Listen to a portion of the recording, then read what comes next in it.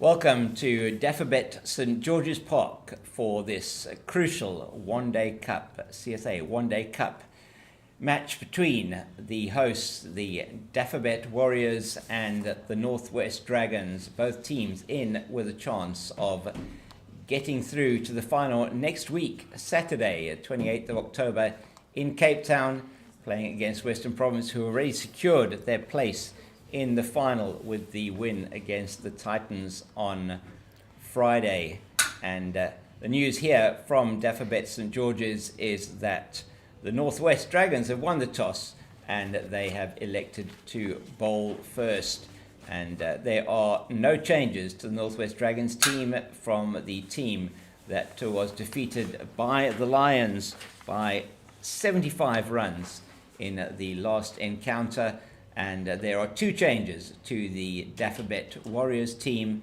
We have Diego Rosier, who is opening the batting here with JP King, and Bayers Swanepoel coming in as well. So they're replacing Jordan Herman at the top of the order and Liam Older further down. So it's Swanepoel and Rosier in for Older and Herman, and it's going to be the same man, Diego Rosier, who's going to be facing the first ball of the match from Kerwin Mungru, who's going to be bowling here from the Park Drive end of this famous ground, and he's away from us now.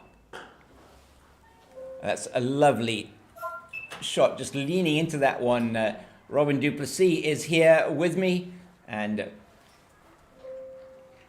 Rosier threw for 3 off the first ball of the innings. Welcome, Robin. Good morning, James. Welcome to a massive game, a must-win encounter for both teams, as this in hindsight is basically a semi-final, so it's all to play for, with Rosier and King looking to get the Warriors off to a great start. Indeed, and we'll run through those scenarios for you at the end of the over, as JP King is going to be facing the second ball of the match, second ball of the innings from Kerwin Mungru, past umpire Abdullah Steenkamp, and nothing to report. 2 slips, a third man, a man at point, extra cover, mid-off, mid-on, mid-wicket, and a man on the fine leg boundary for the right arm over Mungru, who has been by far, from a Northwest point of view, has been their best bowler so far this particular season. And at the end of the over as well, what we'll do is we'll run through some of the numbers for you, well fielded in the covers there. We'll give you the fielder when we get that. It was a little bit over it. Mutasami there, thanks Robin, who's patrolling the cover field. Extra cover, the Proteas man, has represented his country, has been a real stalwart in the last 2 seasons for the 3 seasons now for the Northwest. Mungru once again. JP King there, just coming down the wicket a bit. So he's got a guard, he's taking his guard quite a bit down the pitch there, Robin. Interesting to see. Yeah, it looks like there's lots of movement in the air early up front here from Mungru. With the Dragons winning the toss and putting the Warriors into bat, they would like to get some assistance early on here and hopefully get a few early scalps. A lot of rain around in Aberge yesterday, and we'll give you a bit of that information about the weather. Once again, it is Mutasami in the covers, and keeping wicket for the Northwest team today. Let's go through who's that and who's keeping wicket for them. Is that NWU? Prince. Mikael Prince, who's keeping wicket for the Northwest Dragons today. That's interesting. Mikael Prince, boy from the young man, should I say, from the Western Cape, who's plying his trade now in Potchefstroom, and that straight to the man at point, and that is Ruan de Swart, and there is no run. End of the first over, runs off the first ball. It's 3 without loss, And we have in at bat Diego Rosier and JP King. And Robin's going to take you through their career stats. So Rosier has played 88 matches in 86 innings. He's hit 2,852 runs with the highest of 148 versus the Dolphins back in 2021-22 season, and he averages 36. Obviously, it must be he hasn't opened the batting many times, so it's also a chance for him to really to climb in here and get his season off going. Into the bowling attack now for the Dragons will be Pretorius. Yeah. And his stats for the season is that in his career is that his best is 4 for 35 and he averages 30 in the 4,546 balls he's bowled, so a total of 119 wickets. Starts well there, does Michael Pretorius, with one that is left on height quite well there by Diego Rosier. And on the other side, there on the batting side, we got JP King. It's his third encounter. And last week it was his first game where he got his highest of 68 not out versus the Tuskers here at St. George's Park. So JP King, who was playing in the Northwest last season, will know some of these players very well. Just nicely defended, just walking into that shot there, Diego Rosier. And 1.2 overs gone. Pretorius on the money so far on these two deliveries. And he has been so far this season the standout bowler for the Dragons. In the top 20 leading bowling averages, is in fact the only Dragons player in that group. Another good delivery. Nice carry through to keeper Prince. And a similar field here for Michael Pretorius and the right-handed Rosier. Two right-handed batters at the crease. Feature of this Warriors lineup, Robin. They've got a lot of right-handers, right-hander heavy. Yeah, so with the Herman out, that was the one left-hander, but as you say, the right-handed heavy. And, well, I mean, we always want the left-hand as well in our sides, but it's well left again. It's just that you don't also need it at the end of the day. Also, just one of those things. They just have to do their job and stick to their plans as a batting unit, and everything will be well. I think it's important for the Warriors this game, especially also to get off to a good start. Yeah. So it's to set the platform and foundation, because I think this first hour will be massive in this encounter. Absolutely right. We saw last week with similar overhead conditions. We'll just watch Pretorius. Oh, good delivery again. He's really been in the channel this morning so far, Michael Pretorius. And as I was saying, he has been by far the standout bowler for the Dragons in this particular season. Him and experienced campaigner Kerwin Mungry, but certainly it has been the Pretorius who's taken so far 7 wickets at an average of 30.42.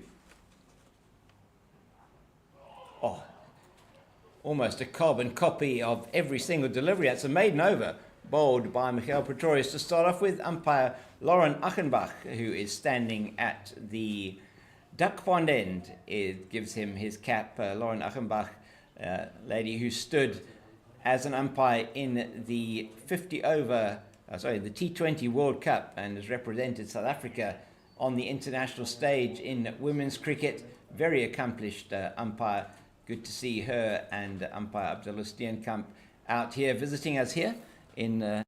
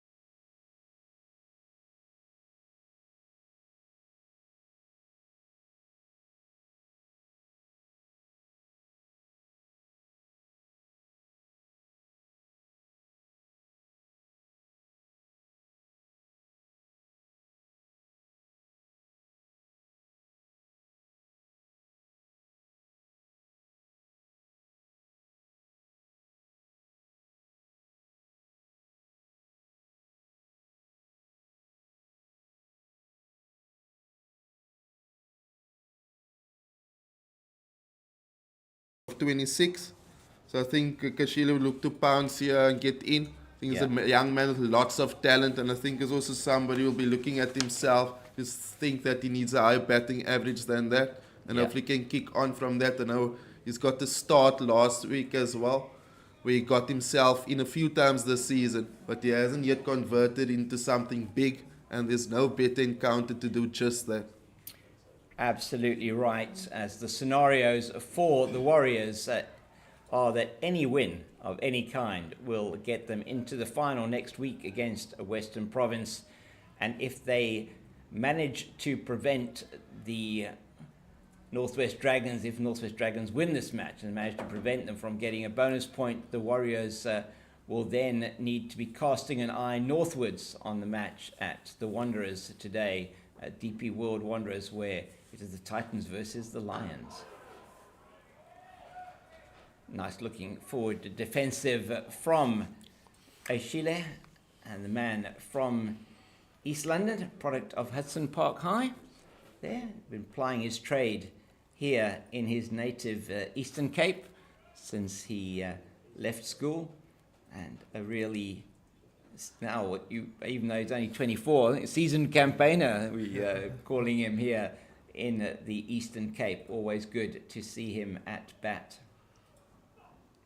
Ooh, that coming in to the right, and then we're going to look at that again. This delivery just coming off the seam. It looked like a little bit of swing, but off the seam, pitched and in to the batter. Good delivery from Mangru, and maybe Sinatemba. Aishile hopefully had his ears open, not wanting to hear that death rattle behind him, and just missed the stump through to Mikhail Prince, who is keeping for the Dragons today. Another good delivery outside the off stump, and the slight fielding change here from the last over. The cover region has been strengthened slightly. We have got one slip, third man, point, almost like a conventional cover, short extra cover, mid-off, mid-on, mid-wicket, and a man on the long leg boundary. Mangru with his last delivery of the over, and then we'll go through those scenarios for you. A very good over there from Mangru, a wicket maiden to the big man, and he has got success for the Dragons. It is the Warriors 3 for 1 at the end of the third over of the innings, and a bit of rebuilding that will need to be done here by the batters for the Warriors. And you're right, Robin, taking that first hour, very important to just get through this first hour, first 10 to 15 overs, and consolidate now, make sure you don't lose more wickets. Yeah, it's very important, James, and I think we look at how Mangru started. He's been on the money, he's been nagging outside off, and I'm sure Pretorius will follow that up as well. So to Rosie, we have two slips in place, and that is down to the man at third man, and Mangru down there at third man, and that is Rosie on to 4. The total is at the same score, and Sinatemba Aishile takes his guard from umpire Lauren Achenbach here at the Park Drive end. Looks like he's taking middle there. An interesting guard, but Pretorius so far has been on the money. And so as we were saying, we'll look at those scenarios. We are casting an eye northwards to the Titans and Lions game. We'll give you some scores there during the course of the morning. Pretorius straying on to the legs of Aishile, and it's the man at long leg coming around, and he does the fielding. We'll be able to tell you. Seleko. That's Seleko who is there. So that is Caleb Seleka down at long leg, and they get through for 2. Aishile is off the mark at 6 for the loss of 1. And just what's needed from the Warriors at the moment. Cautious batting. The runs will be there. The bad ball will come. Yeah, James, I think just as batters, just to take the few punches from the Dragons. They will throw a few at them up front, but there will be a chance for the batters here really to counter punch. and they'll just have to wait on the loose deliveries as they go through. There will be a few as well. Third ball of the over. Good lead from Ashile. 2 slips waiting for that edge, and those 2 slips. Vian Libber, man who's moved to the northwest from the Warriors this season, and with him in the slips is Sejo Senokwane.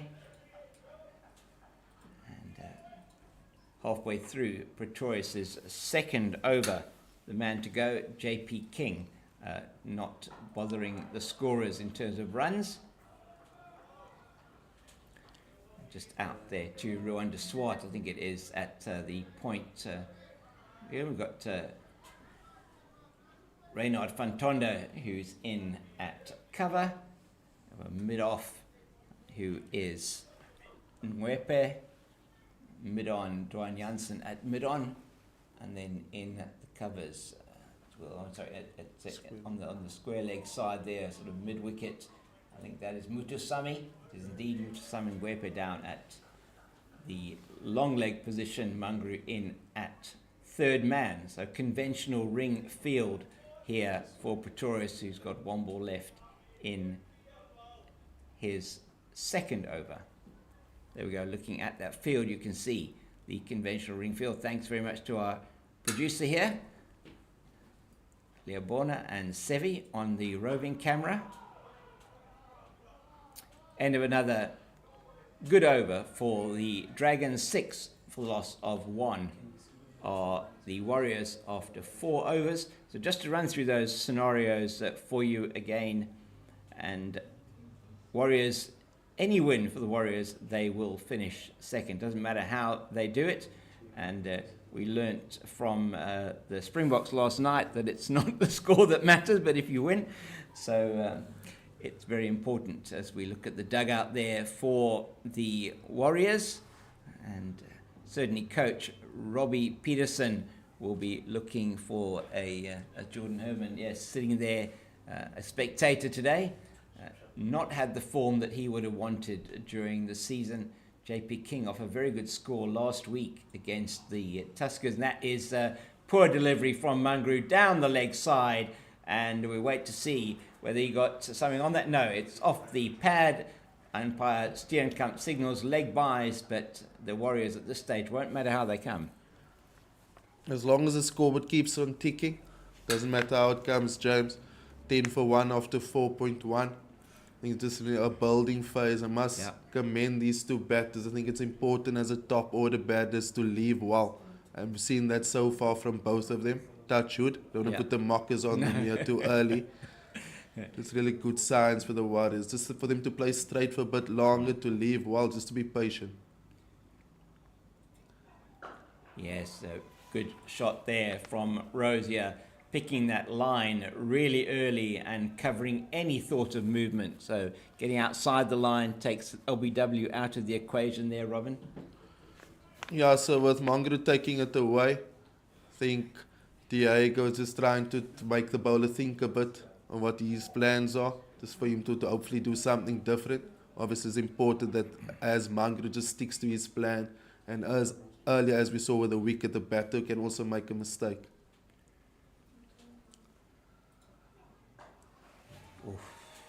Interesting there from Rosier, just trying to play that one forcibly onto the offside, and sort of bobbled a little bit by Ruan de Swart at a backward point, but no damage for the Dragons there.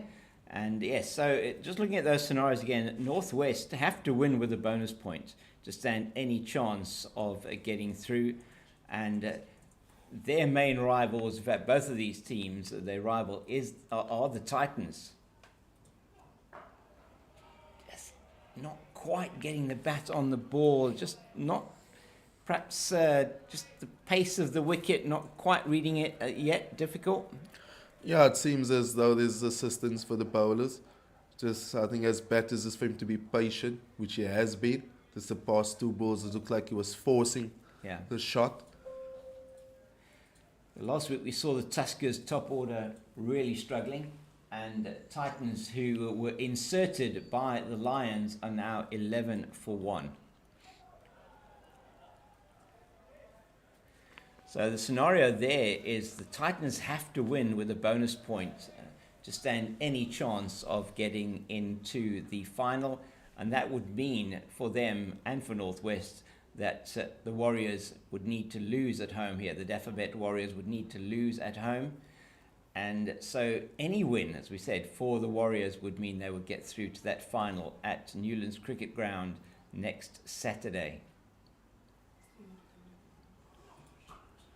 Oh, it's very well played by Rosier there, as he just guides it down to third man. A very normal one-day cricket shot. And so after 5, it's 11 for 1. So just finishing off those scenarios, it is important then for the Warriors to make sure that if they do get defeated here, they avoid defeat by the bonus point defeat.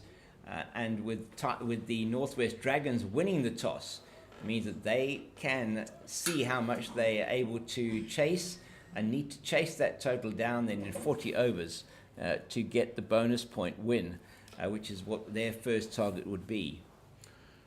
Yeah, James, I think it's important that they're also bowling first so they can understand what's required from them when they bat. Oh, that's a really good shot, picked up off the toes, and nobody is going to get anywhere near that. Went wide of the man at mid-wicket. Let's look at that shot again. Beautiful, and it wasn't by any means on the stumps. He walked towards that one on the outside the off, and really good shot. So that shows that he's trusting the bounce, he's trusting the pitch here, Diego Rosier.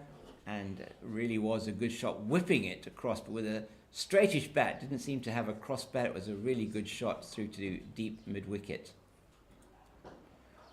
First boundary that was off the bat today. First boundary for Diego Rosier. And here, I think there was a slight misfield there in the field by Mutusami. And they go through for 2.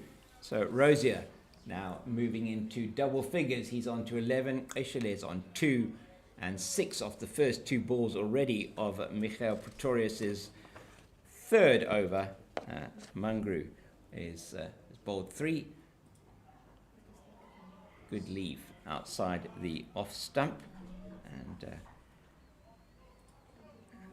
Pretorius so far 0 for 9 in 2.5 overs. The man who's taken the wicket, Kerwin Mangru, the man out, JP King, caught at mid-on trying to hit Mangru over the top by the very tall Duan Janssen, who took an easy catch in front of his chest.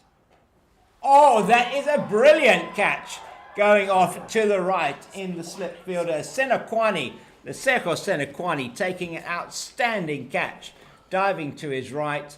Rosier, you'll have a look at this again, going hard at the ball, and that was from a 4th slip position, clever fielding position there from Northwest, and the Warriors now descending into even deeper trouble as they go to 17 for 2, having lost their second wicket. Partnership of 14 there, and Pretorius gets his first wicket of the innings in his 3rd over, and it is the Warriors now in a little bit of trouble, as it's going to be the captain Matthew Bretzke who's going to come to the crease. Now, such a good length that from Pretorius, full outside off, conducing the drive, and he's nicked off. Matthew Bretzke comes in, the new batter. That's his 55th match. He scored 1,437 runs in his career so far, averaging 29 with 109 50s. So it's going to take, one feels, a captain's innings from Matthew Bretzke today. The Warriors certainly would not have wanted to lose those 2 early wickets. They're both openers back in the dugout, as the captain, who has been in probably not the kind of form that he would have wanted to be this season, is needing a big innings from him and also from Sinatemba Eshele today. Certainly it has been the lower order of the Warriors team that has carried them this season. Stubbs and Patrick Kruger particularly being outstanding from that point of view amongst the leading run makers in this competition so far. Kruger, in fact, the highest average in the competition. First ball for Brzeska, he's all defence. And just looking at that, again, Patrick Kruger, 259 runs, high score of 135, and an average of 129.5. 200s for him. Tristan Stubbs, who has scored 234 runs, a brilliant 159 in that incredible partnership with Kruger of 220, average of 78, that 100 and 150. Good looking shot from the captain. That is the end of Pretorius' third over, a successful one for him. A little bit expensive at the beginning of the over, as it went for 6, but in the end, getting his man, and that was the end of Diego Rosier, the journeyman cricketer. He's been around the country now, making his home here in the beautiful Gqeberha and the beautiful Eastern Cape, and where we are broadcasting from Dafabet, St. George's Park. This is a CSA broadcast on YouTube, brought to you by CSA and Pitch Vision, and the team here, Pitch Vision team here, have next to me Leah and Laken, and Sevi on the roving camera. Mangru in again. Beautiful shot, but straight to that man who is patrolling in that area. That is Senokwani again doing some good fielding. It was his catch in the last over at almost a fourth slip position. That with clever fielding positioning from the Northwest captain, and very, very good catch diving off to his right. Mangru in action again from the Park Drive end. Yeah, just bounces twice, maybe a slower delivery from Mangru there, just died in the pitch. Yeah, not much bounce in the wicket there, hardly carried to the keeper. Steenkamp just taking some maybe bully that's come out of the pitch there with the bowler's landing mark, that he's just taken that off the pitch. Still looks like a reasonable pitch to bat on. Was a good toss to win.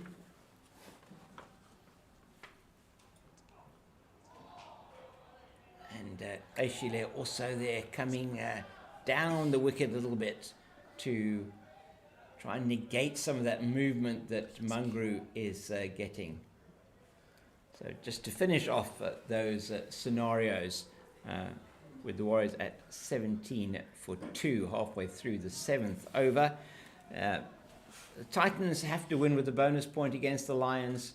The Northwest has to win with a bonus point here if they stand any chance of getting into the final. And if both those teams win, so if the Northwest Dragons and the Titans both win with a bonus point, then the Northwest Dragons will actually qualify for the final on account that they have the same number of wins as the Titans, and they beat them in the head-to-head. So it is interesting. So number of wins will come into the equation here, as it's a single for Aishile, easily worked into the leg side, just a little bit straight that time from Kerwin Mangru in his 4th over, and we are in the 7th over of the innings, and just the single off that over this over so far, and he has really bowled particularly well. Very economical Kerwin Mangru in this particular spell.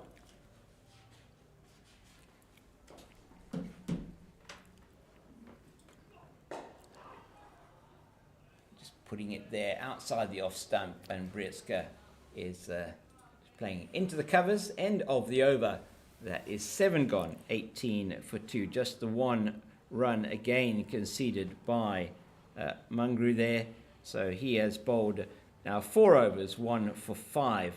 And taking the wicket of JP King. At the other end, Michael Pretorius is going to continue, number 9, on his back. And he is into his 4th over now, taking a wicket in his 3rd over. It was that of Diego Rosier. After having played him for a lovely 4 on the leg side, tried to force it through the offside, caught brilliantly by Senekwani at a 3rd, 4th slip position. That goes just past Senekwani, but it did bounce before it went there, past the fielder there. And again, going quite hard at that was Eshile, but the bat angled down so that he didn't put it in the air to that man who's waiting to snaffle up the chance at 4th slip. And down to Mungru at 3rd man. So another single to the total, another single to Eshile. Brieska on strike yet again. Yet to get off the mark, Matthew Brieska. And all watchful. They really do need to consolidate here. I think it's important, James, that they do consolidate. I think it's a massive partnership. I mean, as we always, most of the time we say, if you want to lose 3 wickets in the power play, most of the time you're on the losing side. But we also know that the Warriors, they do bat deep with Swanepoel at 8. Nice and tight again from Breedske. Must also commend the bowlers here. They've really backed up Libba's decision to bowl first. I mean, it's sometimes as a team, sometimes your captain, they decide to do one thing, and the bowlers, they don't do the talking from their side on. So it's just been good from them. I just hope it continues for them. And as I know, it's a must-win encounter, and also know it won't be easy to defeat the Warriors on their home soil. Absolutely right, Robin. And Robin, who's here from in the Eastern Cape, and as works here with the women's team at Eastern Province, women's coach here for Eastern Province at the moment. And good to have him here with us on commentary, giving his insights into the local conditions as well. Brieska at this stage not able to buy a run, but he's not worried about that at the moment, is he? Yeah, we just have to look at Reza Hendricks yesterday, James. It took him a while to get off the mark, but once he got going, he really got going. So Brieska can just take a few more punches here from the bowlers, because they're also bowling very well. I think it's important as batters that we also do commend the bowlers, and also mustn't do something out of character or anything different, just be patient. Oh, that's an absolute jaffa from Pretorius. We'll have a look at that one again. Beauty, just completely cut him in half. He's in, and that pitches and just moves in. Looks like off the seam and through in between bat and pad. Brieska there, not sure whether he should come forward or fully forward, and just beating the inside edge, just beating the top of off stump. And oohs and ahs all round from the Northwest Dragons. Yeah, spot on. I mean, that's that length, is that goodish length where you're not quite sure as a batter to go forward or back and whatsoever, but the movement off the surface over there just found Breedske in a bit of bother. Mungru continues from the Park Drive in. Warriors on 19 for 2 after 8. And news from the Wanderers we'll give you shortly. Oh, that is coming in through the window here, I think. It's high and wide and handsome. It just bounces and sticks in the ground. So very high. And it did not go to the boundary. Just the 2 for Eshile. That was like a massive 9-iron by the looks of things. And just stopping in the outfield. A lot of rain here yesterday in Gqeberha. Yes, James, that just went dead. So it's exciting to see the Warriors still sticking to the game plan and playing shots, because you don't also want to bat yourself in a hole in this situation. So it's good to see. And that did mean that the bowler perhaps thinking about a change as Fantonda takes a shy, but Eshile easily home on that occasion. So yes, 3 off the over so far It got down to the pitch of the ball, walked down the wicket to that one, and perhaps got more elevation than he'd hoped.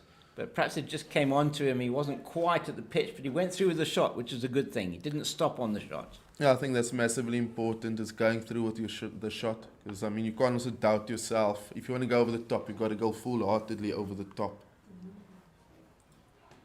Brietzke, once again, all defence to Mangru, has been bowling particularly well in this spell of his. The one wicket to him, that of JP King. In case you are just joining us, 2 wickets to fall so far for the Warriors. JP King out when the score was on 3. He failed to score, and Diego Rosier, who was out with the score on 17, fell to Michael Pretorius, well caught in the slips by Senokwane. Brietzke probably feel he missed out a bit there. Wide, he tried to get bat on ball, dangerous. When you've been sitting there for as long as he has now, 10 deliveries, no runs yet. He wants to feel bat on ball. He wants to get off the mark. Yeah, but the width on that one probably feels like he missed out definitely. I mean, you're also waiting. You wait for those opportunities as a batter because you want to put those away just so you can get yourself going.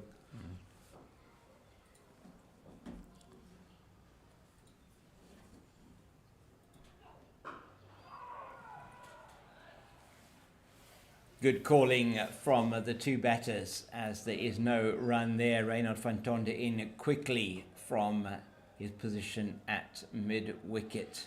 Brietzke just getting an idea of the pace, the movement of the wicket. He doesn't want to throw it away, does he? He's got a big role to play here at 22 for 2. The Warriors in some bother at the moment, want to build this innings. Plenty of overs to go, as Robin was telling you earlier.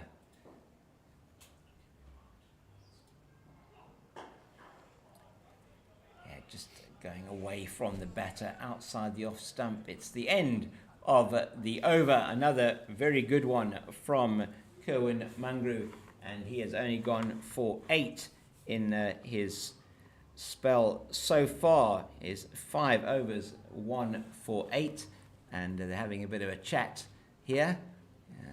Hopefully just trying to decide with the captain, Libba, whether he's going to take another over. Perhaps he has been on the money so far this morning, as has Michael Pretorius. And they've certainly got their channels and their lengths right today, these 2 opening bowlers from the Northwest. Yeah, they've been spot on. It's just nice to see the leadership group there with Mutasami and Libba discussing with Mangru what they're thinking. Excellent stuff so far from Northwest, and that's what you want from your bowlers. You win the toss, you insert the opposition, you want to make sure that you apply that pressure from the word go and give yourself the best chance the Northwest Dragons want to do.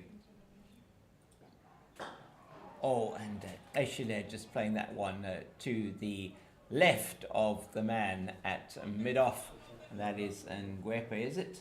That comes in and it does the fielding. Is indeed Leseba Ngwepe, number 10, emblazoned on his back. Good fielding, but a good sharp single. Aishile rotating the strike very nicely at the moment. He is still in single figures. He's on 8. Brietzke yet to get off the mark, as we're into the 10th over, and it is Pretorius again.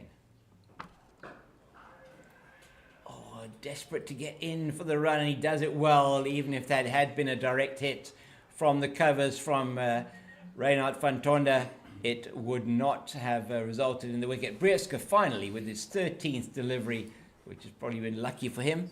He is off the mark and moves on to 124, loss of 2 after 9.2 overs. You're going to have a commentary change at the end of this over. I'm going to be moving out. Robin is going to come into the number 1 commentary position, and we are going to be pleased to welcome Garrett Perry into the analysis chair, and Robin and Garrett will take you through the next 10 overs of the Warriors innings. Just 3 more balls left in the power play 24 for the loss of 2. And if one considers last week, the Tuskers, I think, were 27 for 5 or something at the end of the power play. This certainly seems to be a trend that Pretorius fields well of his own bowling there. Yeah, I think the weather's played a massive role the past 2 weekends, James. Wicket must have been under covers yesterday as well. Seeing that it would rain most of the day yesterday. And that's why the toss was so important this morning. But there's one thing, like we said earlier, to win the toss is another thing if your bowlers backs it up like they are doing at the moment. That is Pretorius. And once again, this time sort of half back foot, half forward. Aishilair just plays it out into the mid-wicket region. 25 for 2. So sorry, just to correct myself there, 23 for 2 were the Tuskers at the end of the power play last week. And but it was after that a lot of the damage was done. Bayer Swanepoel continuing with that. And we have a fielding change now. Senekwani to Brzezinski. He's going out of that fourth slip position into a shortish mid-wicket. They are strengthening the leg side field. Only one slip now.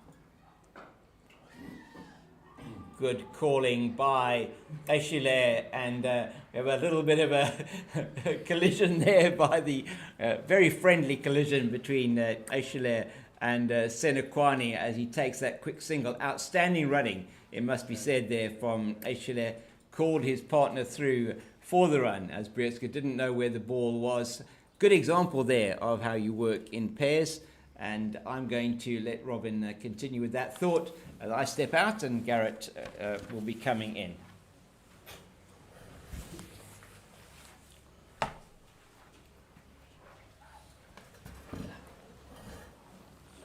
Yeah, it's so important in a case like this at 26 for 2 is that you rotate strike. We saw 2 good examples of good running between the wickets there from Brzezinski and Kashile.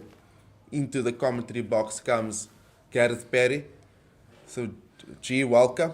What's your thoughts so far on the first day? Morning, everyone. I do think it's an awesome start by the Dragons, definitely. Good toss to win over Carsday and PE. It's always a good one. That's a chance. He hits. It's a direct hit. He's got him. He's got him. It's one too many risky singles there, and Kashile is gone.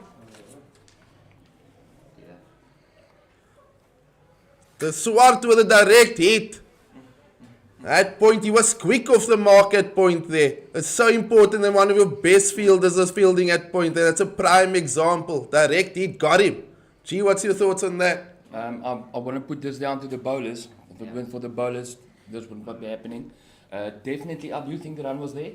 Bit of hesitation from the blocks there. If we go back to the start, maybe I do think the guys may be batting themselves into a bit of a bubble here. And when the singles are on the board, they're not taking it at this stage. But I will put this good fielding also backed up by brilliant bowling. If it went for the bowling, they won't be sitting at 26 for 3 at this stage. But well fielded, definite direct hit, so important. New batter Tristan Stubbs. In his 24 innings, he scored 993 runs with an average of 47. Obviously, his highest score was earlier on in the season at 159 versus the Titans, also when the Warriors was in a spot of bother. So it's another chance for him here, hopefully, to cash in again. If we look at the season in totality, I do think that's where the Warriors have been struggling, especially up front. I can't think that the middle order once had the opportunity to walk in with runs on the board. It does take away the middle order strike. They can't fire on all cylinders, as you can say, because each time they have to come in and save the team. Once again, being 26 for 3 into 11th over, not the ideal situation for Stubbs to walk into.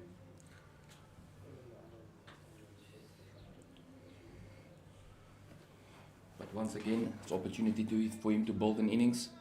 Like we said earlier, it's easy to catch up. Get a few singles up front, you don't have to start blazing.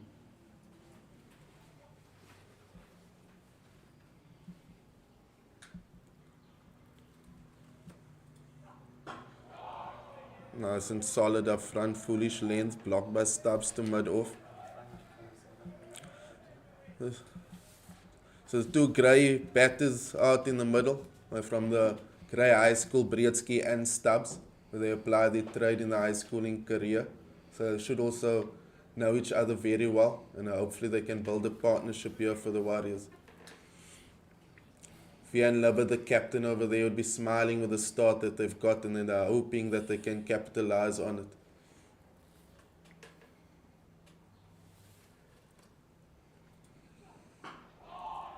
He's been so tight on his lines and lanes, Mangro. He's given absolutely nothing away. Hence the figures of 1 for 8 in 5.3 overs. At this stage, it more looks like the batsmen are out there for survival, not really looking to rotate strike at all, even though the bowling at this stage have been brilliant, let's be honest about that. Overcast conditions suiting them as well, but the batsmen must start looking to rotate strike. Can't get bogged down on one end. And with the bowling at this stage, it's not a lot of loose balls coming around here. Into the cover region, fielded by Senekwane. A goodish length yet again. I'm sure the bowlers won't mind seeing Stubbs hitting that hard, going hard at the ball there outside off with what has happened so far with a bit of assistance in the wicket. It's that man, De Swart was in the action there with that run out. It's just so important that your best fielders are fielding certain positions, especially at this level as well. I mean, all levels of cricket. I think that's just a good example of having the right guy in the right place. Oh, definitely. I mean, each and every ball is important in one-day cricket. Once again, Stubbs just getting down the wicket there a bit. But to get back to the field, it's important to get the correct guys in the correct position, especially square of the wicket in one-day cricket.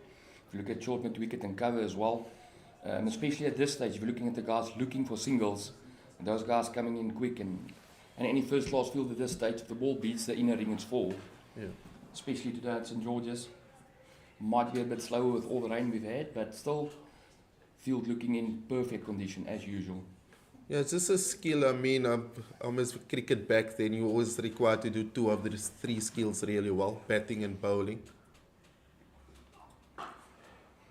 But with the development over the years and the importance of fielding, I mean, many guys are now picked also purely on the fielding, and this is another good example as well. Whereas direct hit is hours of practice doing things like that, and it pays off in the middle at the end of the day. That's the end of the over, end of 11 overs. The Warriors are 26 for 3 with Breedsky and Stubbs at the crease. It will be important to see who is going to follow up the 2 opening bowlers. Will the pressure be kept as it is at this stage? I mean, you still have Jansen in the back, in the bank, the Swart, Tommy must still come on with his with his spin. So will they be able to keep up Selekas there as well? So bowling attack really strong for the Dragons today.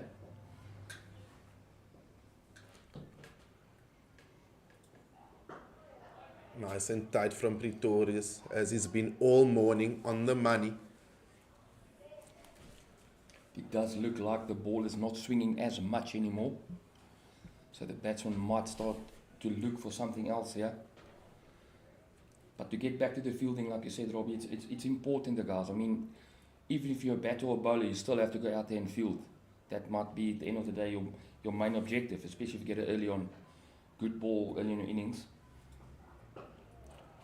Yeah, it's in today's, it's so important as a group as well that you discuss key performance indicators before, obviously, a season or match, that you have certain things in place. And it's very common now that coaches discuss that we'd like 2 run-outs in a match. And I mean, that's a box ticks again. We like certain direct hits. We want to concede so many extras.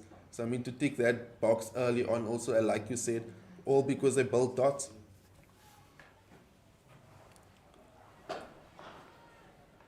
Driven nicely to mid off for none again.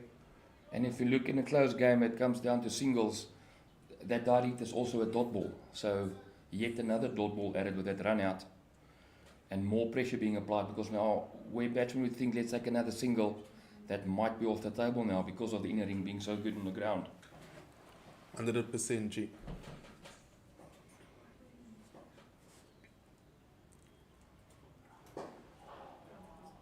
So nice to see this foolish length, because you want him to drive, knowing that there's a bit of assistance, knowing that they're 26 for 3, he's still bowling the foolish length, hoping for an error from Breedsky. Sometimes so we go conservative as bowlers that we bowl keep on back of a length, we can leave and just play defensively. It's good to see that he wants Breedsky to take the attack to him.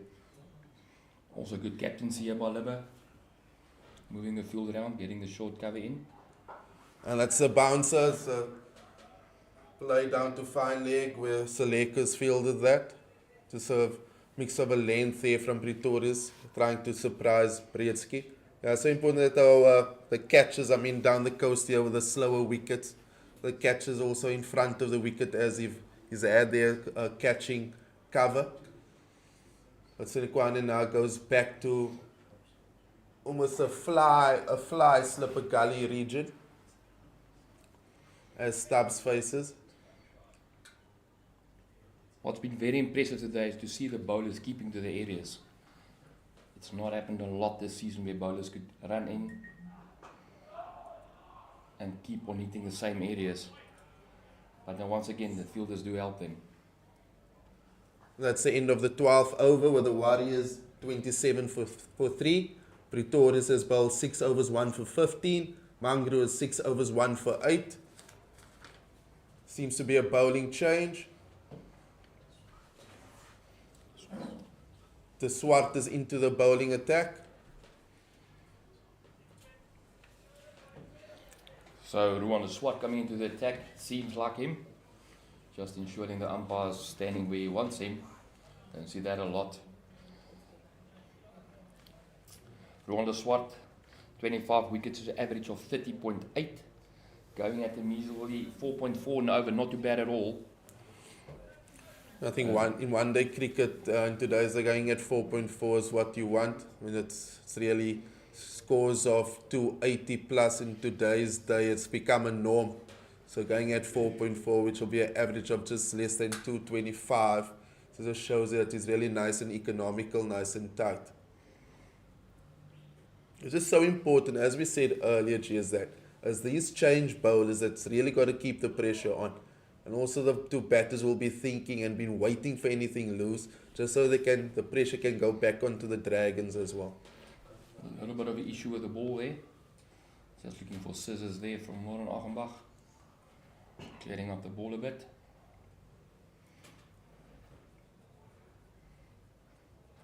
So now it will be important what's going to happen from ball 1 for the Swart. Will he be able to keep the pressure up? That's been put out there so well by Mangru and Pretorius at this stage. Going at less than 3 and over. And looks like Stubbs already outside his crease. Breedska, I beg your pardon. On the money first ball there.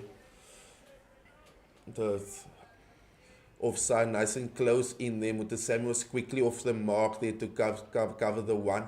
They do know that the Warriors will be looking for the singles because of the conditions, the importance of the rotating strike. So nice on the toes there at the edge of the circle here on the offside, which consists of Mutasami at point, Seleka at cover, and Senekwane also at a straightish cover. It's a chance. That's a miss from Janssen. It's a good one though. It's also important that the rotate strike. You have to also keep rotating the scoreboard. You'd have been in there. He took it to his left, not straight to him. So it was a good one. Also important that you trust your partner in this case. Like I said earlier, these two, they've come a long way, same high school. So they know each other. You just got to trust your partner. Definitely, that'll be. I mean, at this stage, you see these guys that just look up and go. And it's also like, I want to commend Libba again because it's like each and every bowler's got a plan to every batsman at this stage.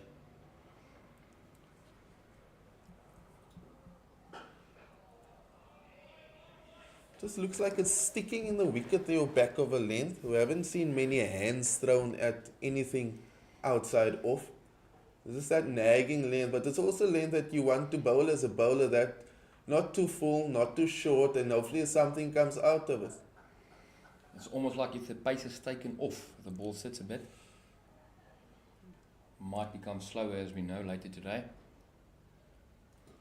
Stubbs goes down the wicket, he hits that over square leg. And it just stops right there before the boundary and it rolls over for 4. That's Tristan Stubbs taking the match here to the Dragons. Clipped off his legs for 4. Showing early intentions here against the Swart. Doesn't want the Swart to settle into a certain length and line. It's so important that Stubbs still plays his game here, but obviously also to an extent where he's still in control, he takes risks, but is also measurable.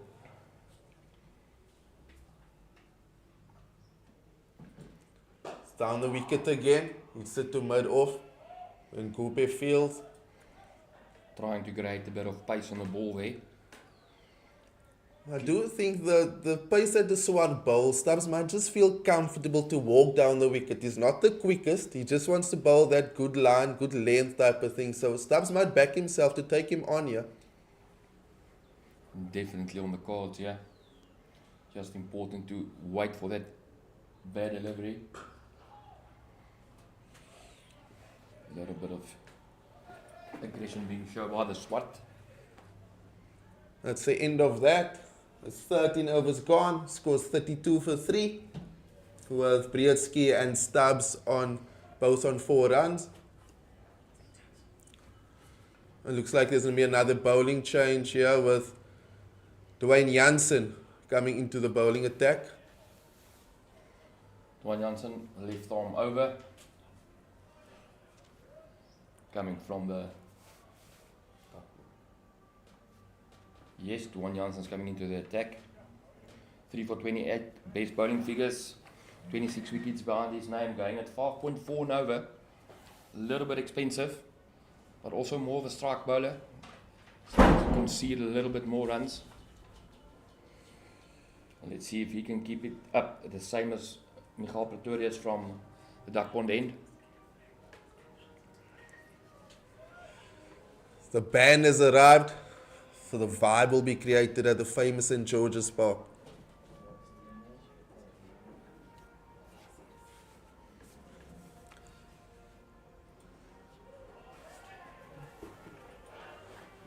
Left outside off from Brzezinski.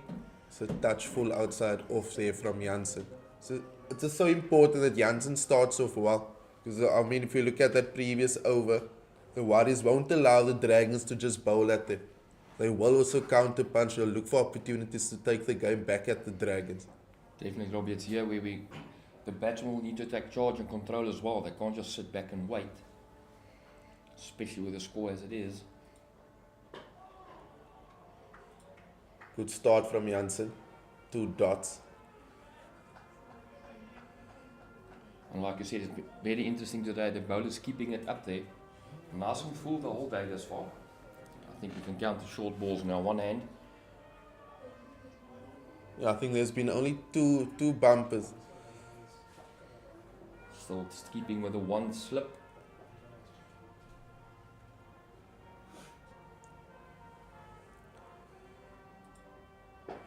Brzezinski hits that through the mid-on region. Oh, it's a misfield. Spoorfield, and it goes through. And that's 4. It's the first boundary for Matthew. He's off with the boundary count. It's a bit too straight from Jansen. He kept his balance beautifully to hit that through the mid-on region. Also only the 3rd boundary in the game, coming in the 14th over. But that was not the best fielding there at mid-on. Don't think that the 2 seamers will have a little bit of words there. You have to put your body behind the ball there.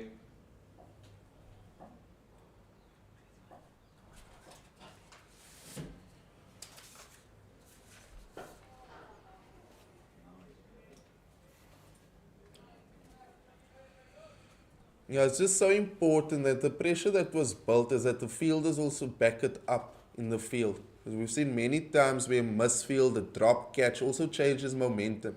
So even though we're playing a sport where it's basically individual with bat versus ball, but you play such a massive role as a fielder. That little misfield definitely taking the pressure off of this over.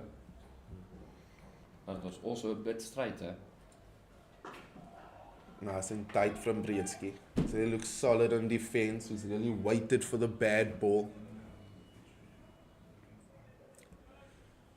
captain's knock up for the cards here. He's not been having the greatest of season, Matthew Brzezinski. Like I said, all the good players that wait for matches like this to pounce, to score the big runs when it counts most. Definitely agree with you. And he's one of those batsmen, once he gets in, it will be difficult to get him out. Well, left outside off. And that's the end of that. It's the end of 14 overs. The Warriors are 36 for 3, with Brzezinski on 8 and Stubbs on 4. With Janssen and De Swart into the bowling attack. After the Dragons have a really good start with Mangrove and Pretorius up front to put the Warriors in a bit of spot and bother here. The two batsmen in the middle at this stage, they both have the talent to get themselves out quite easily.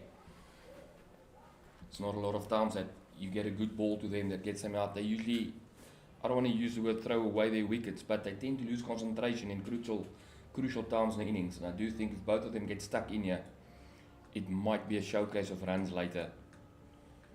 Like you said, the platform, they need to set it up now. Enough time on their hands. Ooh, he pushes at that. Just drops short there of Senekwane at catching cover. Like we said earlier, Stubbs throws his hands hard at the ball. And that's the length that De Swart will bowl, even though he's not the quickest, but will be nagging away at a good length. It's just that pace. Just holds it back a bit and the wicket's sitting up a bit.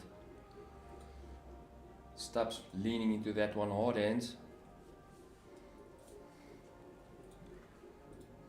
Throws his hands again and is beaten outside off. It's a bit lazy that from Tristan. He just threw his hands out there and didn't get in a good position to throw his hands at it. That was a bit wide, and it was almost a nothing shot. Didn't actually know where he wanted to hit that ball. Hoping to make contact almost. But clever bowling by De Swart, just dragging it back a bit. Throwing the invite out there. Squeezes that through mid-wicket. There's one there. And Van Tonder was quickly off the boundary there to prevent 2. Once again, good fielding. Keeping the batsman down to the single.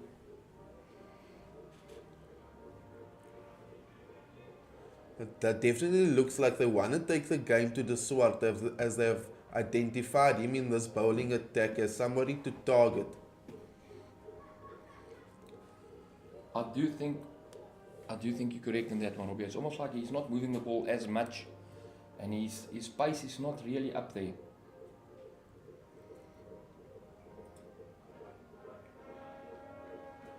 Yeah, both batters has moved a lot around the wicket since facing De Swart, looking to do something different to take the game to him. There's also, I mean, you might be thinking also it's a chance for him as a bowler also to pick up a wicket, knowing that the batsmen want to come at him. So it's also a chance for the wicket to really climb into the Warriors' middle order. Both these batsmen love pace on the ball. So I do think they're trying to generate it, but like you say, De Swart's clever. That's foolish. Oh, straight to mid-off. Nkube takes a catch. Foolish length. He's got him. And that's another one. The Warriors are in spots of bother here, 37 for 4. And as we just discussed, they're just keeping the pace back. Same length. Inviting yet another drive straight to mid-off. Fielder not even moving there. Sivan Wepe gobbling that one up. Looks like fielding practice out there at this stage. And the Warriors, they are definitely in trouble now, 37 for 4. But that might also open the door for the middle order to come out again, build innings and take the game to them. Yeah, it just looks like there that he never went fully over. He didn't want to go fully over mid-off. It's just like he stopped halfway. And that's how I think he kicked himself while walking off there, is that he told himself, why didn't he go over the top completely? The in-between shot, like we said, once again, that was a normal delivery, nothing special. And he got himself out again.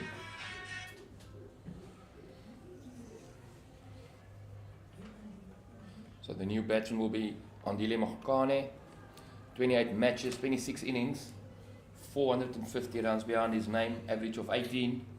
And I do think it's a good day to get that higher score. Move that up from 78. He's got time on his hands here.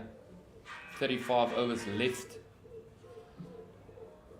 And I do think it's time for them to get stuck in here and just build, but not get bogged down. They have to rotate strike, it's important.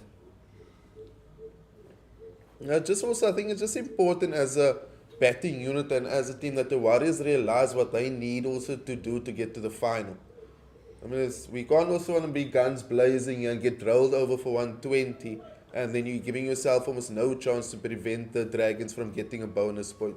It's just understanding the whole big picture in this situation and the permutations that comes with it. So at this stage, 35 overs left. More than enough time to get up to 180, 200. They have to give themselves an opportunity here. I do think they must just focus on batting through the overs. I can't say wait for the bad ball because we've not seen a lot of them today. The bowling attack really on the money today. Hitting the areas, putting the pressure up. And it's definitely a day where the bowlers might take control, yeah. But maybe one of the batsmen will just raise their hands and say, I want to make a big one today. Straight on the money to the new batter. So important that the first ball to the new batter is on the money. That's a good over from the Swart as he picks up Prietsky, a massive wicket for the Dragons. Scores 37 for 4 after 15. I do think from here on, the Warriors will have to dig deep. Almost half of the team back in the shed. But they do have 35 overs left to bowl the score, yeah?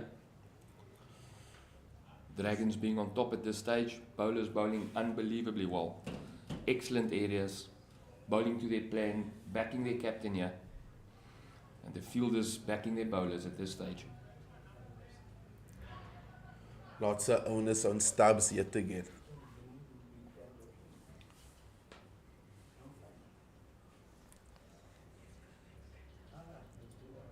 Throws his hand well fielded there. Well fielded by the Swart at point. If we look at Stubbs' innings in the past 2 seasons, I do think that he's one of those guys that must stay there, but still play his normal game. Can't allow this match situation to bother him too much. He's not a guy that likes to hang his bat out and look for singles. For him, the best way of defense is attack sometimes. Well beaten the outside off again. Back of a length, but the juice there, back of a length. You can see the movement, but more bounce there. Hitting a good length. Obviously the height as well of Jansen does play a role. So he will get assistance if he bowls in the right area. That one just went through the top a bit there. A bit of extra movement maybe. A lot of movement outside off. Still one slip in place. Nice and straight there. Stubbs keeps his balance while hitting it to mid on. It's so important as a batter that when you face a left armer, that your balance is really good. Because most of the time it will come into your pads. So you can't tend to fall over as you will find yourself in a spot of bother. You don't want to be playing around that front pad. A lot of batsmen look to hit that ball through square leg, and I do think that's where it comes in. Stubbs are hitting mid on there, staying up.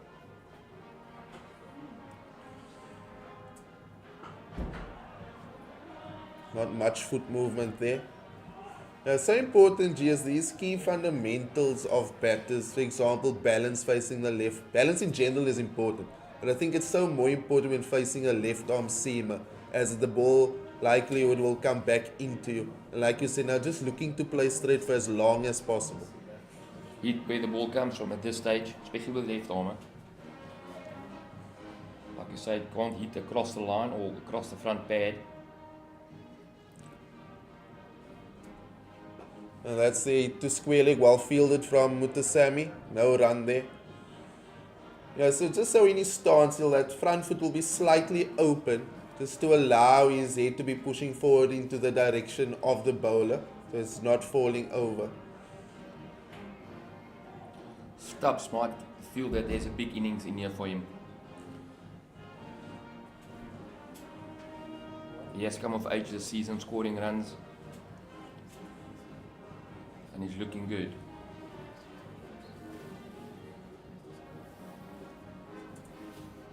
It's beaten outside off. It's a good length. Very good from Janssen to conclude the over. Just going across him. News from the Wanderers. The Titans at this stage 46 for 3 after 13.1 overs. We've got Brewer still at the wicket. He is scoring runs now. And we've got Rivaldo Mutsami with him as well on 4 not out. So definitely a big game up there as well. School kids are having some fun here at St. George's Park. The band is at it. The kids are loving it. Always nice to see the youngsters coming to support. They're looking for each and every signature they can get from these guys. Autographs are so important to the youngster. Ooh, he's nicked off. It's that length. A bit of bounce. And Mohikane is nicked off. Taken by Prince. He's got another. They're in serious trouble now at 37 for 5 are the Warriors. That ball just going away just enough.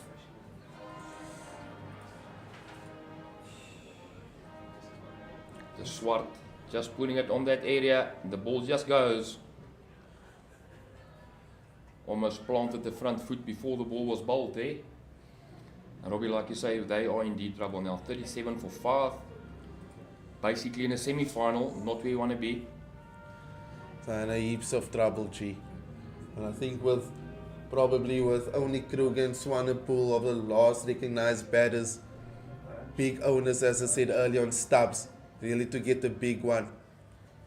Maybe a good time to pull a Netherlands here. It's always nice to be having a side 100 for 6 and they scored 280. Miracles do happen, especially at St. George's. Patrick Creer, the new batsman coming in, having a great season as well. I scored 135 earlier this year, averaging 35.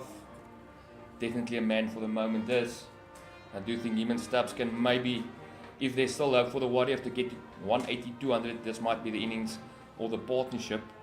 A lot of work, but they do have enough time. And that's what makes 50 over cricket so nice to watch. A lot of time to rectify the innings and come back. Players also taking some drinks out there. As there's a bit of drizzle falling down here at St. George's Park. I don't think it's hard enough yet to have any worries about it. Might just be a cloud going over.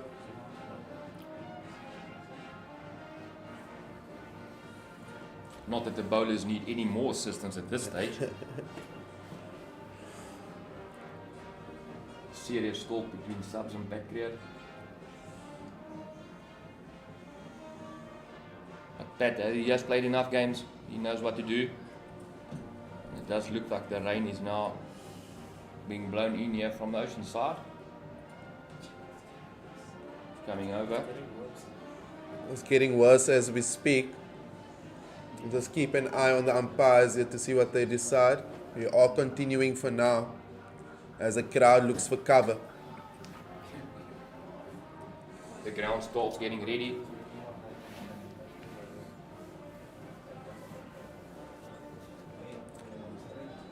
Kruger and Stubbs are two players and I think two individuals that if you're in a spot of bother, they'll be up there with the list to get you out of it. Because they just got those personalities. The character says, I can get you out of a hole, I'll bat for you and I'll back myself. First ball, Kruger down the wicket. He leaves that off a length and it hits his leg. Showing early intentions to get to the bounce of the ball here. Realizing that the wicket is a bit juicy and spicy. But he is a senior player at this stage batting wise. More than once in his career he has come in situations like this and played brilliant knocks.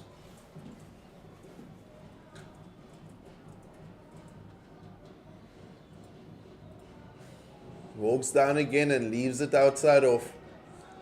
The Swart has been really good here. since he has been first changed. 2.3 overs, 2 for 6. Really what Vian wanted from his bowlers. It also helps if you're coming in first change and the team is in trouble. You can immediately get your areas. You can be a little bit more relaxed as a bowler.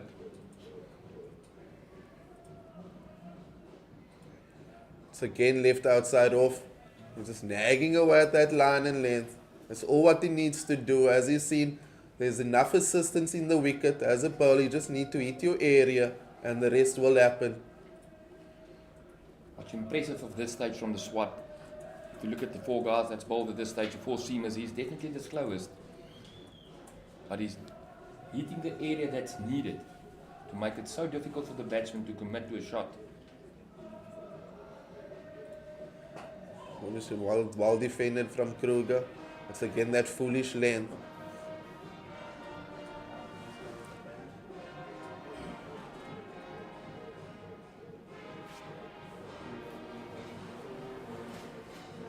The band is in full swing, as you can see. Celebrating the Springbok victory, and as well hoping the Warriors can get out of the spot of bother they're in here at the moment.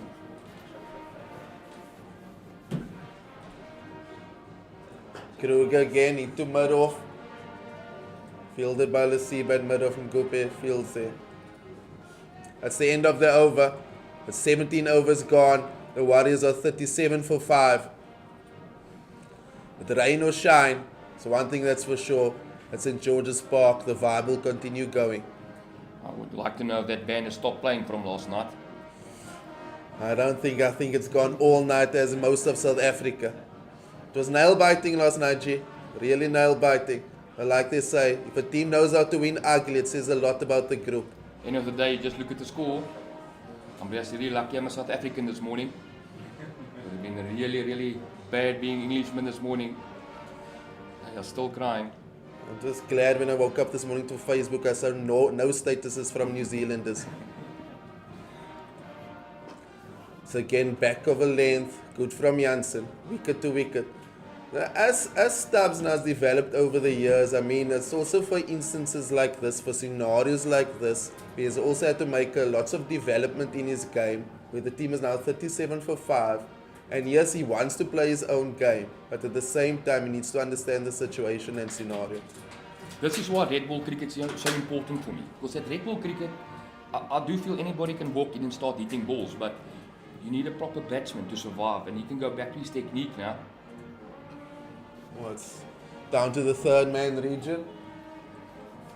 When Gobe fields, it's so spot on, G, is that, I mean, yes, it's T20 cricket, but T20 cricket won't allow you to bat for long hours of time where you really need to sort your technique out. Because, I mean, you need to have a defense in a case like this. You need to be well organized to be able to get out of a situation like this.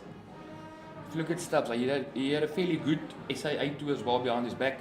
He did well there, and I do think things like that is going to help him a lot, especially with the one-day cricket. One-day cricket is one thing, walking up, hitting from ball 1, but with a team in 40 for 5, you need a bit more than just good striking, and he will do that today. It's a bouncer. So good to change your ladder leads up. You don't want the batsman to know what's coming. Got to keep the batsman guessing. And also knowing that they are 38 for 5, you want to throw the bouncer in and want to ask Kruger to take you on, to take the risk, because you just never, there might be a reward at the end of it for the bowler. Also just keeping Pat Kruger through there, making sure he doesn't walk down the wicket for everything, yeah?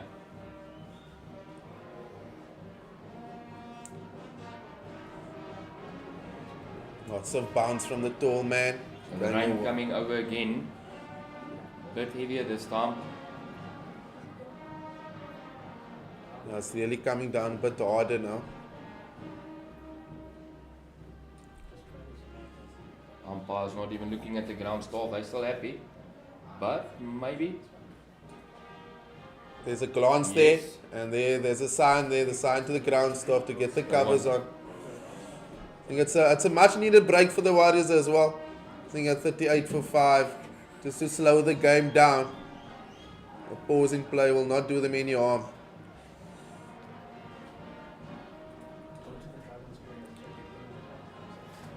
I do think at this stage, the Dragons players wants to get the covers on as well. They want this game. They don't want to lose this game. Ground staff.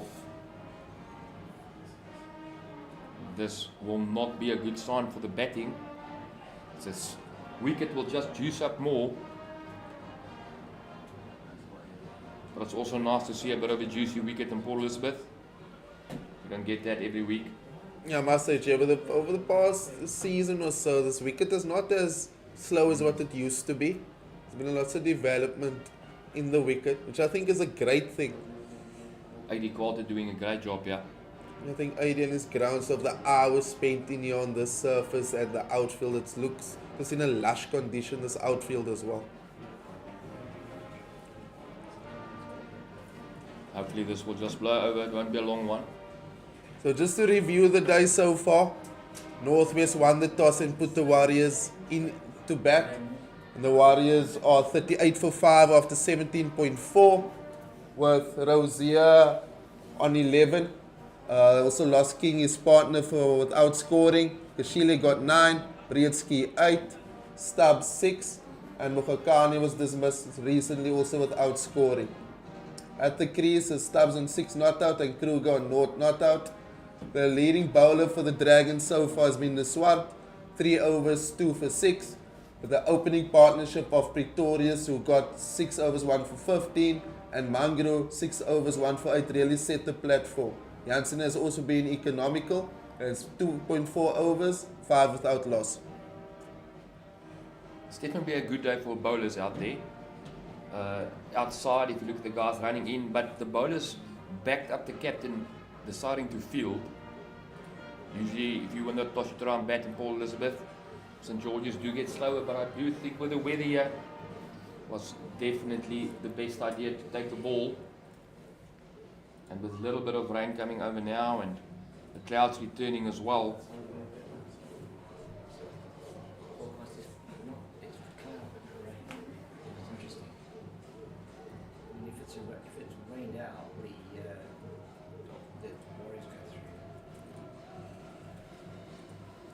I don't think the rain will be much around for much longer. As the forecast says, it's just a shower.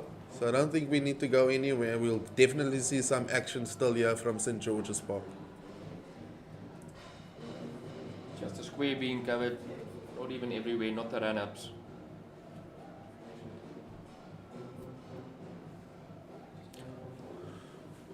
For now, we'll just take a short break, and as soon as we have any update for you, we'll be back live from St George's Park.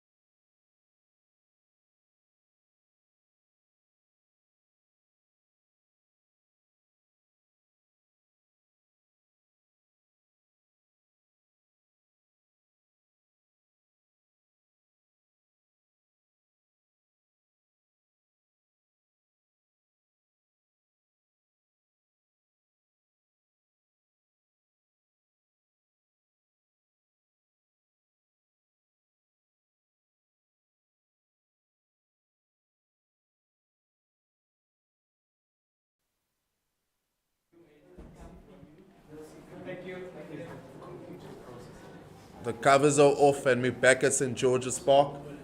The score is 38 for 5 after 17.4. As you can see, the Warriors are in a bit of trouble with Kruger at the crease on not out and Stubbs 6 not out.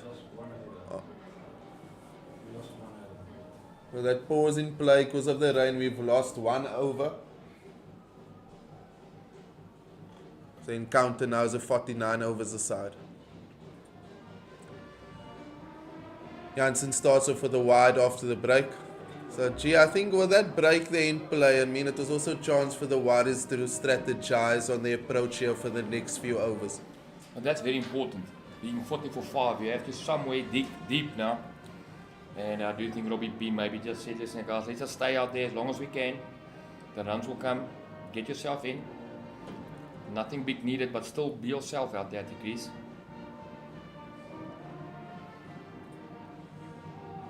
Jansen on the money. So they didn't miss by much. It was also well left by Kruger. It was a test of character for these two batters.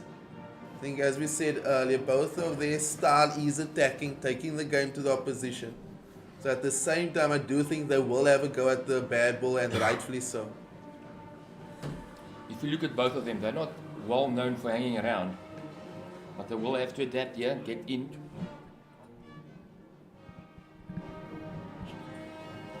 Last ball of the 18th over. Let's work down to the fine leg region. Running hard, and there's 2 there. So important to run the first one quickly. And Kruger done just that. And Selika couldn't prevent the second run. The score's 41 for 5 after 18 overs.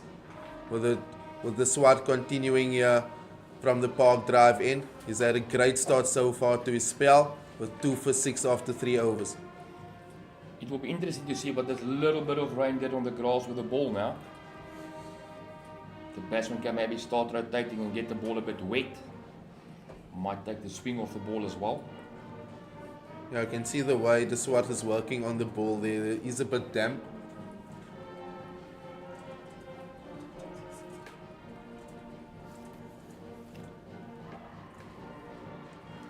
It will also be interesting to see what's going to happen when Mutsami must bowl.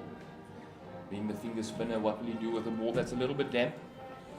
That also poses the question to Captain Libber. How long does it continue with the seam, seeing that they're doing such a great job? Straight back to the Swart there. It's not the first time he's had a small go at Stubbs, acting like he wants to throw. There's been a bit of words between the two, both talented individuals. Also, at this level of cricket, there's a lot to play for. There's a lot of sign of intent and seriousness that it gets taken.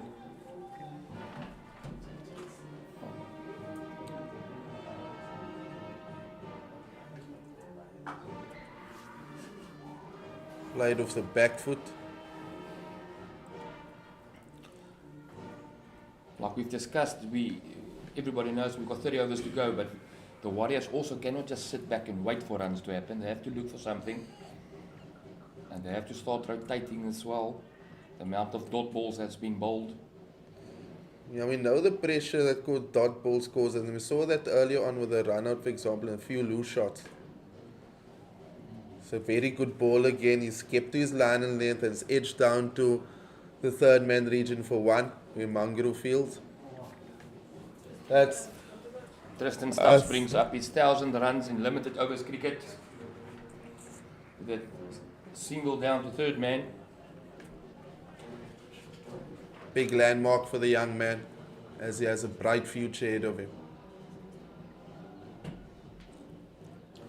The Swart just keeps on nagging away in that area. Bowling really, really well. Back clear, eyeing out square leg.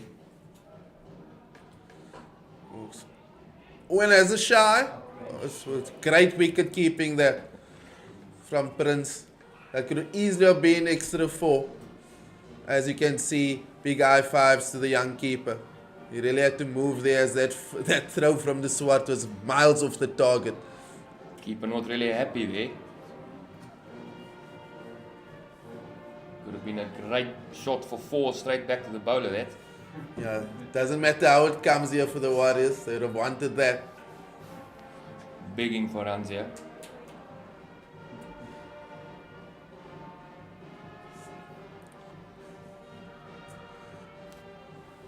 Outside off yet again. The sun is out again. It's a typical PE day. 4 seasons in one day. We're so accustomed to this, G. Just another normal day for us, yeah. Another half an hour we can go down to the beach, get some sun. Back at home by 2, then the wind starts blowing. Yeah, the next moment you're making soup for supper and you're under your blankets watching TV. Forced to watch another series of something. I don't think there's much left anymore on Netflix, to be honest with you. And we have to wait another week for proper sport as well. So nagging at that length. He's been so good economical, this one. Good lines, good lengths. Warriors are 42 for 5 after 19. On the Wanderers, we have the Lions playing the Titans. Titans also in a spot of bother. It's not a day to bat first, being 64 for 6 at this stage. Lions bowling out of their skins. Well, the Lions hasn't had the greatest of starts to the season. But I mean, I might just pull something together as we go into the other competitions here in South Africa. So Jansen has, at this stage, had a good start. His 3 overs only going for 8. Really enjoying bowling here today. All the seamers has up until now.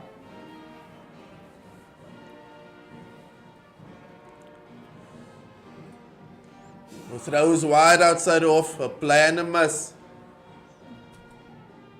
You must say it was there to eat. It's just that you never executed. It's almost like the batsmen, they're not expecting any bad balls at this stage. They're sitting in the crease waiting, and when it happens, they just throw arms. Still play each and every ball on merit. Your runs will start accumulating slowly. Now, this is so important in that catch-22 mindset where you want to be defensive, knowing the situation your team is in, but you also want to hit the bad ball. Nice and tight there from Stubbs. Good lines and lengths again from Jansen. The Titans are now 66 for 7. So they are leading the wicket race at this stage versus the Warriors. Hopefully the Warriors will not pull this one back. Let the Titans take that one.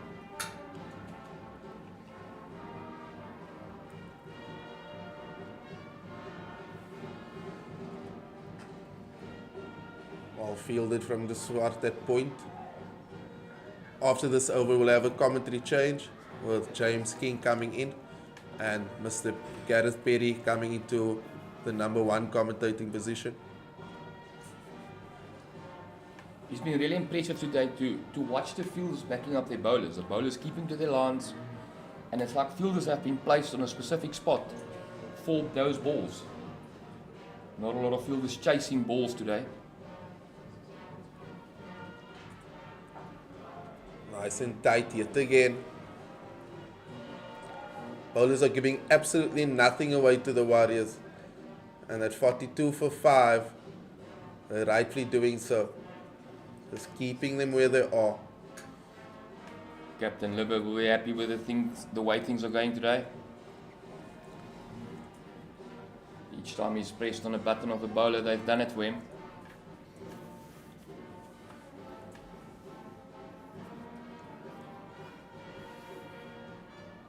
Ooh, beautifully bowled yet again. Such a good length. Forward defense from Stubbs, but it's a play and miss. He deserves a wicket at this stage, the way he's bowling Jansen. Just too good for Stubbs there. Ball just doing enough to beat the outside edge. I must say, I mean, as bowlers, sometimes they're also a bit too greedy. They look for things too early, but this whole bowling unit, they've really been patient. And as it's a great catch! What a catch! It's a great catch. Reinhardt. Reinhardt van Tonder takes a beaut of a catch at cover. And it's a foolish length yet again, and Stubbs drives to be taken at cover. A dive to his left, and you can see by the celebration the Dragons know how important that wicket is. The Warriors are in deep trouble at 42 for 6. The first ball with a bit of width, and that's what happens. Straight to the cover fielder. Brilliant catch by Reinhard van Tonner. End of the 20th over, 42 for 6.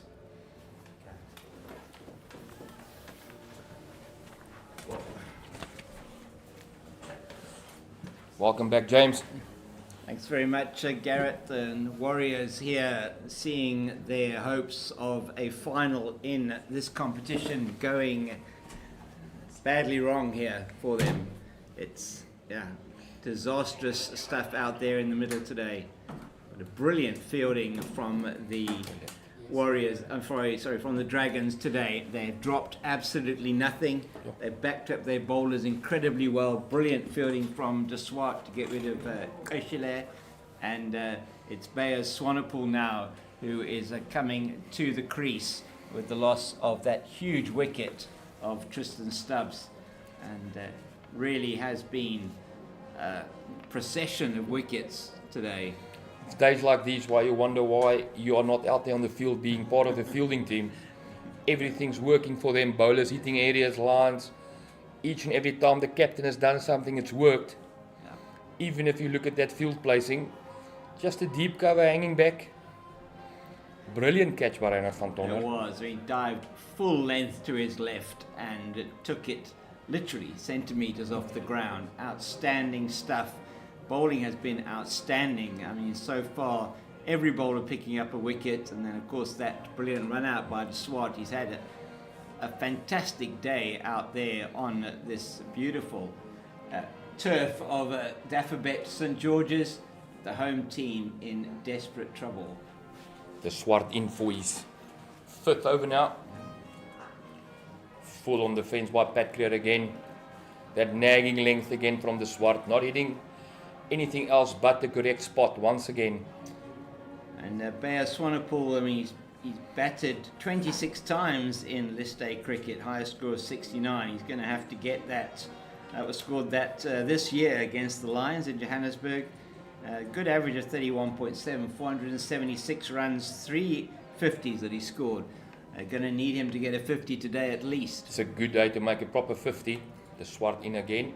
Just left. Ball straightening a little bit. Sure. Kruger, the man at the striker's end, has had a fantastic season so far as well. Gary, you've been watching him, no doubt, and coming down from the Free State, place that you know very well. I do think he misses the wickets up there. A little bit more pace up there in Kimberley and Bloom. But once again, he has shown that he's got a big head on those shoulders. Indeed, he's really kept this team together in the lower order. Oh. Bit of a jig there from De Swart. That one coming in once again to the right hander, wasn't it? He bowls so well. Their lines and their channels have been fantastic today. I think at this stage, De Swart wants to roll up this wicket and cart it with him this whole country. I mean, his figures is unbelievable. All the bowlers today, unbelievable figures. Yeah, Each and every bowler sticking to their guns and just doing the basics. I'll run through those numbers at the end of the over for you, halfway through the 21st. So, De Swart into his 5th over, only gone for 7. Yeah. That's 2 scalps that he's got so far. It's so important. Bretska just, giving it away, as seemed to be a number of the batters today. Proper drive, great fielding once again. The Sibon Webber coming around quickly, cutting off a proper drive there. No run, another dot ball.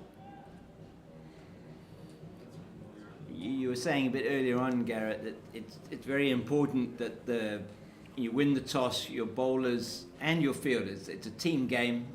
Everybody, the bowlers bowl to the plan, the fielders back them up, and the Dragons have been really up for that today here at Dafabet St George. Looks like there's a bit of an injury perhaps here. It's Rowan De Swart just Looks like he's a little bit gingerly, or are they looking at as only 4 balls gone in the over? Not quite sure what they're discussing there.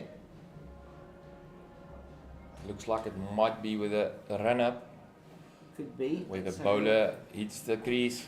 Yeah, that Mikael Prince just having a look there. There is quite an area just in front of the popping crease there where it's very, very grey and cut up. Earlier on, I saw umpire Steenkamp pulling some bully off the pitch once Mangru had landed, so perhaps they said we're just a bit worried that De Swart had hurt himself, but maybe that was the jig at the end of that Yes. third ball. He sort of did a bit of a run around. I think maybe he just jarred something. Waiting for the ground staff to bring the famous sawdust out onto the field. Always a match over that one. And I do know that AD Carter hates sawdust on a wicket. I'm sure. It's not his favourite thing to use. You were talking a bit earlier on with Robin around AD Carter. He's taken over here. How long has he been the groundsman here? Oh, it's been years and years. Okay. Yeah, to be the exact date, I'm not Okay. sure, but it's got to be 20 plus maybe. Okay, Yeah. all right. And the pitch certainly, I mean, from the days that I remember being here as a youngster, pitch was a lot deader than it is at the moment. Really seems to have done something to make it more of a competitive pitch, perhaps. Definitely, especially in the off-season, a lot of work goes into the field. Little holy grail, you're not allowed in this field for anything. Okay. I don't blame them. I mean, it must have been really difficult here during the drought. So I do think we are really lucky at St George's. We do have boil water here, so we Okay. do score a little bit there. But still, keeping this field in this pristine condition takes a lot of work. There's not one day when you rock up at this field and somebody is not on it working, doing something. So just while we have the break in play to get the ground staff on and putting on the ground staff's magic sawdust onto the bowler's popping crease or landing area, momentum multiplied. Titans are 74 for 7 now at the Wanderers, the DP World Wanderers. It's Ayabulela Kamani in at strike with Aaron Pangiso, both of them on 6, and certainly looking like the Titans are not going to pick up a bonus point win. So effectively, that means that the Warriors and the Dragons here are in a fight to the death almost. As can the Warriors slay the Dragons? It may be difficult for them to do that. Last week, we certainly had the Warriors coming out and in a similar position to what they're in now. The Tuskers were against them, and they have succumbed once again to this. They've succumbed. Another team succumbing to good tight bowling on a pitch and overhead conditions that have helped a lot of parallels with that game from last week, and Warriors will be hoping that they can dig themselves out of a massive hole here. They've got another 30 overs left. Yeah. Yet, Glorious. once again, brilliant fielding. Yeah. Outstanding fielding, and that is Senekwane again. He has been incredible in the field today. It's like a wall in the covers there, you can't get past them. It's always nice if the bowler rocks up and bowls a little bit of a half volley and it's backed up by brilliant fielding. Yeah. And, the ball in the previous over, which Tristan Stubbs was out to, he probably felt that one was going through the covers. Just in the air, though, not playing it on the ground. That's, again, something that, as a youngster, you can learn a lot from watching this game. The Swart in again, yet again, straight, wicket to wicket, another dot ball. Yeah. And that is the end of yet another over. And it's yet another maiden over, and that's the second wicket maiden here for Rowan de Swart. 5 overs, 2 for 7. 5 overs, 2 maidens, 2 for 7, and desperate times for the Warriors here, looking to these two to dig them out of what is going to be, they're hoping was going to be a game that they were going to get through to the final, they are going to have to bat out of their skins, these two, and then they're going to have to bowl out of their skins. Bayer Swanepoel, the key bowler for the Warriors. I would love to be a fly on one of those helmets now to listen to the team talk there in the middle. Yeah. Just the thought process behind them. What are we going to do? As we know, Beyers is not a guy like to hang around. Yeah. He will have to play a completely different game. Jansen in, Oh, and then he gets that first ball. my goodness. He has to save those for the batsman. Yeah, absolutely right. Really good delivery. The first left-hander in the Warriors lineup. Last week, very interesting to see the Tuskers were very left-hand bat dominant, and the Warriors without Jordan Herman in the top order.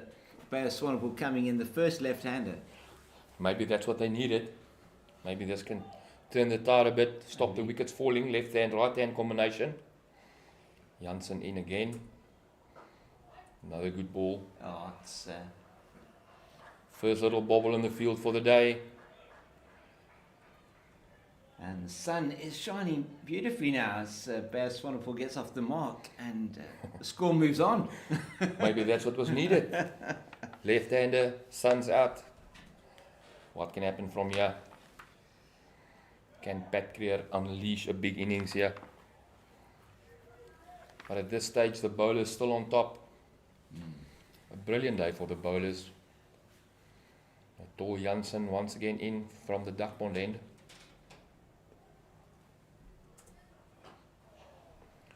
Good fielding again, just backward of point. The Swart in the game today. Yeah, Kruger, as we're saying, having a really great season with the bat. That sounded good coming off the bat, just trying to angle that into the gap down to third man.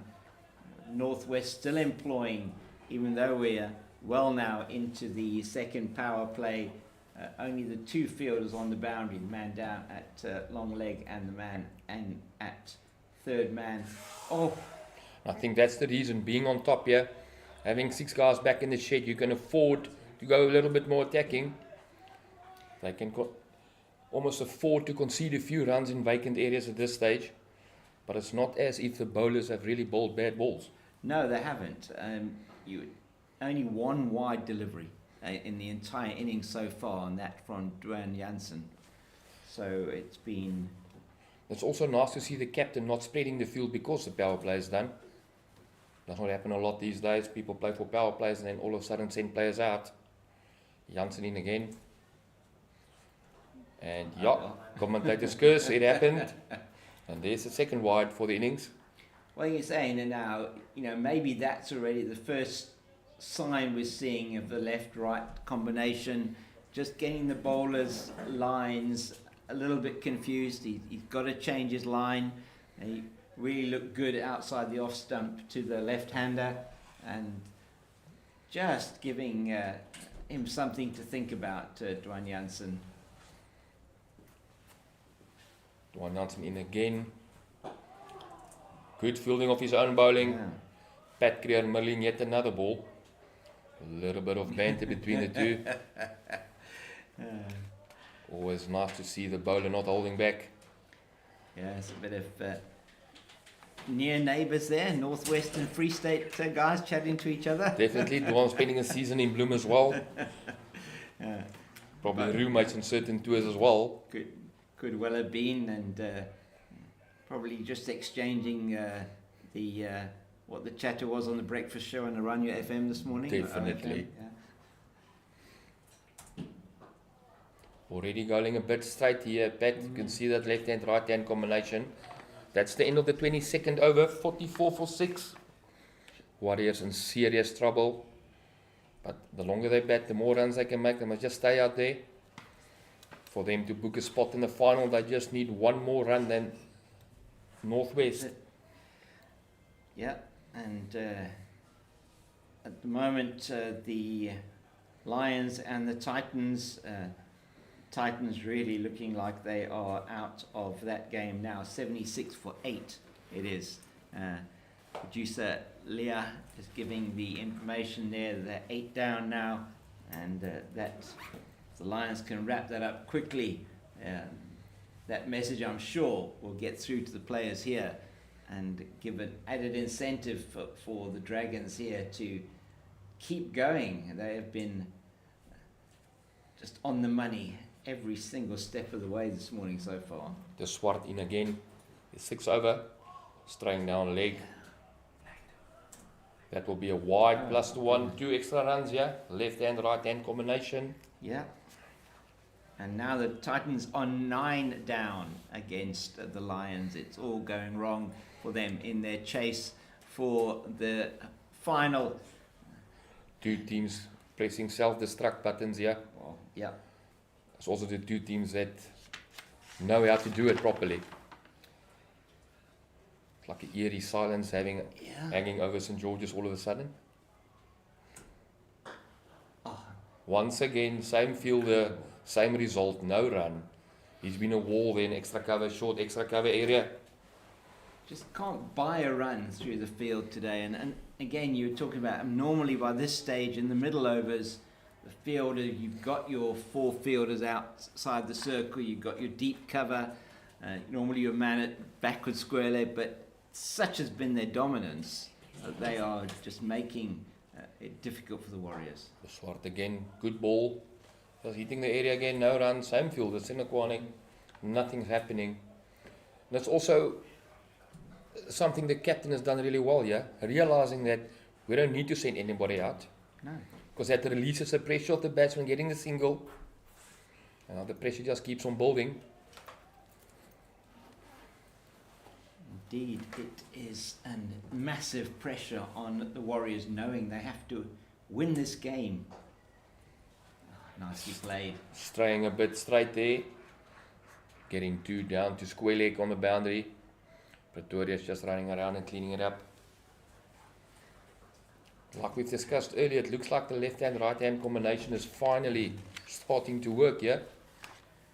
Yeah, much better from the Warriors batters that they are able now. We've seen a couple of balls that haven't been in the channels. They've been able to capitalise on that, and that's what you want to see.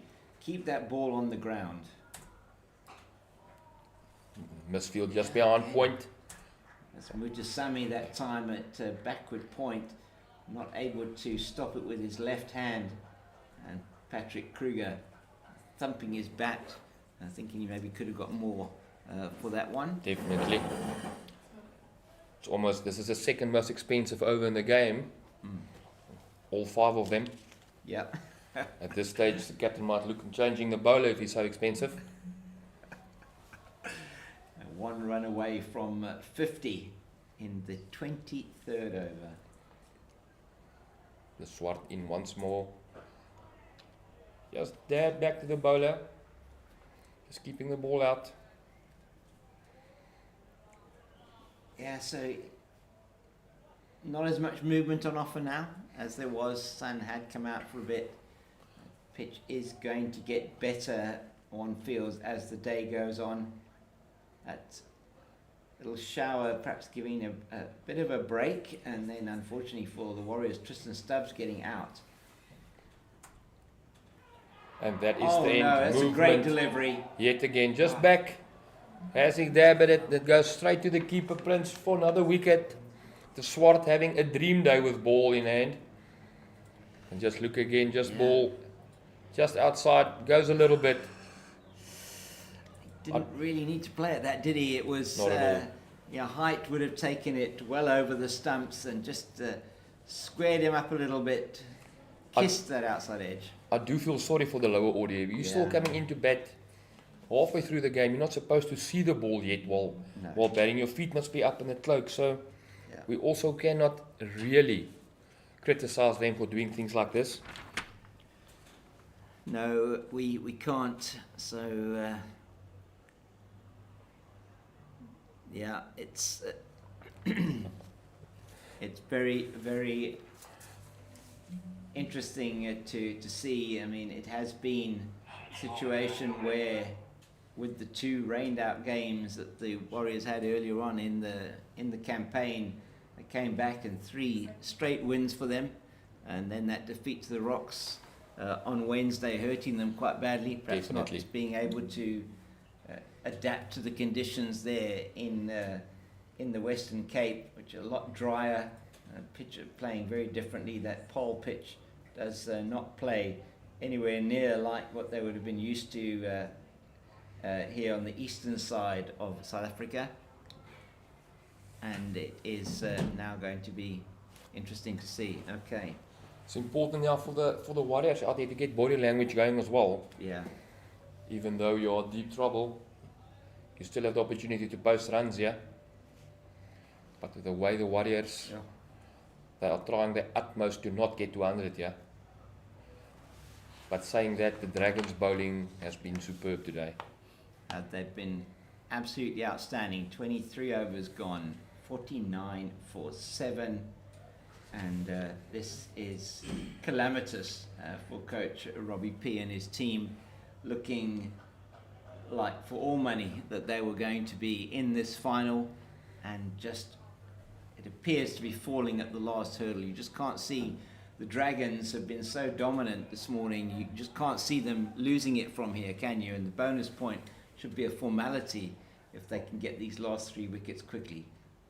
A lot on Pat Creer's shoulders now. What will his approach be? Will he hang around until there's 1 wicket left, 2 wickets? Yeah. How long can the other batsmen stay with him? Well, Ronaldo Meyer, who's come in now to join Patrick Kruger, his figures are 27 matches, 18 innings, highest score 37 not out. He scored 173 runs and average of 15.72. No 50s as yet. He is going to have to stay there. Jansen in again, straying straight, ball going through square leg. Sleka coming around, keeping it down to 2 runs, good fielding again, good running, and that's the 50 up for the Warriors. 51 in 23.2 overs, 143 balls. They're only batting at 2.2 runs to the over, and wickets falling like almost every second, third over, and no partnerships to speak of. We'll run through some of those numbers with you at the end of this over. Jansen in again. Might get another 2 here through square leg. Squeezing it out. Ronaldo Meyer just dropping his bat there as he came through, but not letting that distract him from getting the second run. The Titans has also been bowled out. Oh, wow. Okay. 78 all out. Wow. So the Titans' quest for getting into this final is surely gone. At this stage, the Dragons can only be their own worst enemy. Yeah. If they not pull this one off. So 4 off this over so far, one of the most expensive of the innings so far. The most expensive one being only 6 runs that came off a Michael Pretorius over. Just a mark of how dominant the Northwest bowlers have been. We've only seen 3 boundaries in the innings so far. It's actually it's uncalled for. I can't think you're playing one-day cricket not scoring boundaries. No, it was. That's off the bat. There was 1 leg by that went for 4 earlier on, but 3 boundaries off the bat, and that only Rosier, Brietzke and Stubbs who actually scored boundaries for the Warriors, and their top score is Rosier with 11. Flashes hard, outside off, down to third man for the 1. Will be wise for Creer to take as much of the strike as he can, yeah? Yeah. Looking to farm that, won't he, at the moment, Garrett? And very important that any youngster out there, that you make sure you've got your maths sorted out, that you know how to count 6 if you're a batter. Very important. If you're the non-recognised batsman, you must play 1 shot, and that's a front-footed stance. Yeah, or the good leave. Or just get out of the way for the short ball. That's right. Make sure that you are facing as few balls as possible, and when you do, just keep it out, whatever you do. Jansen in, last ball of the over. Oh, that's nice. Flicks it through behind square. Mongru coming around. Yes, he comes back for the second. So the second left-hander in the lineup for the Warriors, and Runs are flowing. yeah, they are. It's this left-hand, right-hand combination Definitely. making a huge difference here. 7 off that over, so it's the most expensive over of the innings so far for the Dragons. And sense of a recovery here, perhaps for the Warriors. It's a comeback now. I also think there's no way that the captain will get the ball out of the Swart's hand now. No, absolutely no way. He's got that on the yo-yo string, playing with that ball. And they are going to make a bowling change. Oh, they know they're not. No, they're not going to make a change. He's bowled now 6 overs on the trot. In fact, all the bowlers have bowled 6 overs. And the figures at the moment, the Swart 6 overs, 3 for 12. Pretoria 6 overs, 1 for 15. Janssen 6 overs, 1 for 17. Mangru 6 overs, 1 for 8. The bench not looking as happy. No, that's a very, I think, serious-looking dugout there for the Warriors, and Sharing the sad notes. The Swart in again. Solid from Creer coming forward.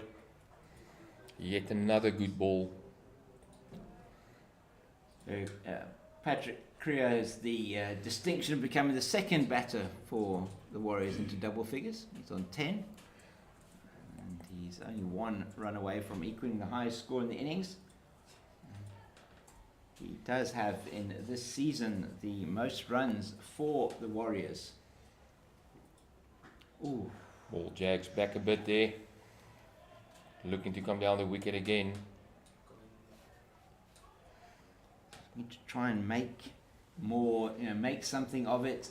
Still got the ring field, although there is now a man out on the cow corner boundary in front of the sight screen, and that as a result of what they know Patrick Creer is capable of.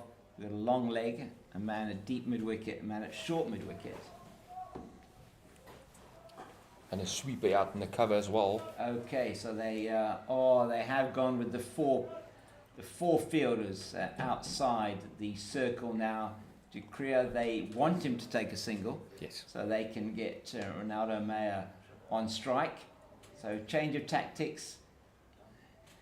Wonder sometimes whether that is, whether they shouldn't perhaps keep the pressure on the batter, on Creer. I mean, he if you keep the field in, he's going to want to try and go over the top maybe. So also he's in two minds at this stage. Yeah. Can't just take the single up front early. No, it's true. He needs to protect Meyer as much as possible. Cover sweeper coming in now. Yeah, it makes sense. 2 overs left. Two Two balls balls to go. left. Sorry, 2 balls left in the over. 7th on the trot here for De Swart, and he's earned that 7th over. 3 for 12. 2 Bowling maybes. brilliantly. He has been bowling outstandingly well. But Strater gets the one through the vacant square leg area. He'll just take the one. That's what he wanted. Only one delivery for Meyer to face from De Swart, who has been outstanding on a backup point of view. The hard work done up front by Pretorius and Mangru, with 26 for 2 at the end of the power play, 10 overs. And they were always on the back foot there to try and then start to score some runs, and in trying to score the runs, lost the wickets. I do think at this stage as well it's difficult just going for the one single and over. Not really helping. No. Still need to get runs on the board here. That's the end of yet another good over. Yeah, just the one off it, and that off the bat of Creer, who's on 11 now, same score as Rosier. And just to give you that final update from the Titans innings, as well as giving you an update from the World Cup. So just to have it on my screen in front of me. New Zealand 110 for 2, recovering very well here. There, Rashan Ravindra has just gone to his 50 of 56 balls with Daryl Mitchell. India winning the toss and deciding to bowl first, and Devon Conway and Will Young, the men out there. This partnership by Mitchell and Ravindra, 91. And just looking at the score from the Wanderers, and we'll try and give you an update as well on the score in Cape Town. 78 all out. The momentum multiply tightens the momentum there, certainly with the Lions. And if we look at Western Province versus the G-Bets Rocks, we'll give you that now. We have a bowling change. Michael Pretorius back into the attack.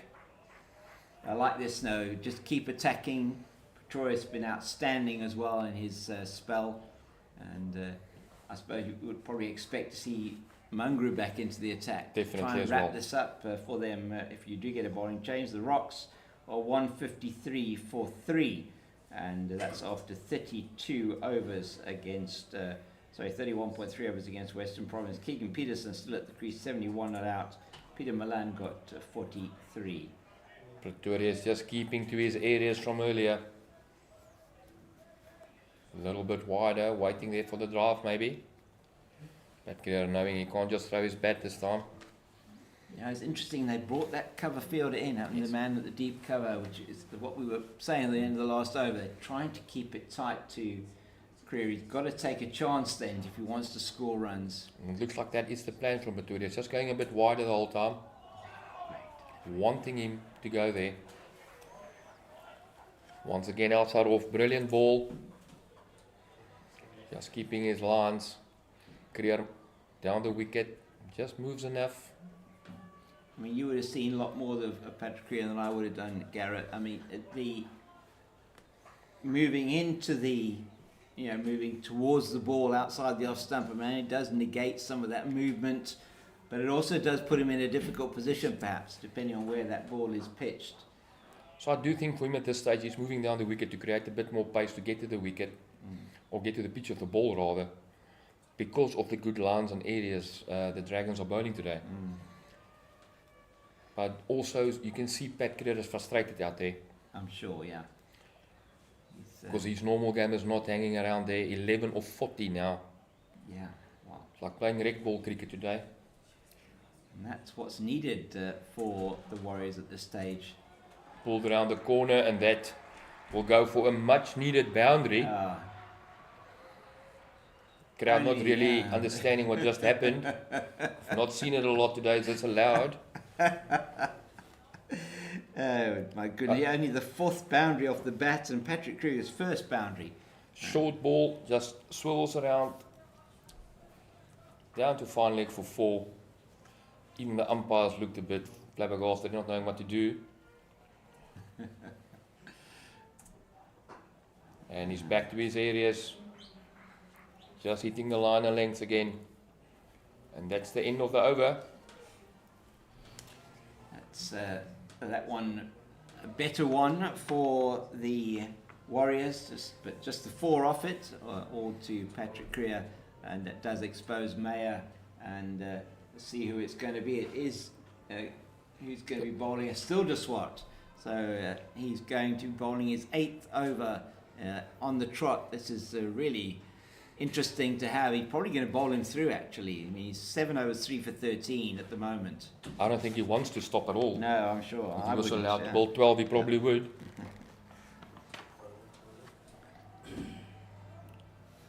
Ronaldo 2 of 2. He must just stay there, get through the over. Good day to make your top score as well. It would be a very good day for him to make that top score. If he could get even 39 today, it would mean the Warriors would at least have something to bowl at. You were saying earlier on in conversation with Robin that 150, you look at the wicket, you look at how well the Warriors have been bowling as well. They really have done well from a bowling point of view to restrict the opposition. They've really banked a lot on the bowling attack this season, especially up front with the batsmen struggling. Yeah, They knew they had to do something with the ball, and they've been special this season. Swanepoel, Van Heerden, Meyer, all of them pitching in there. Alfred Matua also. Yeah. He might be difficult on this wicket with the lengthy balls. Yes. And from the height he comes. Yeah. I mean, Neelan Van Heerden last week, Sunday, absolutely outstanding. His best ever Perfect. figures in list day cricket. and he was really moving the ball.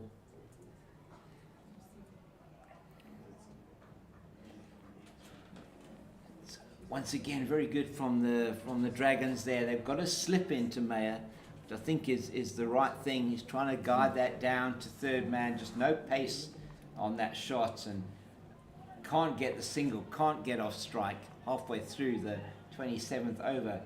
So whatever they've tried to do has come off for them, hasn't it? Definitely. I mean, today it looks like everything has been worked out beforehand. Yeah. Everything, each and every plan working. In again, just a front foot punch. Yeah.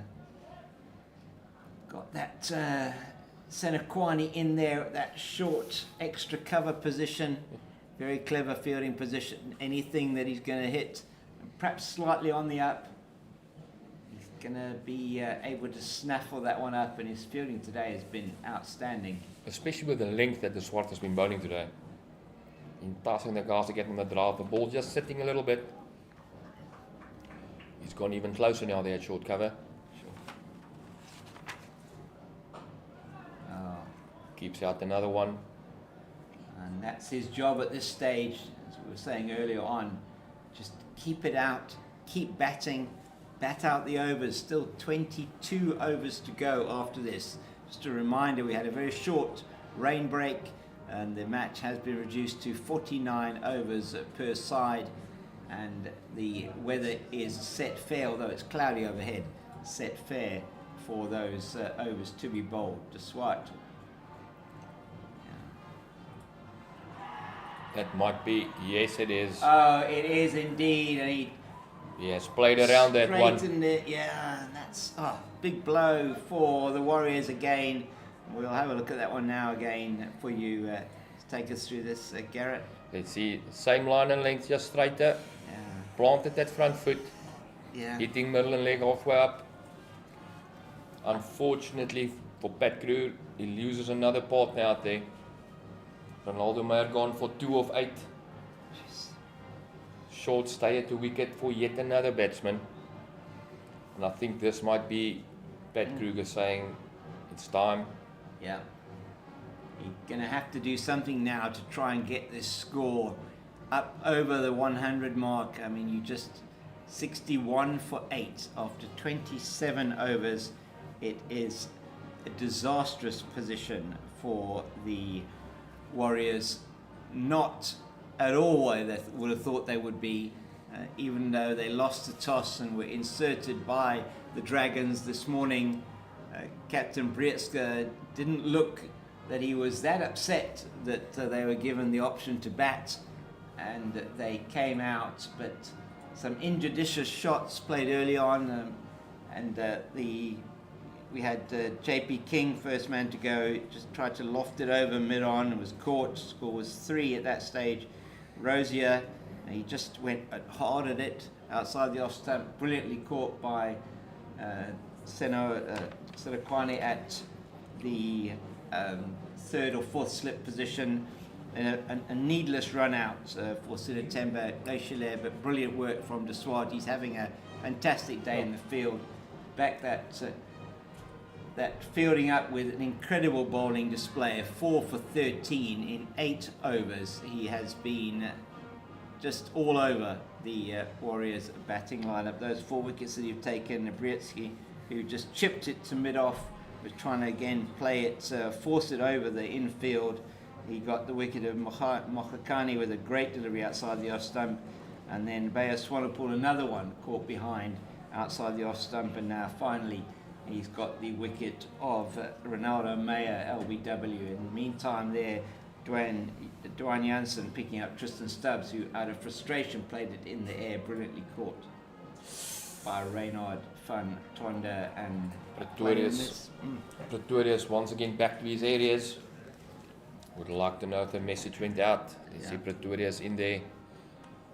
Pat Creer with hard hands through the covers. Would like to know if the coach said it's time for you to go. Yeah. Warriors will not benefit from him being 15 not out and the team's bowled out. No, not at all. It is a... He's going to have to do something, isn't he? He's the only batter out there. the only one that can do something and really get the scoreboard ticking along. It's going to take something special from Patrick Creer today if the Warriors are going to get to this final. If he can add another 60 to the score, at least there's something to bowl at. They already have got 60 on the board. Dragons will still go and get it. He's not being given anything to hit, is he? Nothing at all. Absolutely nothing. And he can't take that chance. He can't go down, he can't try and loft it over the infield. Clever captaincy here from Vian Liver. He got the Warriors exactly where they would want them. So he's got no slip in place. Oh, sorry, he's still got a slip in place. That's himself. Got a third man, a man backward at point, almost in a gully position.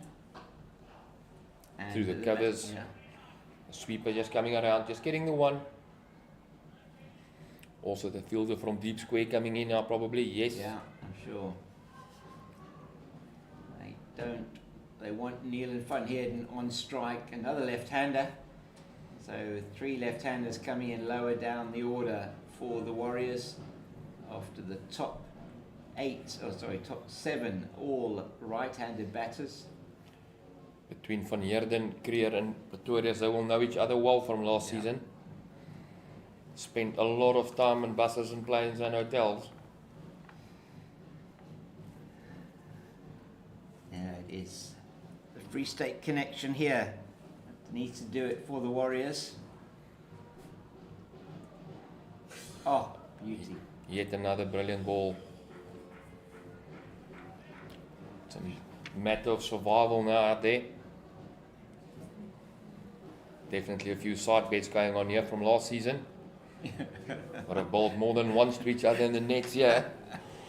Always nice to get your friend out. Yeah. Or survive at least. That's right. Neil and Van Heerden. At this stage, the Warriors would just be taking 1 over at a time. Leaves that like a batsman. Oh, he does. Thinking to himself, why were the guards struggling earlier? It's easy out here, I'm surviving. 62 for 8 at the end of that over, and 28 gone, and the hope of the Warriors, the Dafabet Warriors, is Patrick Creer. 16 and not out, and he is with Neelan van Heerden. Creer is going to have to do something special today, more special than he's done the entire season with his hundreds, to get the Warriors into the final next week at Newlands. The Swart to bowl is 9th now. Wow. He's begging his captain to get 5 more overs somewhere for him to bowl. 1 away from a 5er. And that, just have a look at his best ever analysis in List A cricket. Rwanda Swart, in fact, he's already got his best ever bowling in one day in List A cricket. Previously 3 for 29, now got 4 for 13. What will Creer do? Will he see him out or will he attack him? That's a great shot. And he goes to the latter. Just the 1, long one out. Oh dear. All that work for 1. And that's not the result you wanted, is it? Let's see what Neelan van Heerden will do here. Can he make himself an all-rounder today? The wicket last week as well against the Tuskers, it certainly rewarded the bowler for bowling in those channels, and that's something that on a flat pitch that we used to see in T20s where you've got absolutely nothing in it for the bowler. This is really where you've got the art and science of bowling coming in. Oh, ouch. Another good one, just going off the seam there. Still a bit of late movement. I mean, this is by no means a green mamba, is it? I mean, Not at all, not at all. I mean, Probably the greenest it's been ever. but coming on nicely, you should get reward for your shots. It's just there's been nothing to hit, and with losing wickets at regular intervals, you can't manufacture anything either. Can't expect the lower order to do miracles against the top bowling attack if your top order couldn't. Just Oh, Almost back to the bowler there. Almost picking up his fifth. And the Swart. He's down. Good effort. Well, I think that probably hurt a bit. He landed on the ball, I think, there. So that's never pleasant when that happens. A bit of a rib tickler for himself there that he gave. Not happy with himself at all now. No. Begging the umpire there for something. But another ball that Van Heerden survives. Yeah. He's going to have to survive a lot more if they're even going to get anywhere near 100 here, the Warriors.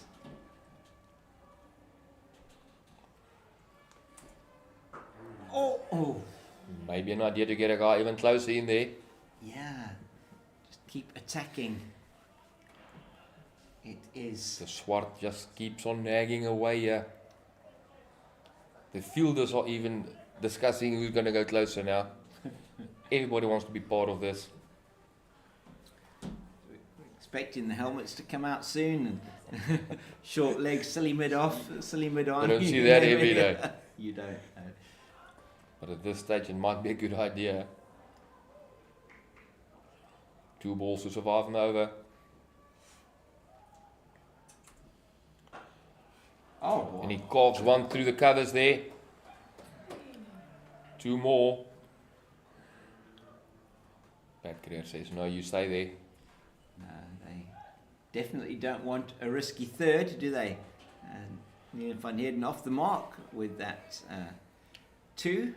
Classic cover drive. He was given the width, wasn't he? And managed to throw his bat at it. Outfield is slow. Let's see, 1 ball for him to survive on this over. The Swart looking for his 5th. Oh, yeah. And he just punches it back and survives another over. And the Swart still doing well. 9 overs, 4 for 16 now. Brilliant bowling by the youngster, if I can call him that. But Yeah. They've taken something they've wrong with the taken shoe. a drink, perhaps, now. Looks like it. It does look like it, that they are going to take a drink, perhaps. Yes, they are indeed. So we have got drinks after 20. Our producer here telling us the Warriors are declaring on 65 for 8. They've got enough now. They feel they're safe. They just needed the 3 from that over to be in the game, yeah. They can see that their bowlers are going to be able to knock the Northwest Dragons over for under 50 on this pitch. 29 gone, 65 for 8. Let's just run through that scorecard just to remind you we did have a rain delay, only enough to take 2 overs out of the match, so it's a 49 over per side game, and that does mean that the Dragons will have 4 bowlers who can bowl 10 and 1 bowler who can bowl 9, but it doesn't look like that is going to necessarily be necessary for them. So just to run through the scorecard for the Dafabet Warriors, and it was JP King, the first man to go, score on 3. He was out for 0. Second man to go, Diego Rosier, for 7. It was 17 the score there. He got 11. And September Oshile out with a score on 26, run out brilliantly by De Swart. And that was after 10.10, was only 26 for 2 at the end of the power play. And after that, it was, next wicket was Captain Matthew Bretsky. He survived another 4.4 overs before he was De Swart's first victim, caught at mid-off by Ngwepa regulation catch. And then we went off, in fact, the rain delay taken after Andile Mohakani's wicket when it came down reasonably heavily for a while here at St George's, Dafabet St George's, after 17.4 overs. At that stage, Kruger was in with Stubbs. Kruger 0, Stubbs on 6. And it was then reasonably soon after the break that Tristan Stubbs went for 7. He was then out to Janssen's only wicket, playing the ball that was wide enough to hit, but he, unfortunately for him, just was in the air, inches off the ground, and a brilliant catch by Reynard van Tonder in the cover region, diving to his left, and Tristan Stubbs visibly upset with himself that he'd played it just in the air, and he was gone, scored 42 for 6 at that stage. 49 for 7 it was when the Bayers Swanepoel had to go. The third victim for Rowan de Swart, caught behind of de Swart's bowling, just getting a faint touch off the shoulder of his bat, and it was then the 8th wicket to fall pretty soon. After that was Ronaldo Meyer trying to play the final ball of de Swart over down into the leg side, straightened on him, and he missed it and hit the pads in front of the wickets, and no hesitation from umpire Abdullah Steenkamp, and it meant that the Warriors had succumbed to yet another wicket to de Swart. 61 for 8 it was at that stage, and now 65 for 8. Neil van Heerden is with Patrick Kriya on 17 not out, Van Heerden 2, and all the hopes of the home team resting with their top scorer of the season, their number 7, Patrick Kriya, who's been in outstanding form. What can he do? So at this stage, the Warriors looking down, facing down the battle of the gun here. In deep trouble here. But what will Kriya do? Everything rests on his shoulders now. It does. At some stage he has to decide to take them on. And, Warriors can get up to at least 120, 130, there's something to bowl at. And with their bowling attack, maybe they'll back themselves to get it done. So no team walks onto the field not backing them. Warriors start of his 9th over now. And he's treating that one with the respect that it deserves. And this northwest bowling attack, the Dragons have been outstanding today. They've really put that ball in the right channels. They've asked questions of the batters, and the batters have been found wanting.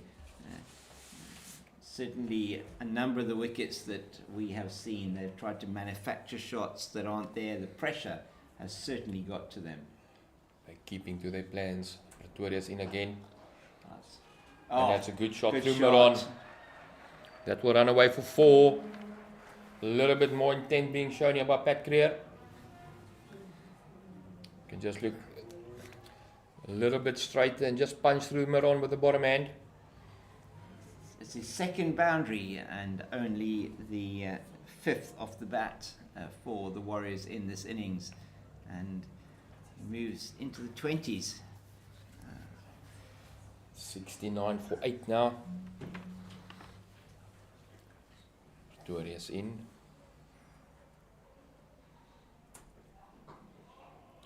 Oh, he wasn't sure whether he should take that run or not, was he? But I think it's almost, it's just natural, isn't it? That's the thing. You set off for the run because it's there, and then he was halfway down. You could almost see him thinking, wait, Neelan's at the other end, I need to now not run. That's also a catch-22. We need the runs, but we also need to look after the other end at this stage. But he must back in somewhere. He needs just to keep out 3 balls. Up until now he's done well. Let's not jinx him. No. 3 balls left to survive in this over. Oh well, does a bit more than that though.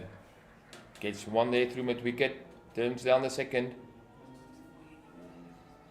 Yeah, it's probably wise, although he does potentially mean that he may expose Neil van Heerden to de Swart's last over. De Swart 9 overs, 4 for 16. Just repeating for you that is his best ever analysis in List A cricket, beating his previous 3 for 29. The captain deciding, sending out the sweeper cover and the square leg cover. Interesting. Taking himself out of slip to keep the single down. And he will get the 1. Good running. Yeah. Even to the fielder's left hand. Janssen just coming around and gets the 1. Yeah, very good running. He chose his fielder quite well there as well. Dwayne Janssen, though he is athletic, difficult for him to get across there. And it was on the offside of straight. Offside of straight for the right-hander, and Janssen not able to get around quickly enough. So one ball for Neil van Heerden to survive. Plan coming together here. 7 off the over. A little bit more intent being shown here. No run. Even if it went to third man, there will be no run. And that is the end of the 30th over. 72 for 8. Yeah, so that is the most expensive over of the innings so far. So say goodbye to Garrett, thank you. And Robin will be joining me in the analyst seat. Robin Duplessis. That was a very interesting 10 overs that we just had there, Robin. And with your Warriors hat on, what are you looking at for them from here? Good afternoon, James. Yeah, with the situation, as you guys has just said, that lots of onus on Patrick Kruger here to bat deep. Swart's last over of his 10, he's bowled unchanged from the 13th over right through now to what will be the 31st over of the innings, and an outstanding bowling display from the young man today. Yeah, it's one of those 4 for 16 in 9 where it's really changed the game and it's pushed the game in the favour of the Dragons.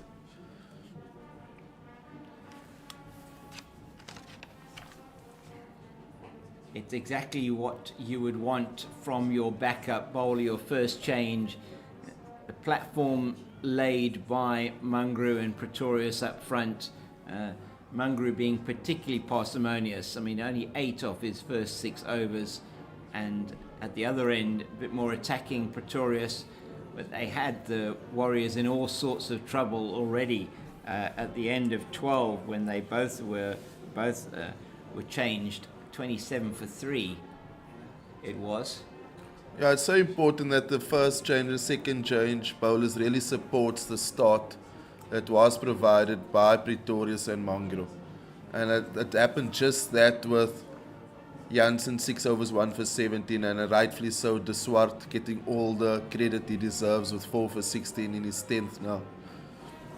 I do think the Warriors, they are thinking their first target should probably be 100 at the moment, just to get that milestone. Yeah. And they want to end well here, don't they? They put a little bit of pressure on to the Northwest batters. So momentum is important, isn't it, going into the innings? So if the Warriors end well and they come out and they've got something to bowl at, then they may feel that they're still in the game. And particularly a couple of early wickets, you maybe get the jitters if you're the chasing team. Yeah, definitely. And I don't think the conditions has changed much as well. It's still cloudy, so there will also be assistance for the Warriors in the wicket. There hasn't been much sun. So yeah, situation, conditions will be the same. So it's important for the Warriors to get a few wickets up front. 2 balls left in the 31st over. Nicely forward defensively, Neil van Heerden. He's got a big job to do here, Robin. He's got a massive job, and I think with Van Heerden, also Matau next, I'm sure the coaching staff of the Warriors are just expecting them to face a certain amount of deliveries, just so that Kruger can have the full chance to face most of the 115 balls that's left. So it's just that if Van Heerden and Matau can face about 50 balls between them, it will really help the cause.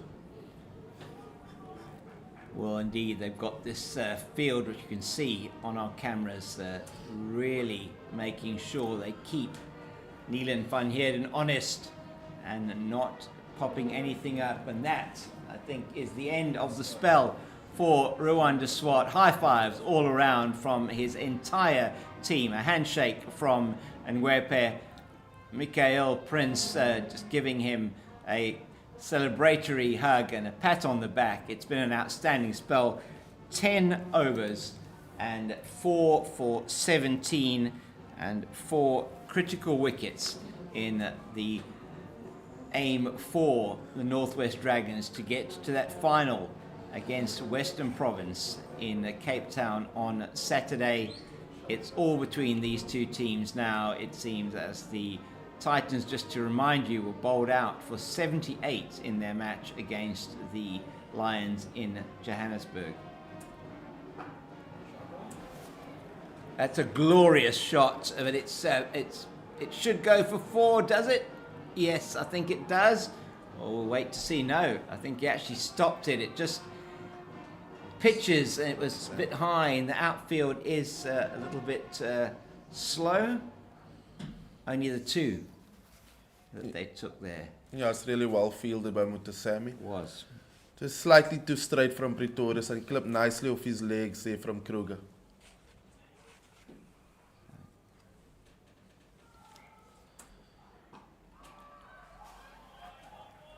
Previous over from Pretorius, the most expensive of the innings, and 7 off it.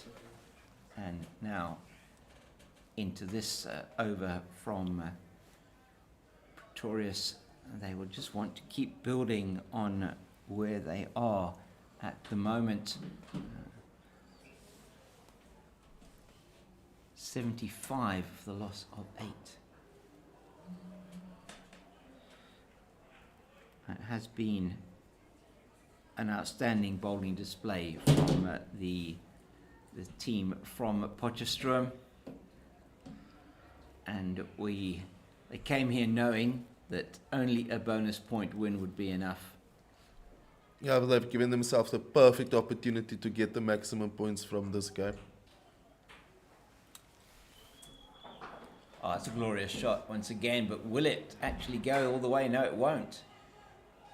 He just took that one again, just straying onto the pads a bit here, Michael Pretorius, and Patrick Kruger picking the bad ball here as the bowling attack just not keeping those lines and lengths as they had done previously.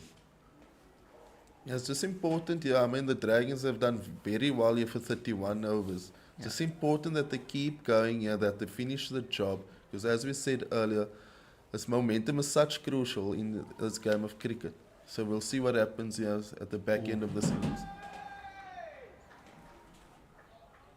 That's signalled as 1 for the over by umpire Lauren Achenbach. She got the signal from her partner at the square leg here at the Park Drive end, Abdullah Steenkamp. And Kruger having a go at that one. It's only the second, I think, or third short ball we've seen today. Very disciplined bowling from the Northwest Dragons.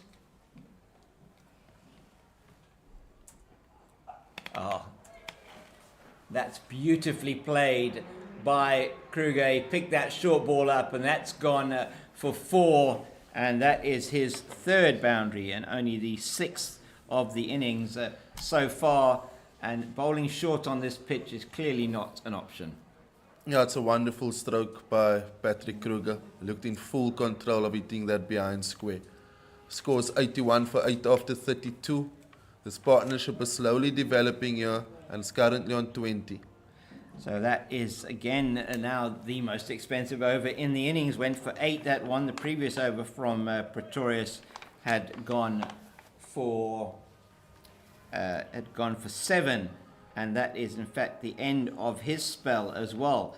He's bowled his 10 overs, and there's a change here from the Park Drive end. It's Kerwin Mungrew who's going to come back. He bowled from this end earlier on today. 6 overs, 1 maiden, 1 for 8. He was economy personified, was Mungrew, and he will be coming in towards to the left-handed Neelan Funheerden around the wicket. Just puts that on the spot once again. Yeah, just back where he left off early on at the start of the game in his first spell.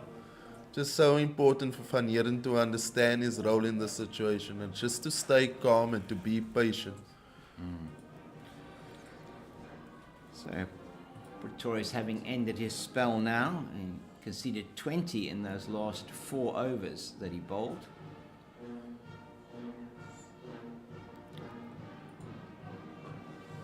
That's very good there from Van Heerden as Mangru just strays onto the pads and eases it down to long leg for the single. And we are now into a stage of the game where you feel that the Northwest bowlers starting to deliver some deliveries are starting to not be quite according to plan. They're getting a bit tired. Again, they can't take, if you're in their position now on the field, Robin, you want to say to them, don't take your foot off the gas. Keep it in the right areas. Let's get this wicket, the 9th and 10th wickets, as quickly as possible. Good pick up again from Kruger, and that is Van Tonder coming around from the deep mid-wicket position. We do have a long on, and we do have a deep mid-wicket in position. 2 of the 4 men outside the ring, and they are on the leg side, outside the ring on the offside. We have a 3rd man and a man at deep. We have a man at we have a man at deep cover. I think there is. No, we don't actually have a man at deep cover.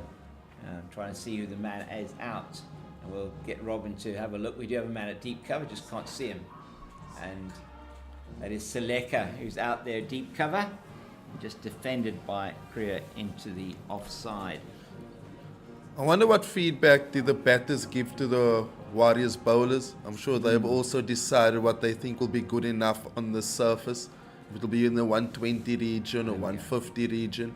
So I think that communication must have taken place so far in the innings. There we go. In front of the main grandstand is Seleka, Caleb Seleka. We haven't seen bowl today. And we are, I think, expecting Senaram Mutasamy to come on perhaps from the other side in place of Michael Pretorius. It is going to be interesting to see how the bowlers are now rotated by Captain Vian Libber. I think he did the right thing to bowl De Swart out. And we've got Seleka coming in now from that deep cover position. 1 ball left in the over. They don't want Kruger to get a single.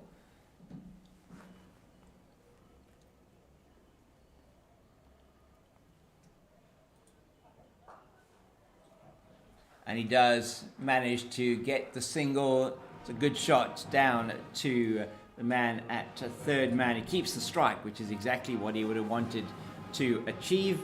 And the end of 33 overs, the first one from Kerwin Mangru in his 2nd spell, and he goes for 4 off that over.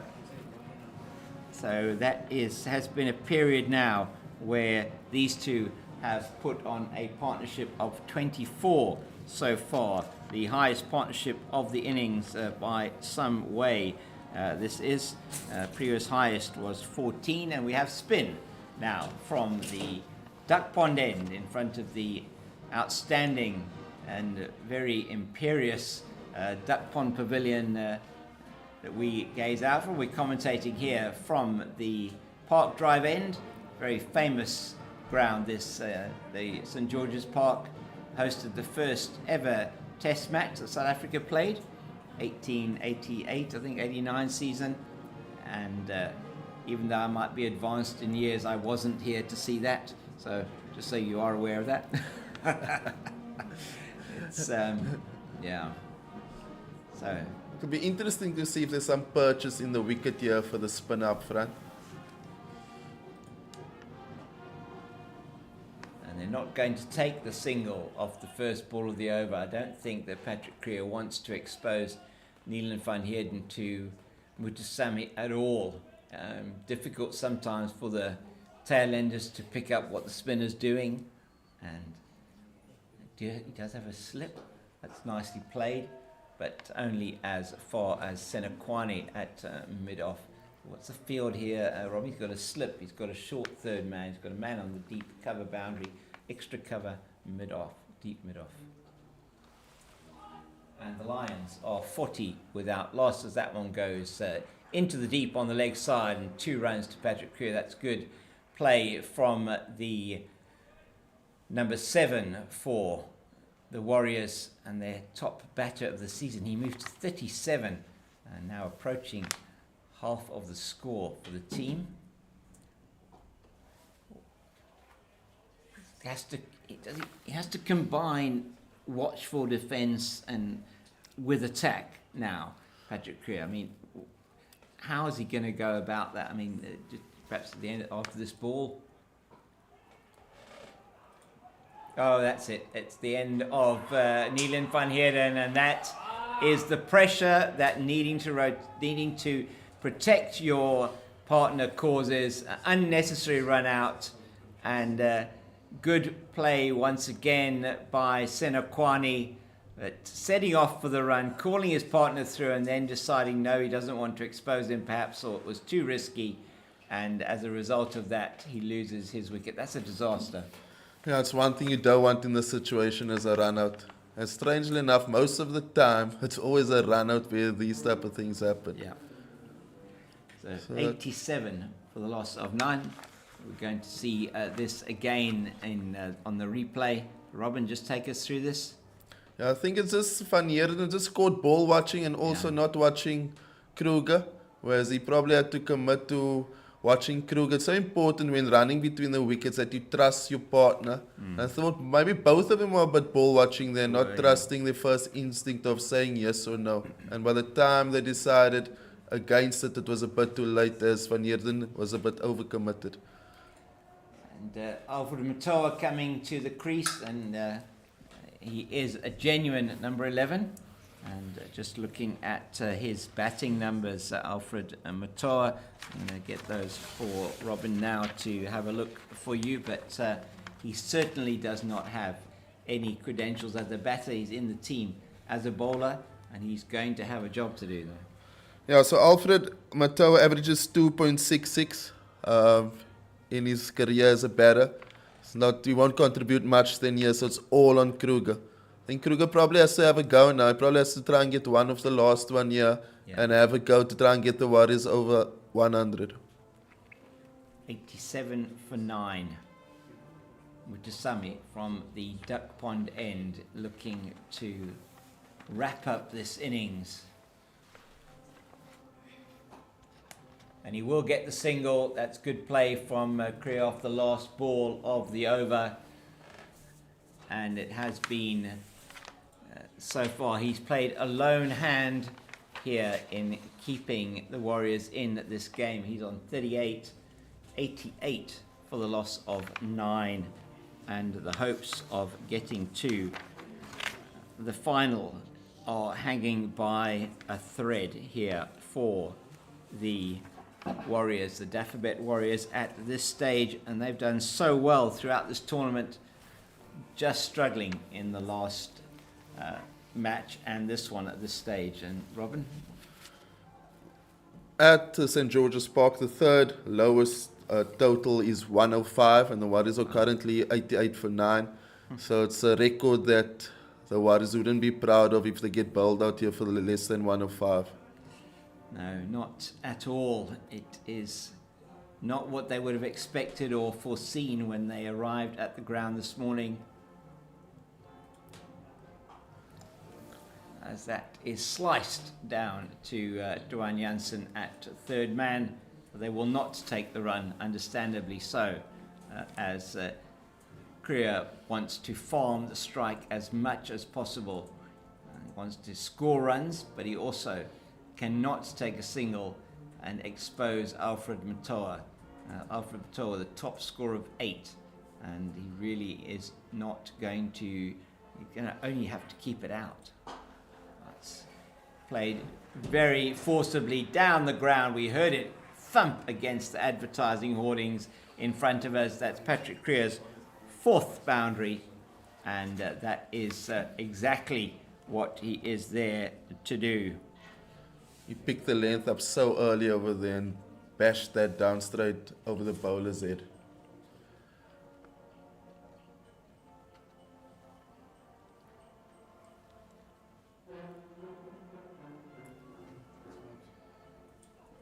Oh, this one is in the air. The man running back, will he get it? I don't think so. He's going to come back for 2. It just goes over the head there of, I think it says Ngwepe. Now Ngwepe on the Seleka on the boundary. and it's Senekwani running back from his position at extra cover. Couldn't quite get there, neither could the man sweeping on the boundary. Kriya takes the score as he took the score into the 90s with the previous shot for 4. He's now got the Warriors to 94 for 9. 6 off the over so far.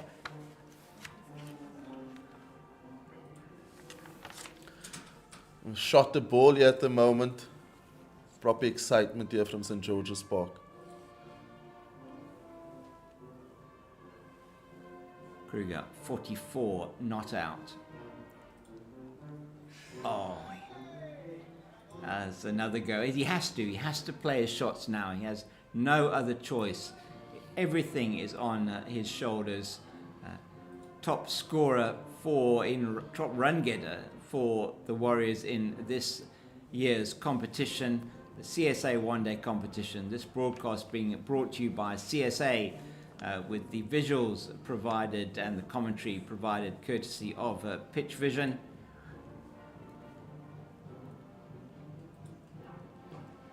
And that is going to be out. Yeah, it's a slower ball from Mungru, and he stops on the shot, doesn't play it over, and the captain, Vian Libber, takes the catch and ends the innings of the Warriors at 94.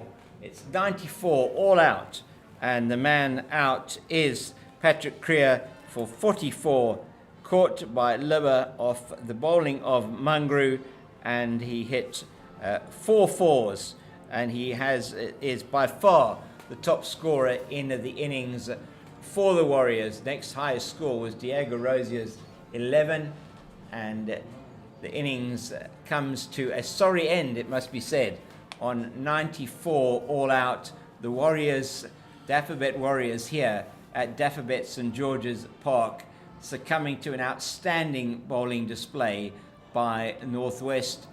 Robin, I'll run through the numbers just now, but your thoughts on the innings and how Northwest really made the most of winning that toss? Yeah, I must say well done to the Northwest bowlers. I think they really hit their targets, good lines and lengths, and just a reward for their efforts. Also, if you look at the Warriors might look back and also feel a couple of loose strokes, couple of run-outs, also kicking themselves maybe in parts of this, but credit must go to the Dragons bowlers who just kept on bowling back over length, outside off, and there was assistance in the wicket also when they were just nagging away on their lines and lengths. Yes, so yes, just to take you then through the scorecard for the Warriors, 94 all out they are, and after 34.5 overs, and one feels that it is going to be the Northwest Dragons that are the odds-on favourites here to play Western Province in the final next week on Saturday at Newlands Cricket Ground. But anything can happen in cricket, and you just do feel 94 is never going to be enough. The Lions have basically knocked the Titans out of any hope of getting to that final, and this is now the third lowest total by the Warriors in List A cricket at St. George's Park here in Gqeberha, and the ground staff just busy on the field there. So let's just take you through that scorecard. And it was 3 for 1 when JP King was out. He chipped the ball to mid-on. One of the first of a few injudicious shots, it must be said, from the batters of the Warriors. And then in the sixth over, Diego Rosier was out for 11, score on 17 when he went hard at the ball outside the off stump, brilliantly caught by Senekwani at fourth slip, diving to his right. Sinetembe Oshile in the first ball of the 11th over was run out, taking a quick single with his captain Matthew Brzezinski. Brilliant fielding by Ruan de Swart, who had an outstanding day on the field here, and that scored 26, and Oshile was gone for 9. And the next man to go was Matthew Brzezinski, scoring 37. He scored 8 before he chipped the ball to mid-off, trying desperately to break the shackles, and just a poor shot, and Nguepa taking the catch there off De Swart, one of De Swart's 4 victims, and he was gone then for only that 8 that he scored. Next man to go, Andile Mokhakane, got a great delivery from De Swart, edged it behind to Mikael Prince, the keeper for the Northwest Dragons, and he was gone with the score still on 37, and that was 37 for 5 in the 17th over. Tristan Stubbs next to go after a rain delay meant that we were one over was taken out of the game for both teams. 38 for 5 it was when the rain came down. Soon after that, Tristan Stubbs playing the ball on the up into the cover region. It was wide outside the off stump and needed perhaps to be hit, but just not able to keep it down. Brilliant catch diving to his left by Reynard Fontonda meant that Stubbs had to go, and he was really upset with himself there. Don't actually have his score at this stage. I think it was also in single figures. And he was gone. He scored 1 boundary, but very good catch by Fontonda. The fielders and bowlers really coming to the fore here today. I can hardly remember a point in the innings where they did anything wrong. That was 42 for 6. 7 balls later, it was Bayer Swanepoel who was caught a bit on the crease. Good delivery from De Swart once again, just tickled the top of the bat, the sort of shoulder of the bat on the edge and out. Caught by Mikael Prince once again off De Swart. It was then Ronaldo Meyer trying desperately to keep the ball out. And the last ball it was of the over, and trying to just stay there. Played all round a straight one, LBW to De Swart, his final wicket that he took, and that was a score 61 for the loss of 8. And from there, the final 2 wickets to fall, Neelan van Heerden, who was run out. Best partnership of the innings with Patrick Creer, who by that stage was starting to hit out, farming the strike well he was, and just an unfortunate run out where he set off for the run, called his partner through. Van Heerden halfway down the crease was then sent back, trying to protect him, one feels, and good fielding in the cover region by Senekwane it was, who just lobbed the ball through to Mutasami in Mutasami's first and only over, and that was then Van Heerden run out for 2, I think he scored.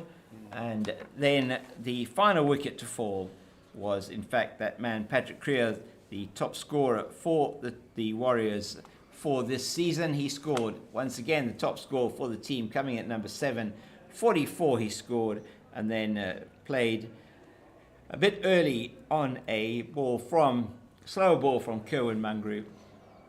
Mangru picking up his 2nd wicket and trying to accelerate the pace was Patrick Creer and protect Alfred Matteau at the same time. Chipped up to the captain, Vian Libber, at mid-on, and he was gone for 44. He was the mainstay of the innings yet again for the Dafabet Warriors. 94 all out. Pick of the bowlers with his best ever analysis in List A cricket was Ruan De Swart, and he ended taking, I think it was 4 for 16 in his 10 overs.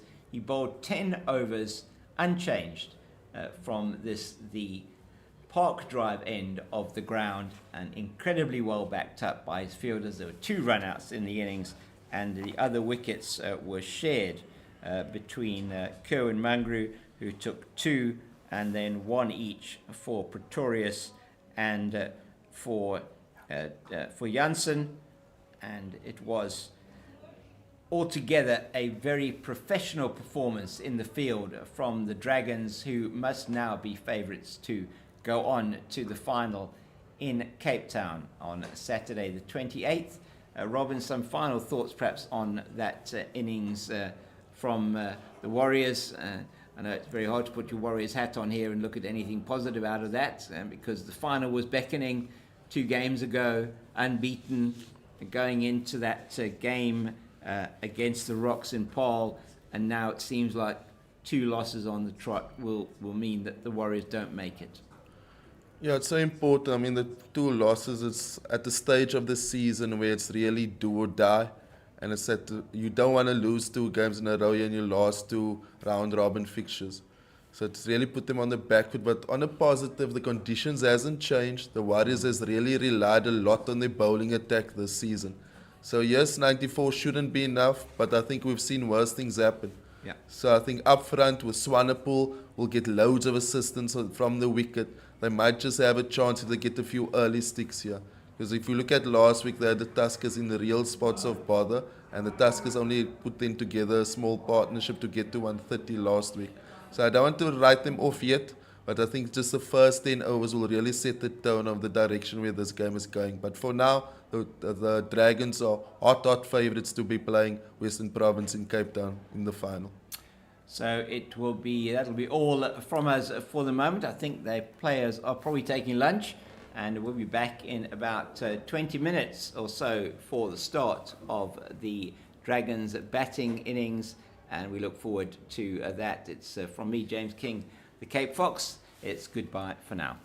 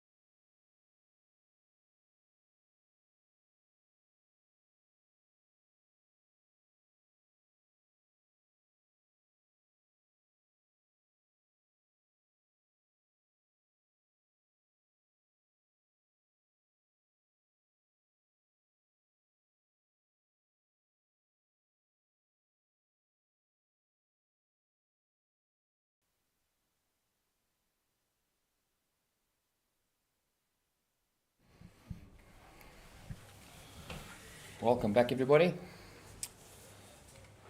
Dragons needing 95 to win this game, get them into the final. And the Warriors need to defend 94 to get themselves to the final. Opening the batting for the Dragons. The Segels in Akwane.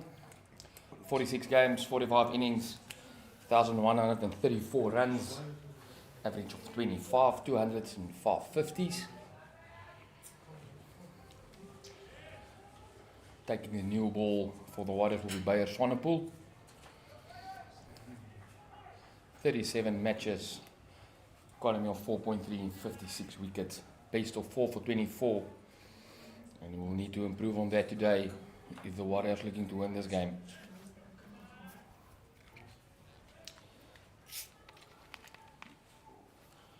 Here we go. Proper start up front, good first ball. Very similar to the Dragon start this morning. And Swanepoel will need to make early inroads into this batting. There's no way the Warriors will defend this, so they have to bowl him out. Lots of reliance so far this season has been on Swanepoel up front, and no other way today again. Shots being played early on. Second ball, throwing the bat at it. Just a little bit wide, a little bit of room offered there. No feet movement, just hands going through. Looking for the edge early on here, Swanepoel. It's always tricky with these small targets, the mindset of the batters.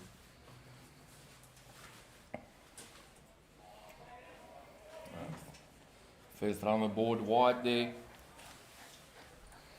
Looking for a bit much there. Robbie, what do you think the approach is going to be? Get through the overs, chase runs early on? Gee, I just think it's important that as a batting unit you need to bat and play your game and not overthink the small target and knowing that it's a final at stake. I just think you need to play each ball on its merit. Through that, make sure you get to the runs. Seeing that they need a win here. Like I say, there's a lot of pressure on them as well. It's going to be harsh if you're chasing 95 and you don't make it. So just to break the target down, small milestone shots such as 10, 20, 30, 40, just to break it down. It also just makes that 94 seem so much less than what it actually is. Bayer just staying in the channel there. Not urging to go too straight at this stage. Maybe just finding his rhythm up front. That hasn't been the best of starts here from Bears. I don't think he's made Senekwane play enough up front here. So he's got to get a bit tighter at the stumps here to give himself a chance. Through that, maidens at this stage is not enough. We need wickets. That's much better. Batsman coming forward there. A little bit of movement there for Beyers up front.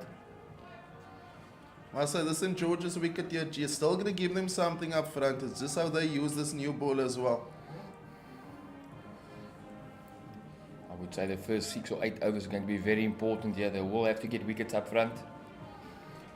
And as soon as that ball gets a little bit older, sun's out, crowds are gone.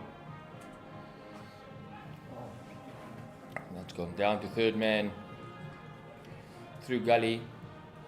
Senekwane off the mark with 1 to third man. That's the end of the first over. Flashes hard, outside off. No gully in place. It's also a tricky one with the field. What do you do with the field? Do you get your catches in close? Yeah, at the same time, the only way the Warriors will win this is probably by taking 10 wickets. And at the same time, they don't want to leak any runs as well. So it's just finding that balance with you need your catches up front.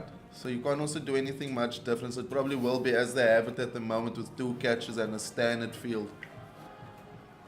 That there might be a stage in the game when they may be 5 down or 6 down, hopefully, as a Warriors supporter, where they have more catches when they want to really put their foot down on the gas. Ronaldo Meyer opening from the park drive and sharing the new ball with Bayer Swanepoel. See if he can make inroads early. Senekwane to face. Culprin still not faced the ball. A little bit of away movement there. Almost the same pace as De Swart this morning. Will he have the same impact as De Swart? Yeah, if they have to take a leaf out of the Dragons bowling display, they were just consistent on their lines and lengths. They bowled nothing short. I think we can count on one hand how many short balls they bowled. So they have to do the same, the Warriors as well, to give them any chance over here. We'll have to get the ball up there to see it moving. A little bit that's available. That's a good line. Hovering on off stump line. Hoping for the faint edge to go through there. Only one catch behind the wicket. That's the first slip. Got a short cover in. Short mid wicket hovering.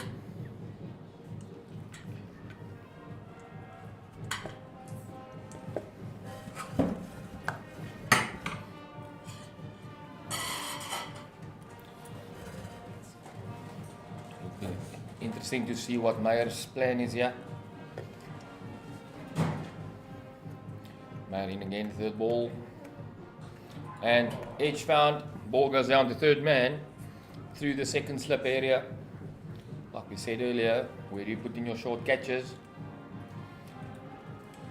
You have to ask the question, why is there not another catcher in there in the second over, only defending 94? I think there was a chance there for the extra catch, especially the line and the length that Meyer bowls. He's not the quickest, so he's going to bowl a foolish length. So another catch would have been advisable. I see they're all making a change now. Rosier coming into another catch. Second catcher. Might it be first or second slip?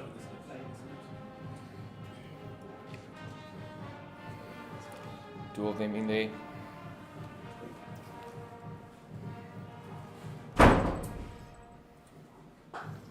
And short wide outside of crunch to the covers for 4. Not exactly where you want to bowl. Only defending 94. It looked like a crisp cricket shot that from the young man. It was a serious talent and he's shown a few times this season as well. That's his first bowler. No eyesight for him. He's rocked off, hit that off his back foot past the point region for 4.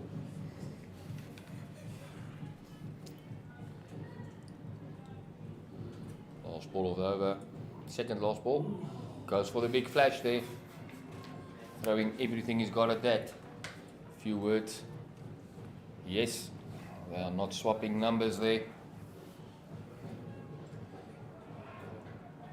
This is the income getting involved, just making everybody calm. Definitely a heated conversation there. Lads want to go out for supper tonight. Just getting a nice place to go to probably. It's not the first time I see the players have a go at the young prince. And they've targeted him a few times this season as well. But he's stood up well and he's let the bat do the talking. Last ball of the second over. Back. Getting in line nicely.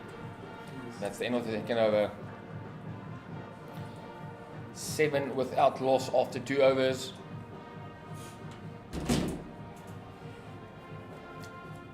Definitely a bit of heat out there on the field.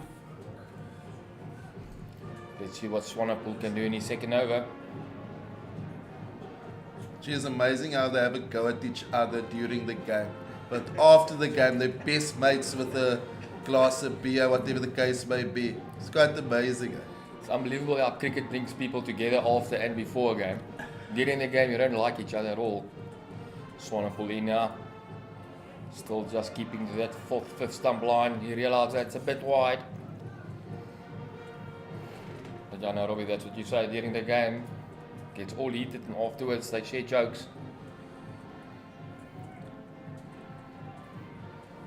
I don't think the box were welcome in the England dressing room last night. I think that stayed out on the field probably.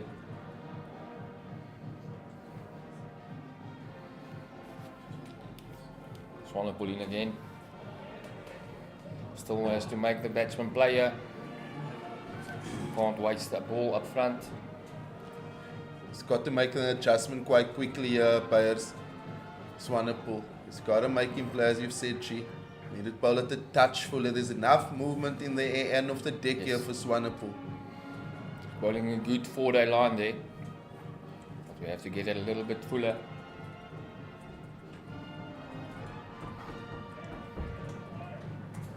Still a bit short, we would say, if we compare to the Dragons bowling this morning. Like you said, the Dragons were bowling nice and full, allowing the ball to swing.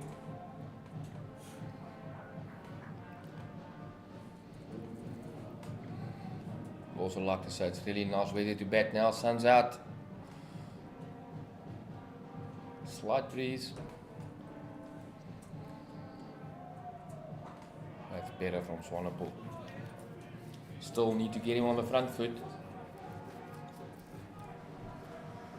It'll also be interesting to see how he's going to rotate the bowlers today. Are you going to get the guys go as long as possible, get wickets, rotate them more often?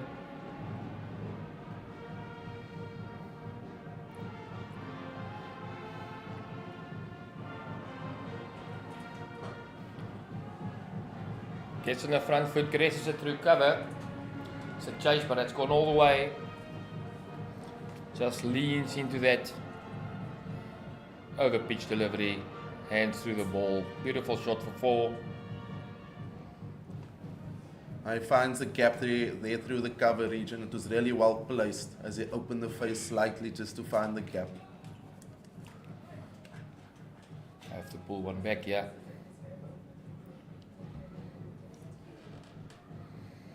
Last ball. Placed out to a backward point. That's the end of the third over. 11 without loss after 3. Chasing 94. And this is a good start by the Dragons.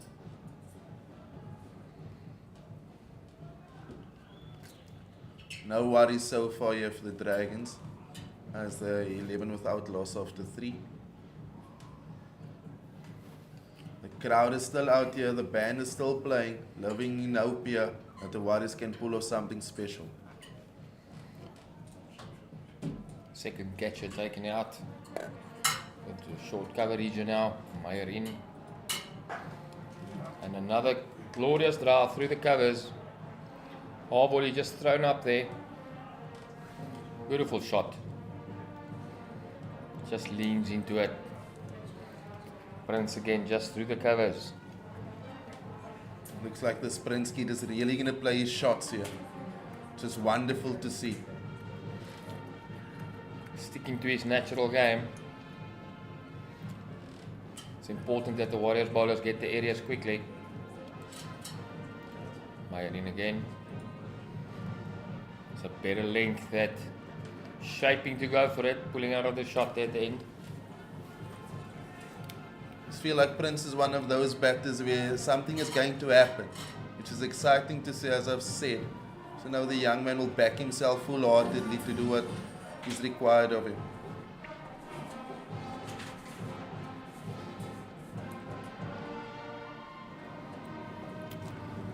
Meyer needs to get in and make inroads here, coming in. Third ball of the second over.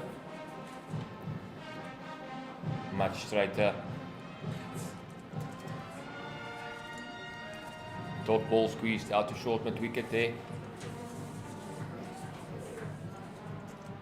But it's almost as if they just cannot find that length yet. It's either too short or too full. Yeah, they haven't found that balance between short and full yet, which they found nice and early last week. Gee. I think that's what the Dragons did really well this morning. Latched onto that length quickly. Punched off the front foot, straight to short cover, no run. Definitely looking to play his shots here. Not shying away. Wants to get to that target as soon as possible, it seems.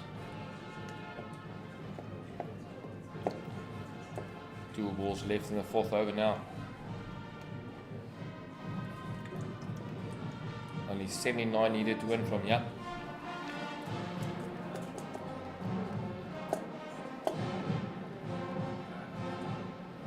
Strays down leg. Wide has been called. It's been a bit all over the place from the Warriors. We've seen 2 full, we've seen wide, we've seen short, but we haven't seen enough of a good consistent line and length yet. Only one plan miss up until now. The rest has fairly been easy to accommodate while batting. It's almost like they are trying too much, being too eager here. Just do the basics. Meyer in again. That's a much better line and length that. Getting the batsman on the front foot.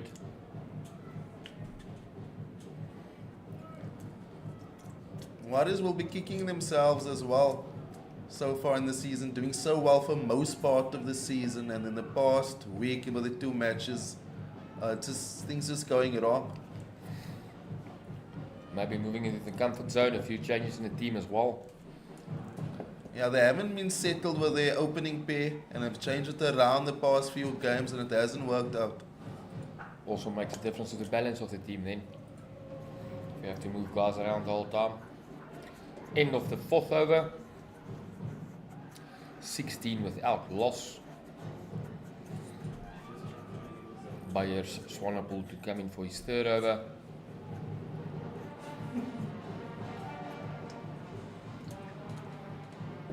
To see what they will do this over. Warriors camp very despondent there.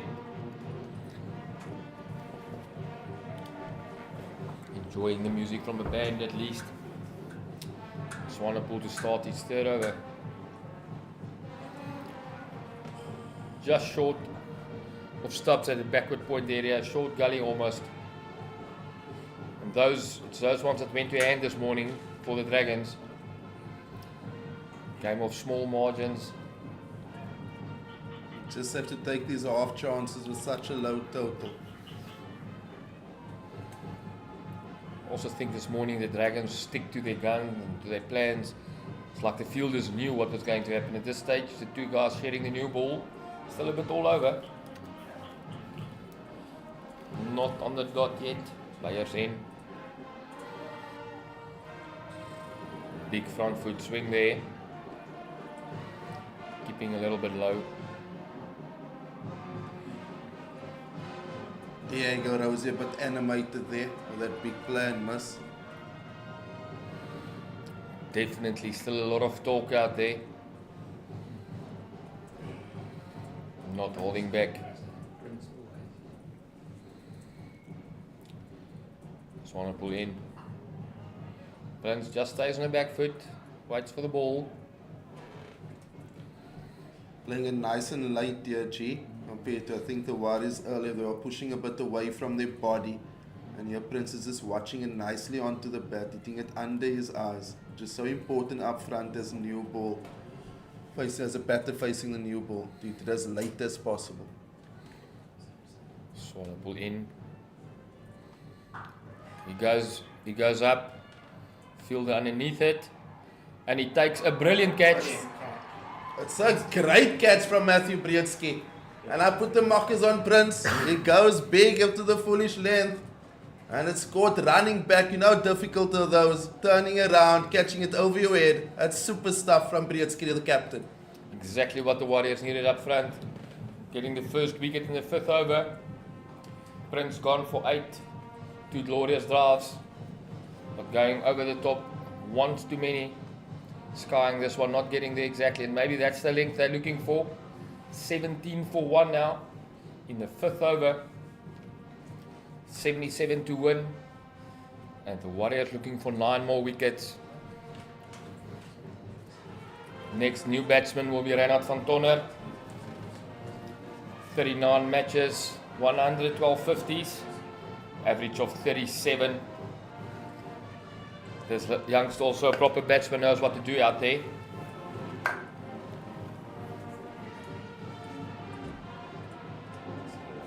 It's catches like those that can really change the momentum and give the Warriors belief that anything is possible.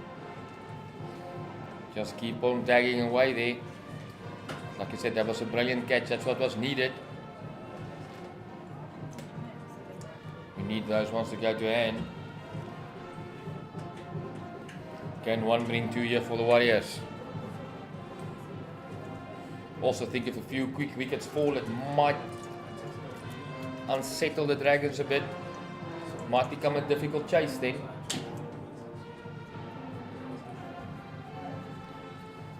$17 for 1 in the 5th over. Van Tonner to face up his first ball. That's good bowling by Swanepoel. One left. Just seeing that one through. Once again, almost a little bit short. If you see how he's leading that ball.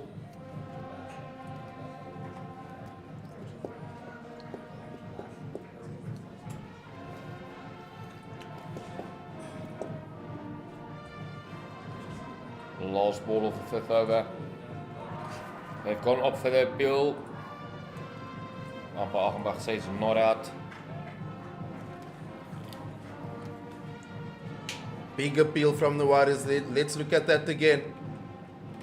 Ooh, probably but the jagging but too far back there, and the height might be an issue there. Good call from the umpire. She was under pressure. Stayed calm. But good bowling by Bayer Swanepoel. Shifting the pressure back to the batsman there, making him play, making him wonder. Ronaldo Meyer from the Park Drive in, starting his 3rd over now. Senekwane at this stage not been troubled as yet.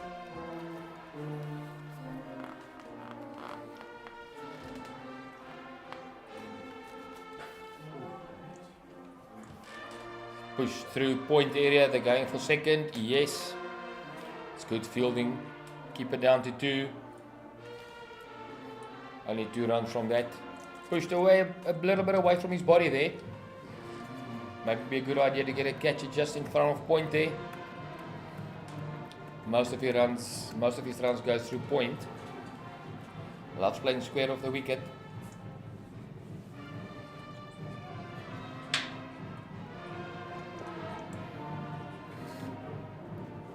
Meyer in once again.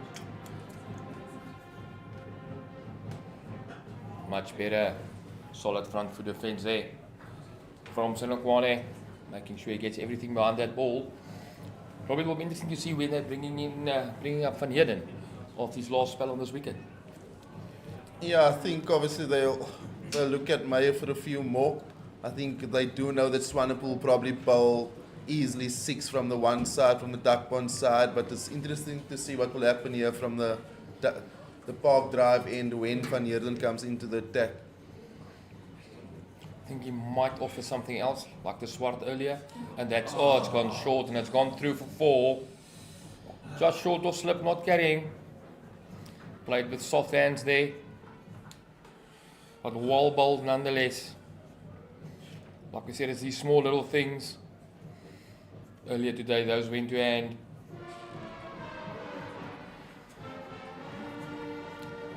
A little bit of chatter out there again.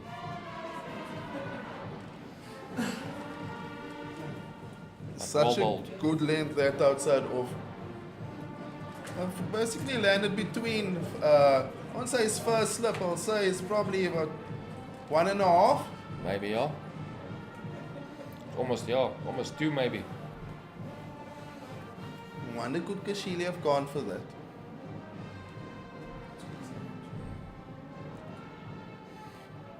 I think as a keeper sometimes you just have to back yourself in a case like that and go and be 100% committed to it. It's almost as if the ball is also staying a bit down that side, maybe a bit deep. Much nicer taking the ball deep out. Let's have a look at that again. Oh no, it's probably a bit too wide from Kashile. It just lands short of Rosier. Second last ball of the over now. Can Meyer get one back here? In our balls, much better. Solid off the back foot. Just punches it to short cover. No run added. 23 for 1 in the 6th over at this stage. 71 needed to win from here. Ball's definitely not a problem. The Warriors will need to get wickets. And they have to get those wickets in pairs. Last ball of the 6th over.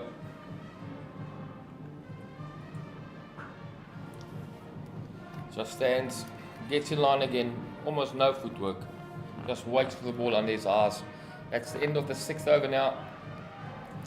Well bowled. Good comeback after the one that dropped short of slip. 23 for 1 after 6. I think before the match, as a Warriors bowling group, if they had to identify wickets to take in the Dragons lineup, Van Tonder would have been there in the top three discussed, because he plays a massive role. The experience he has in this Dragons lineup is one of the main scalps. Also plays the anchor role, usually guys bats around him. Swanepoel in. Solid connection there, just leaning into that. It's a good start by both Swanepoel and Van Tonder on this over.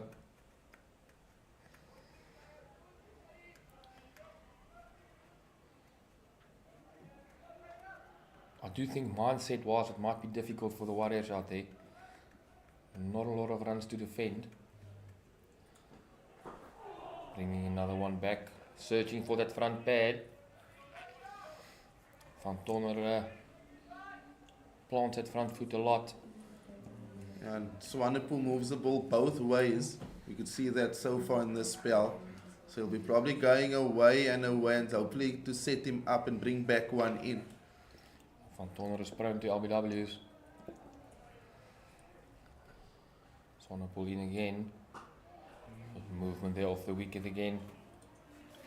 Just waits for the ball, plays it nice and late. Like I said earlier on, it's like the Warriors were searching for the ball this morning. Playing in front of their bodies, going with hard hands. Yeah, if we had to make a summary from the first 6 overs batting-wise from both sides, I think that's one of the standout things, is that how late the Dragons are playing the ball and how they're waiting. In their defence is a bit easier now. Yeah. I do think this morning it was rough out there, but it makes it easier as a bowling unit if the bats are not giving you wickets. You don't have to work as hard.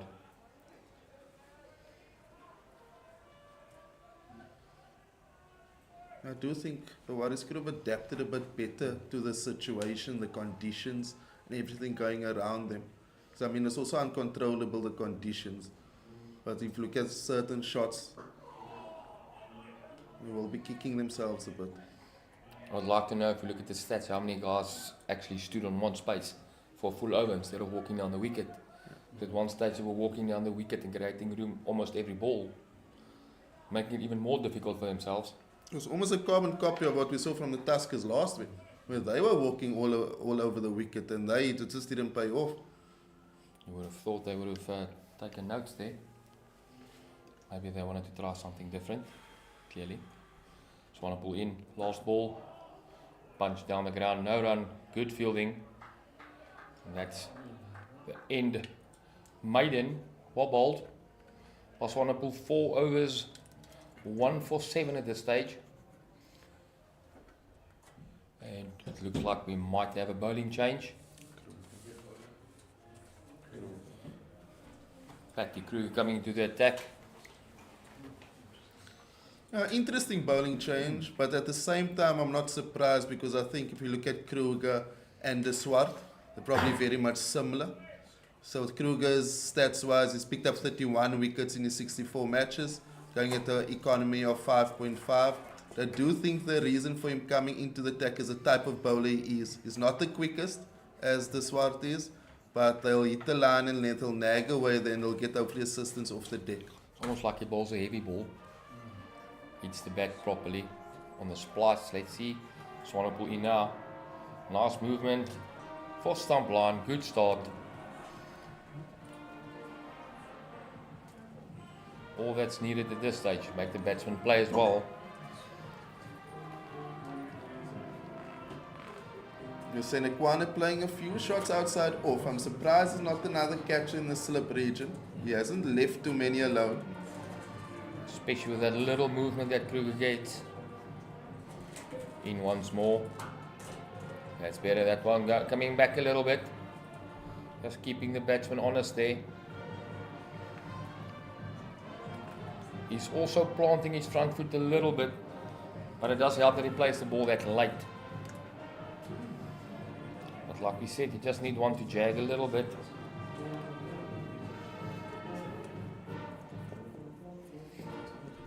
Good start by Kruger here.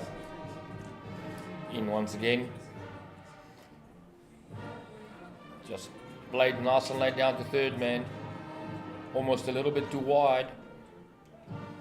Need wicket to wicket bowling here off stump, fourth line max. Don't want to make it easy for them.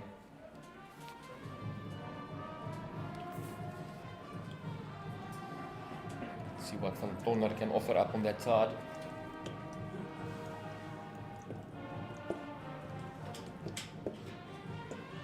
And to take one little piece of magic from someone here.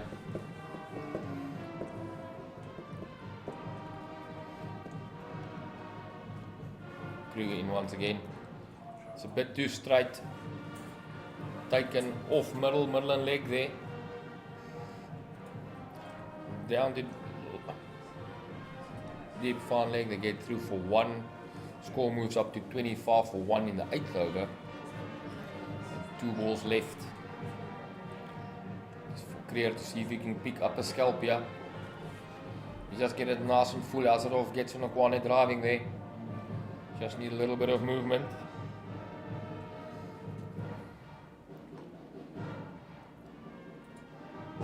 It's a good solid front foot drive straight to Marov.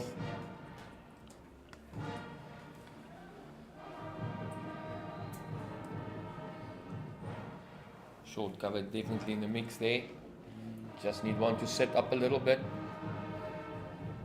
Maybe not a bad ploy to bowl a few cutters up front here. Just get the guys hanging on that front foot and the bat out there. Both Van Tonner hands not as hard. Senekwane plays it nice and late. There we can see already on the front foot. Heavy ball hitting the splice. And that's the end. Good over, only 2 from the over. Yeah, it's so important in a case like this that you get good bowling from both sides.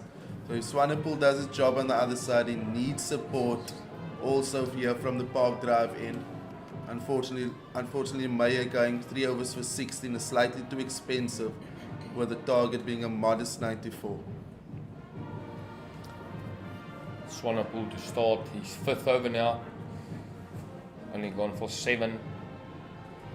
Let's see what he can do now. Bowling to Van Tonner again. Can he get one to jag back there? Going for the pad. Solid defense once again. Need make the batsman play, and that's what he's doing at this stage. Just one of those wickets as well, pitches where you're never in as a batter. I don't think you're comfortable because you know one might do something off the deck anytime. There's always, as a bowler, that should also give you that hope. I just need to be patient. I will get assistance. I don't need to be searching. I think that was nice that we saw a few guys actually leading on length. Clip through mid wicket, they'll get the single. Good single there to wide mid on. Knowing that was a bit too straight.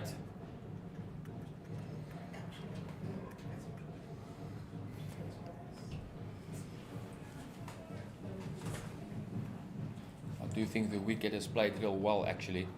The sides for the side. The movement a bit off the wicket. Apart from that, it's got onto the bat nicely. Leans into another drive, throws his hands through it. It's a good chase there out to the long. Just cannot make it. Good effort there. And it rolls over for 4 more. Senekwane just leaned into that one. It's a good chase. Just could not get hand onto that ball. The score.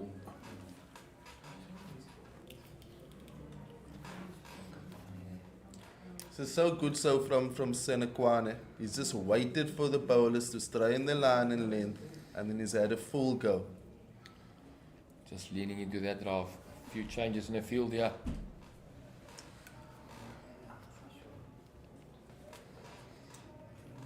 Change of plan maybe, yeah. Swanepoel in. Nice and straight. Once again, just waits for the ball under his eye. Just dabs it back to cover. 30 for the loss of 1 in the 9th over now. It's not the ideal start for the Warriors, but you have to give credit to the way the Dragons have approached this innings. They've come out nice and positive.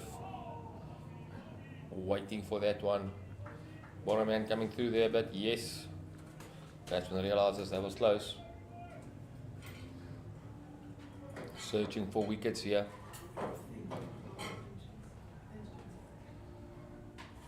One ball left in the 9th over. Would like to know what Breedske's plan is from here. He needs 9 more wickets.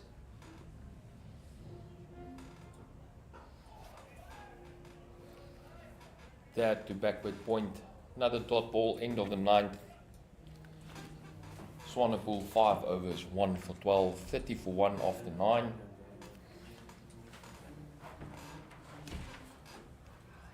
And Kruger to bowl his second over from the Park Drive end. Plans being made. If you look at the dugout, fairly relaxed there. Warriors not as happy as the Dragons at this stage. Kruger to start his second over now. Nice little late swing there. It's almost a lack of pace there, the ball not coming to the batsman. Like I said, maybe throwing a few different balls here. A few cutters and slower balls. I don't think the ball's going to carry to slips anyway at this stage. Get your catches in front of the wicket.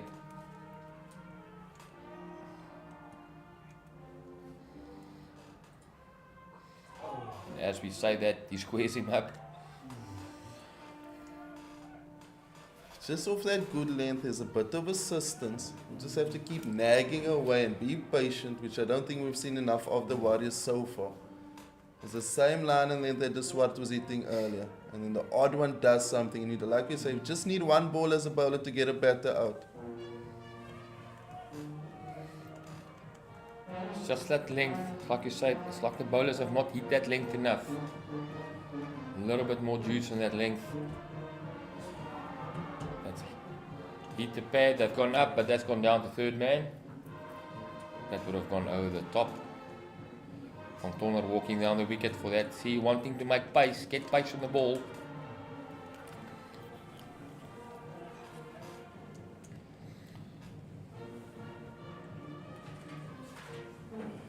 Ball came back a little bit there. Would have missed leg. Got a catcher going in there. About a third slip area.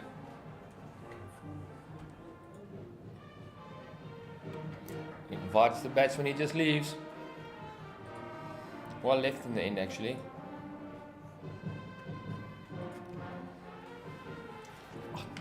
It just feels like there's no real plan at this stage. Each and every ball, you've got a fielding change, guys running around. Nobody is settled, not the bowler, not the fielders. You have to stick to a plan here. Kruger in. Just wicket to wicket.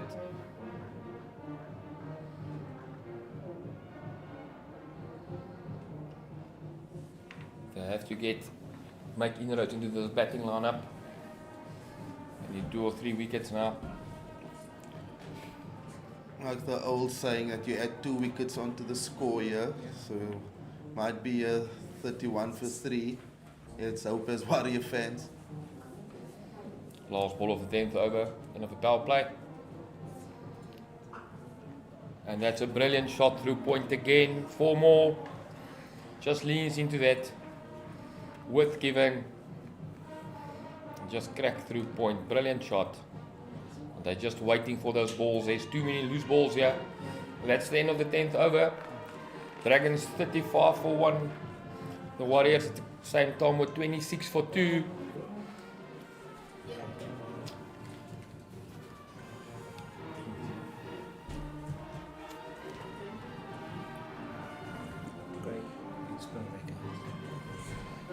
Into the commentary box comes James King. It's a bowling change as Neelan van Heerden comes into the attack. He's played 31 matches with averaging 30 and taken 32 wickets. Last week Sunday was his best bowling figures, where he took 5 for 37 versus the Tuskers, and we're hoping more of the same here today. Yeah, brilliant performance from him last week. Thanks, Robin, and he's got to do the same, if not better, today to get the Warriors over the line here. Almost shortish delivery. And Tonder not middling that one. It's probably the first short delivery we've seen from the Warriors attack. And maybe he's going to change it up a little bit. It's certainly been very much of the same, sort of lengthwise, and nothing really to trouble them too much. Sandakwani being able to just stand in the crease and just play the deliveries so far.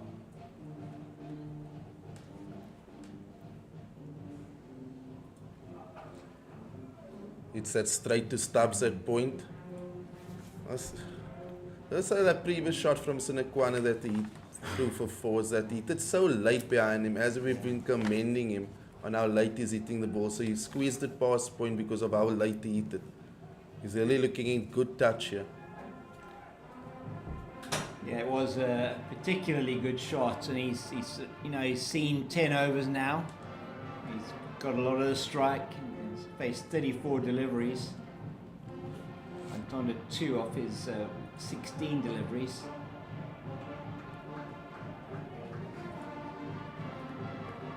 Ex-teammates here from Free State, Van Tonder to Van Heerden to Van Tonder. They've both made moves after Free State got relegated to Division 2. It certainly was, I think, always on the cards that perhaps Reynard van Tonder would need to move. Interesting that he decided to go just a little bit north. It's playing down to the third man region. It's really well fielded from Matoa. But the batters get back for 2. Shot the stumps. Not out. Kashila hits the stumps. But Sandakwani was comfortably home. Yeah, good thinking though from Koshida, keep the batters honest.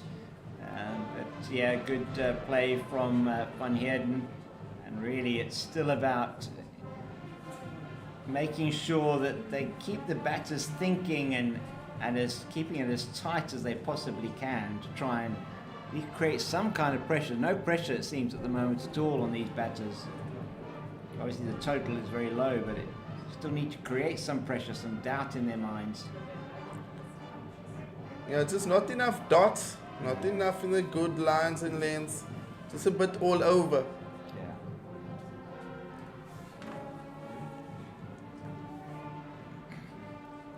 And you sense it's been a very sensible approach so far from the Dragons.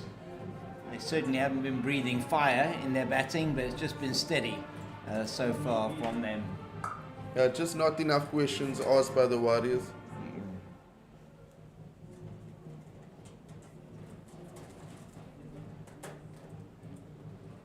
Always played and missed.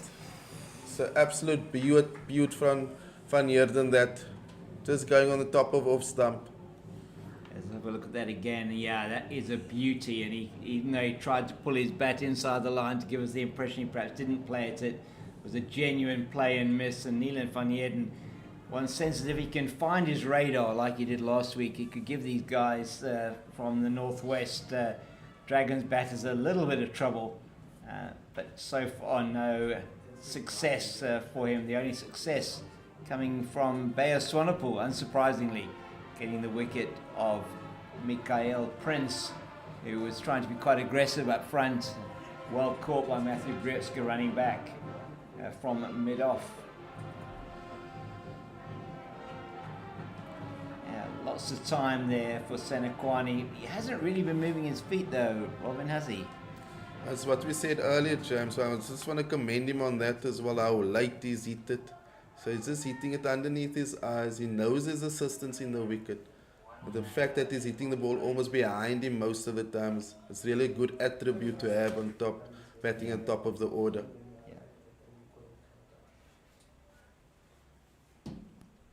And that's what he's there to do. Yeah, that bat on ball there, just giving you an idea. You were saying earlier on that Patrick Creus is really one of the first times I'm seeing him have a decent bowl. Didn't bowl at all last week. I don't remember against, well, 1 over, that's right, 1 over, sorry. Very well remembered there, sir.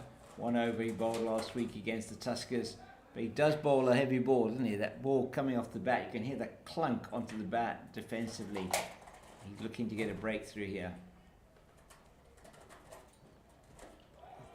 Good bouncer there. Yeah, that's good. That's a surprise ball, isn't it? Wasn't expecting it. Yeah, just something different, which is so important. And also, I mean, the reason Kruger's bowling, as you said earlier, he's just strong upper body. The ball hits the bat a bit harder. A surface where there's a bit of assistance if you bowl a good length. He hasn't given him anything really pitched up at all that he can drive at. And there was the 4 off the. There wasn't a 4 actually. He hasn't conceded a boundary yet. Kruger. Oh, it's a big appeal. It's a big appeal. The Warriors are in disbelief that it's not given out. And we should get a good look at that. Umpire says not replay. out, and there's an overthrow. Oh dear. Which is very poor from the Warriors. We'll have a look at that again. They are gutted, the Warriors here. Oh. My goodness. I think the problem there, perhaps they didn't actually turn an appeal, did they really? The bowler was so convinced, he just walked. That looked very adjacent, didn't it? And Abdullah Steenkamp not convinced at all. And maybe that was because Kruger just reeled away and didn't appeal. It looked so obvious to the bowler that he was stone dead. We've been talking a lot about the fact that Senekwani just stands in his crease, and that was the same case here. Nicely played from Van Tonder, pass point. We'll get 1.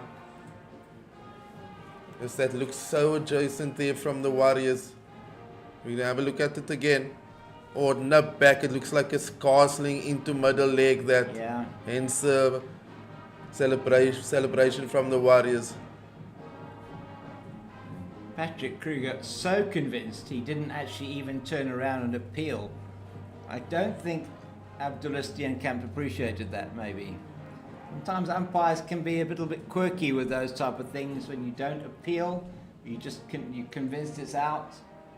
And not that I'm saying he gave the decision based on that. I'm sure he had a good reason to give it not out, but looked very adjacent from the commentary box area. Match referee might have something to comment on after the game there. Barry Lamson, who is the match referee. I don't think it done enough to miss the stumps there. Didn't look like it, did it? No. Nah. Very, very adjacent. Neelan van Heerden taking up the attack again from the duck pond end. He had a good first over, varied it a little bit. A couple of jitters or flutters maybe for the Dragons. That scramble through for a single. It's a good one. Soft hands there, tucked off his body. So important to rotate strike in a situation like this. And with the experience from Van Tonder, he'll do just that.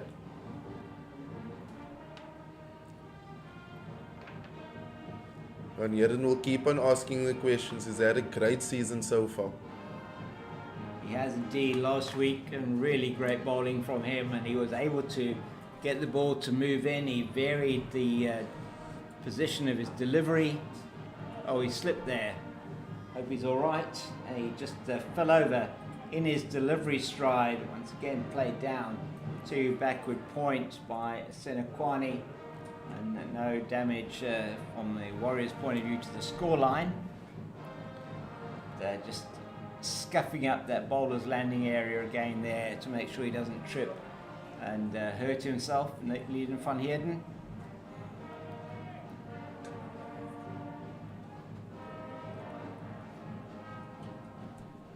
So maybe he can get the breakthrough for the Warriors here. Good lines, good lanes from Van Heerden here yet again.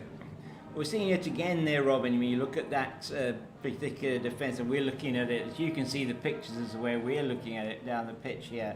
And Senekwani not moving his feet virtually at all. He's just literally planting that front foot in the line, on the line of, say, middle and off stump, about a foot outside the popping crease. So not getting forward. He's not going back, and you can understand why Patrick Kruger was convinced that he'd got him LBW in the previous over. It's driven there, well fielded, the cover region there, but Mocha Kwane there.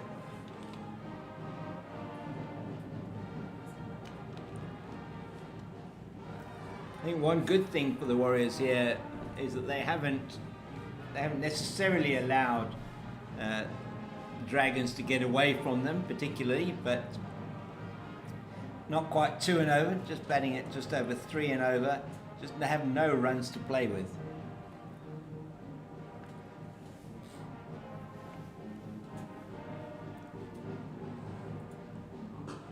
Oh, that's a good length. That's the length you want to hit. It's that goodish length. There's some assistance off the wicket as we've seen all day so far. That can also squirt off anywhere as we've seen so far. Yeah, that's, making sure it's going to be, to actually pierce the field, you've got to make something happen. When you start to make something happen, as we saw with the Warriors early on, they tried to make something happen, that's when they lost the wickets. Maybe he could mix it up a little bit with a slower delivery or something that's just one of the cutters he does bowl. Oh, it's a bouncer. He has mixed that one up. Carried nicely through that.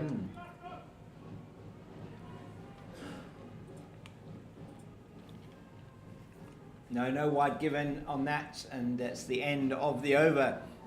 13 gone, and maybe umpires being a little bit generous on that one, but no wide given. So 13 gone, 40 for the loss of 1, and just to remind you that the match at the Wanderers, the DP World Wanderers, is over. Win there by was 8 wickets, I think, in the end for the Lions over the Titans, ending any hope that the Titans had of getting through to the final. So it is Northwest in pole position at the moment to get into that final, needing to chase down only an additional 54 runs to win here in 36 overs, and only 1 down. Again, Van Tonder, the Dragons batters waiting on that back foot, waiting for the ball to come to them. You make that point again there, Robin, is that what the Warriors were doing was they're trying to make something happen rather than actually waiting for the ball, just playing every ball really on its merit. You don't, on a pitch like this, you don't want to try and make something happen necessarily. You've got to let the bowlers be the ones that actually break, that lose their patience. Even that as well, that previous delivery, there's a good length. There was something in the wicket that hits the inside half of the bat. So there's always something there. But we can't be searching as batters looking to make something happen. Yes, I agree that you don't allow bowlers to bowl at you, and that, but I think the conditions will also determine the fact of how you're going to approach it. And there was just too much assistance this morning in the wicket for the Warriors to try and take initiative in the whole game. Agreed, most certainly that was the case.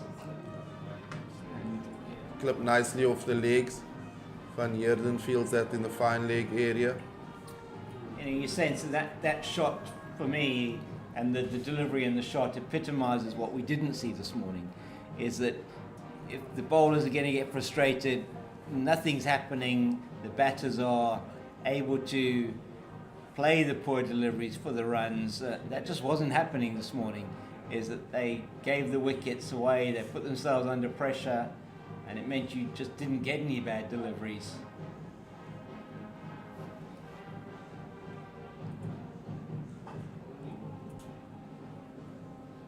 Kruger's been very economical. I mean, he's into his 4th over and he conceded the 8 runs, including 1 boundary, so he's been economical. It's just the breakthroughs haven't happened for the Warriors. Yeah, I think the approaches as the different approaches from the 2 sets of batters, I think that's also a key role here, James. Even though Kruger has been on the money, he's got an assistance off the wicket as well, so he just needs to be patient. He does indeed. Again, something off the wicket, inside half of the bat through the mid-wicket region. And it's 2 added to the total. And that, with that man in at short mid-wicket, could easily have gone wrong or gone to hand.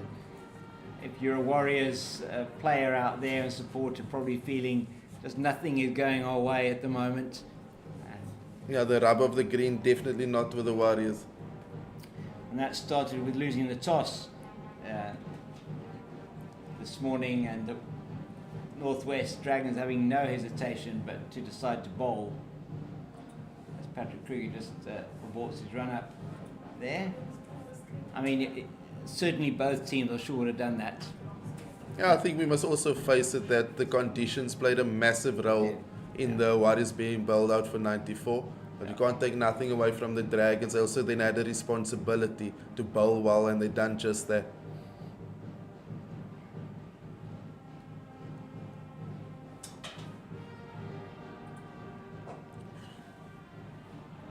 Again, squirted through the mid-wicket region. See, Abrams is on the field as a replacement field. That's well fielded by him. Yeah, good to see Ziad Abrams on the field. Robin, as a coach, yourself, I mean, from that point of view, with the losing the toss, being sent into bat in those kinds of conditions, what's the sort of message you be then giving your batters when they're going out there? I think it's just important that those batters, especially the opening batters, they need to assess quickly of what is going on and relay the message to the guys coming in. I mean, we always say that the wicket might play one way a specific day. It doesn't mean it's going to play the same way the next day, because it's a new day, everything is different. So I think that's important, the relaying of the messages in the first 5 overs. Guys, this is not going to go as what we planned, but let's set the adjusted total and take it so forth. Another bouncer from Van Heerden. This one is also not called wide, perhaps being a bit fortunate there. It's 1 for the over. Signals umpire Lauren Achenbach, and at this end umpire Abdullah Steenkamp, who was quite economical earlier on in putting up his finger when there was a huge appeal against the Seko Senekwane, and did not want to have anything to do with it. Patrick Crewe already reeling away in celebration of what he thought was a wicket. It all just looks too easy out there now. The sun is out, it's a beautiful day here in Gqeberha, and there are a few better, more picturesque grounds in the country than this one. It really is beautiful to be at what I think a lot of people would regard as the home of cricket in South Africa. Yeah, it's one of the luscious outfield in South Africa, James. I must say, all the hard work that gets put into the ground, 24/7 basically. I must credit Carter and his ground staff. Clipped off his legs, but too straight from Van Heerden. That's 4 more. Just you can't build that length, you can't build that line on a wicket where there's some assistance. It's just a bit too easy for Senekwane, but it's really well played by him. He's waited patiently for the bad ball.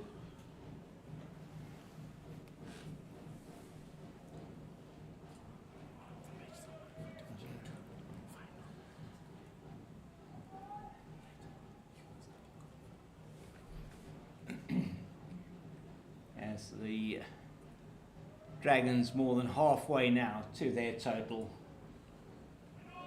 Oh, So play and miss outside off. haven't seen that for a while. It was a very good delivery from Van Heerden, just short of a length, got a bit of extra bounce. Senekwani caught on the crease once again. That's probably a good length to bowl to him. He doesn't really get forward, he doesn't go back. He almost plants that foot down. He's a candidate for the moving ball, one feels, and either LBW or caught behind.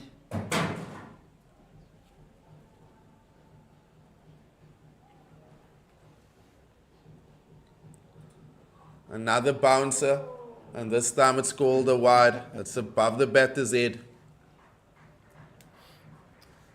Van Heerden trying a bit too hard over here. Goodness. And it's gone for 4 as well, so over Oshile's head as well, and down to the boundary in front of us. And that brings up the 50 for the Dragons, 53 of 91 balls, 7 fours. It's 53 for 1 after 14.4 overs, and they are well on their way to the final of this competition. Played down to third man very nicely from Senekwani. Just waited on that. Fielded by Matoa. 55 for 1 after. I've still got 1 more left there. So target getting closer and closer, and just the wickets not coming early enough for the Warriors to put any kind of pressure. And clearly it started with that batting effort from the Warriors, not reading perhaps the conditions that they were playing in as well as they should have done.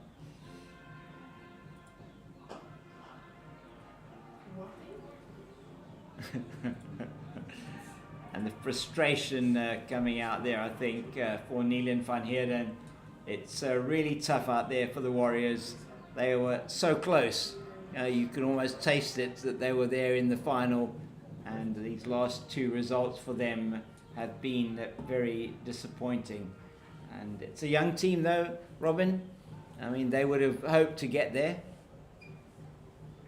Just a recap on the Division 2 final, where the SA Emerging team won by 8 wickets, with the ITEC Knights scoring 276. Was Towers had a great season, scoring 100. It was well bowled by Dawud, who got 4 for 60, and Yusuf 3 for 46. And in reply, the Emerging team got home only with 2 wickets down, with Tiger getting 95 not out and Pretoria 76, and then Swanepoel taking 1 for 43. Well done to the SA Emerging team who won the Division 2 title.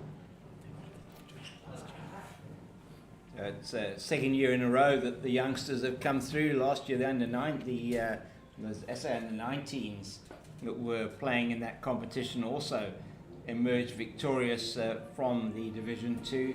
A good initiative by Cricket South Africa. Matoa's into the attack. Replacing Kruger at the Duck Pond end. And it is Alfred Matoa, very seasoned campaigner he is. And he's taken 63 wickets, an average of 33.73 runs per over, 5.4 his best. 4 for 22, Northerns versus Border in 15-16 season.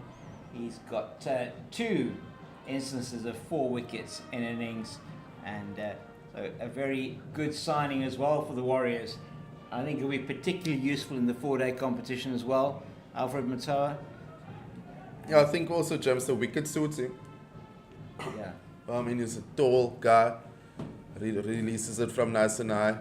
And so it'll be a bit better assistance here for him in the wicket. Surprised he wasn't brought on a bit earlier. Yeah. Seeing that the conditions, it was very suitable to me, especially the pace that he bowls as well. He's not the quickest, but he's got that pace which will cause a bit of juice, but drama off the wicket for him as a bowler. And he's got interesting wrist action, Alfred Matoa. I mean, he brings his arm over and then he uses a lot of wrist. He's able to produce from that a really, really effective slower ball. few cutters, and maybe hard to pick for the batter as well. Very unique bowling action. Also nice to see that you still see these actions around, because I think too many coaches are not leaving players to let them be who they are. If it's unorthodox, let them be unorthodox. We don't need to correct many things all the time. I think it comes to your point earlier on, and we'll get back to that after this delivery.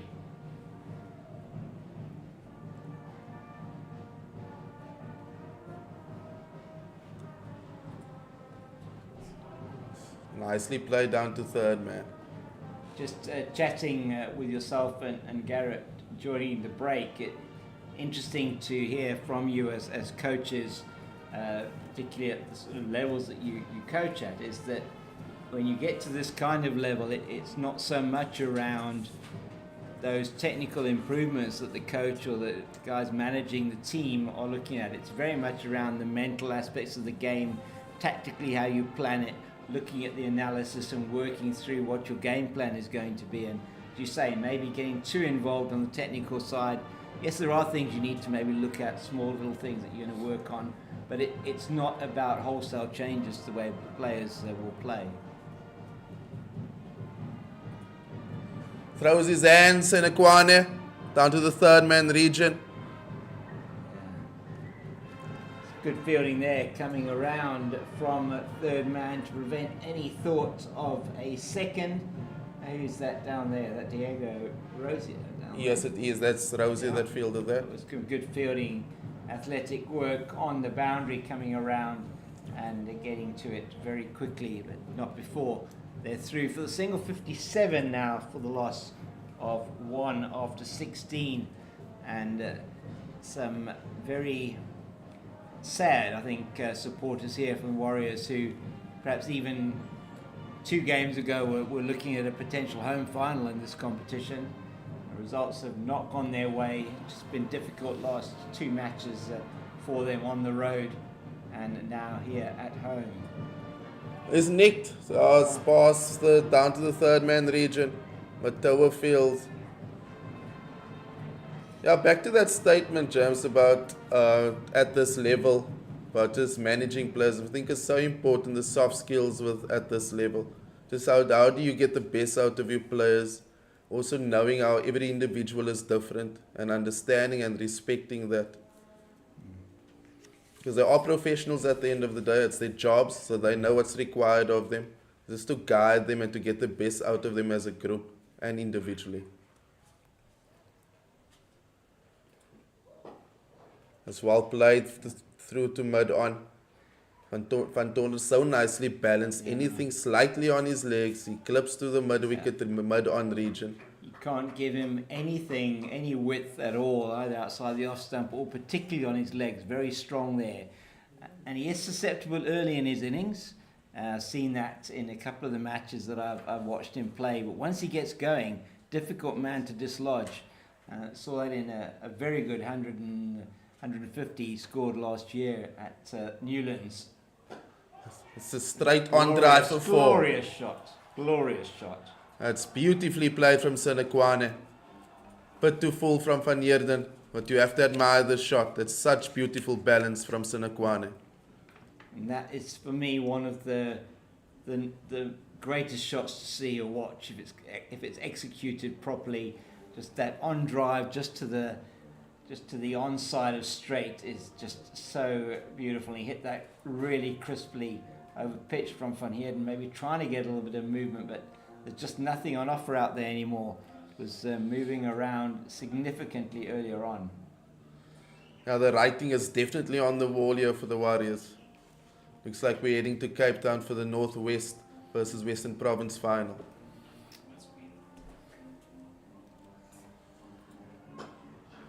And it would be really, I mean, for both teams, the Northwest and Western Province, one of the, one could say, famous or favoured provinces that haven't won a trophy for a long time. Last year, being very involved, I was with the team down there. You could see that how much it meant to them last year when they they got through to the final, but weren't able to get it over the line against the the Lions, it was a huge disappointment. Northwest, the new boys on the block. It's a plan miss outside off.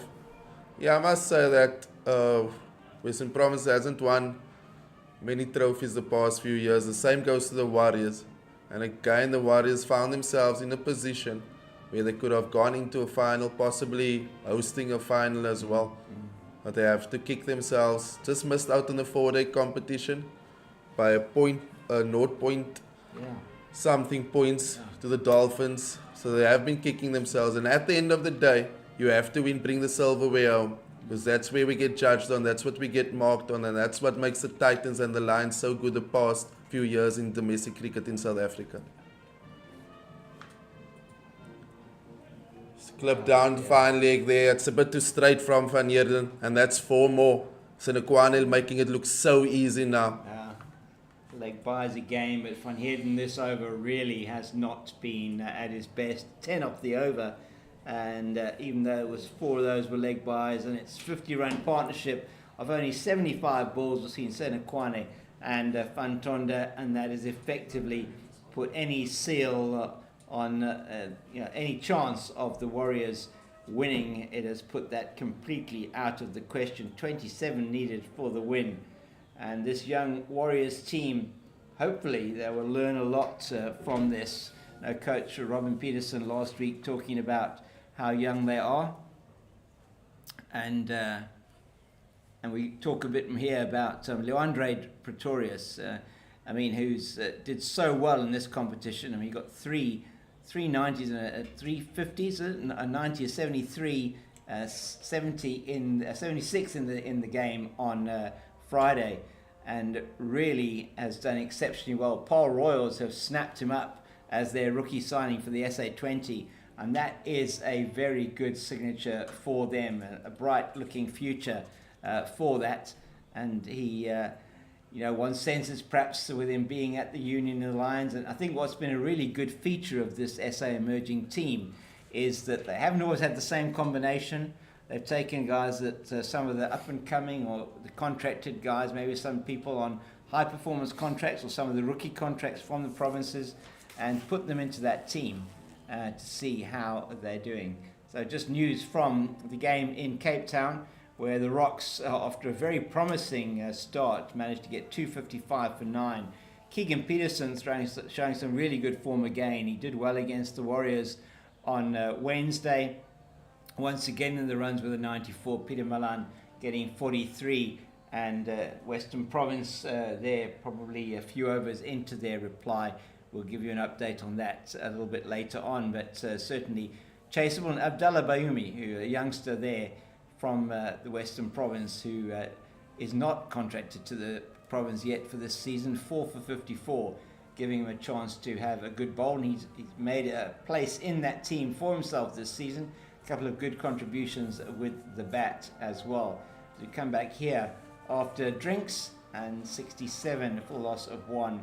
Alfred Matoa is going to continue the attack from the Park Drive end, and so, Robin, what can they take from this? They're right up there last year as well. This year, a young team. I think Alfred Matoa is the only player literally over 30 in this team of the Warriors. Perhaps the youngest team on average in the competition. They've done well, but those crunch moments, perhaps just not having that maturity to get over the line.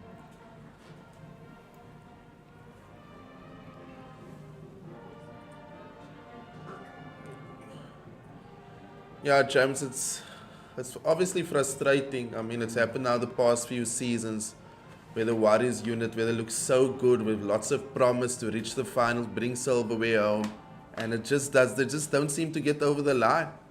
And it's something that needs to be looked at. Maybe it's a shortage, who knows, maybe it's a shortage of an experienced player here or there. Maybe it's the shortage of the big players standing up at crucial moments in the season. It's a good shot. It's a good shot there, punch through the offside from Van Tonder. Beautiful outfield, that's 4 more. Just checked his drive, good nice elbow, hit it in the ground. Yeah, so you can see there, as Robin's saying, is you look at that shot, a classic drive with the elbow nice and high, eye over the ball, really watching the ball onto the bat, and he does play that shot very nicely. Once he gets his feet moving, a real pleasure to watch him play. That's wild and woolly from Alfred Matoa. It's all falling apart a bit here for the Warriors. And a very glum-looking Robin du Plessis next to me here. I'm glad I got a smile out of him for that one. It's been tough there for them today. You know, so much promise. Yeah, lots of promise, lots of hope, lots of good signs all throughout the round robin phase. So it's just a pity. Indeed. But I do think there will be a period over the next couple of years where when they win their first one, it will lead to 2 or 3. It's just probably one piece that's missing, which I know the management will assess and look at deep into to see what's missing. But they will also feel a bit under pressure as they need to bring silverware home. So they might need a couple of more signings, even though they've made quite a few signings this season. But there must be something missing because it's another close one, another competition where they've gotten really close. Yeah. It's a play and miss. That was a very good, quicker bouncer from Alfred Matoa. Surprise delivery, and Fantonda not really handling that one as well as he could. You see there, he goes for the shot, but he's not in any position to play that. Just on sort of head height on the eye line, and just a waft, as if he was swatting away a swarm of bees or flies or something around his head, and didn't manage to get contact. Yeah, I think that if I look at some of the parallels, and we'll talk about that a bit now. In Western Province haven't yet obviously secured the trophy. You've got to the final against Northwest. Is going to be coming up. Last year they came very close. They were in a rebuilding phase under coach Salih Nakadin from 2 seasons ago. It's now his 3rd season in charge. It was almost a 2 to 3 year program to get the team together. They have lost 1 or 2 personnel. That's another glorious shot. It's a full toss there from Matoa, and Van Tonder pounces on it. A caress through the cover region for 4. He didn't need to overhit that. He guided it through the cover region. Northwest in full control, and they look well on their way to the final. Yes, only another 18 runs left to win. So just picking up on that again, getting to silverware is a process.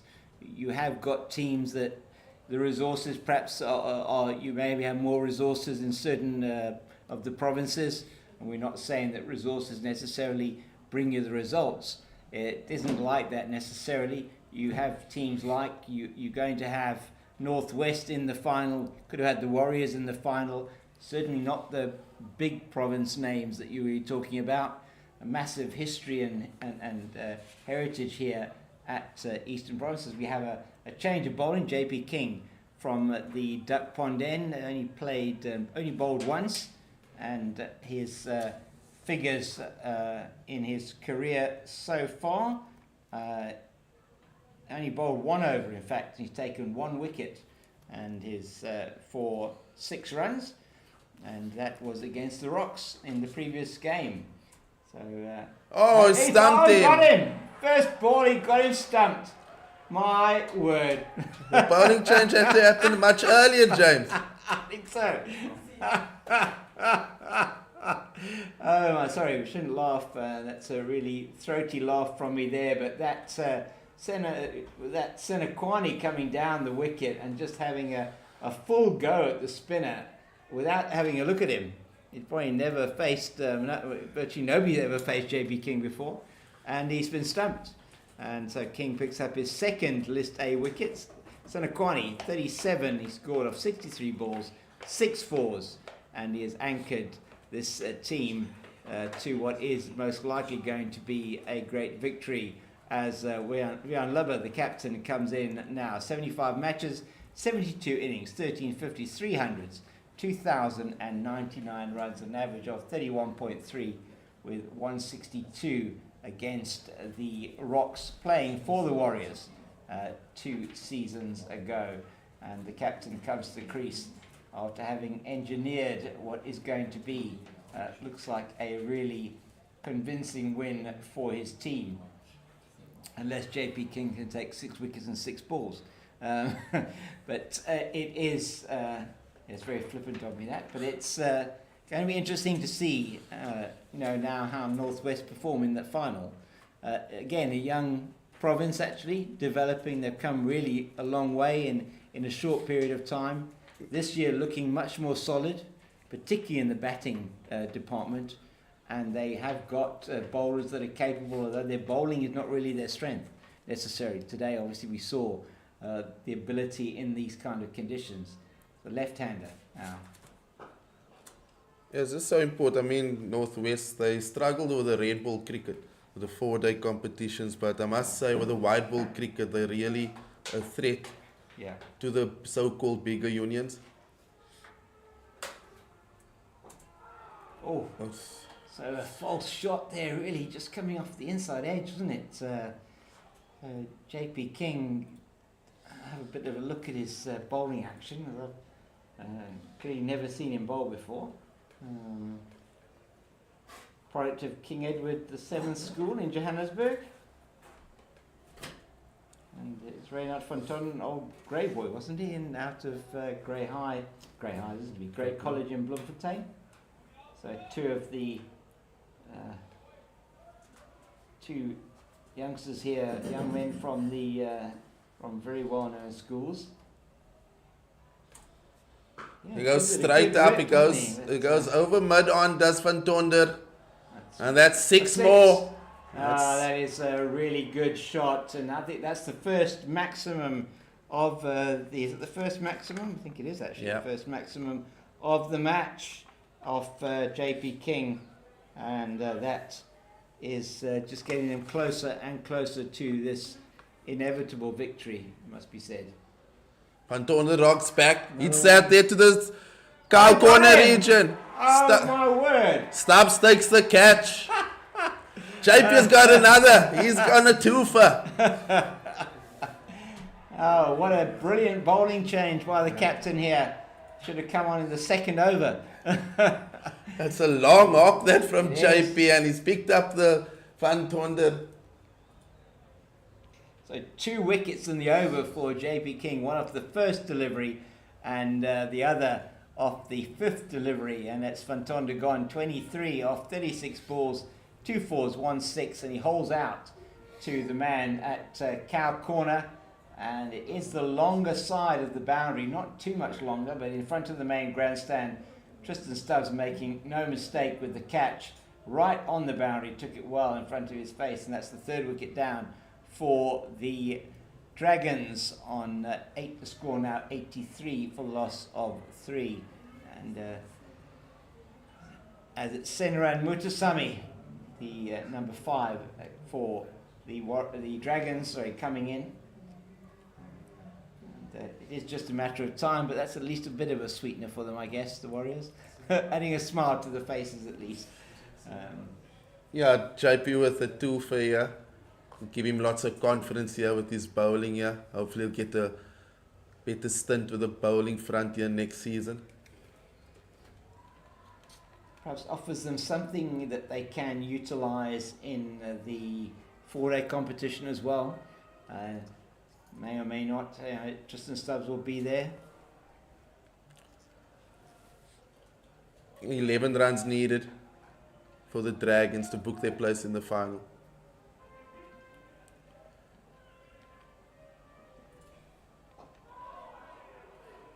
Lots of oohs and ahs here from the young man. He is getting some purchase off the wicket. Sorry, Robin.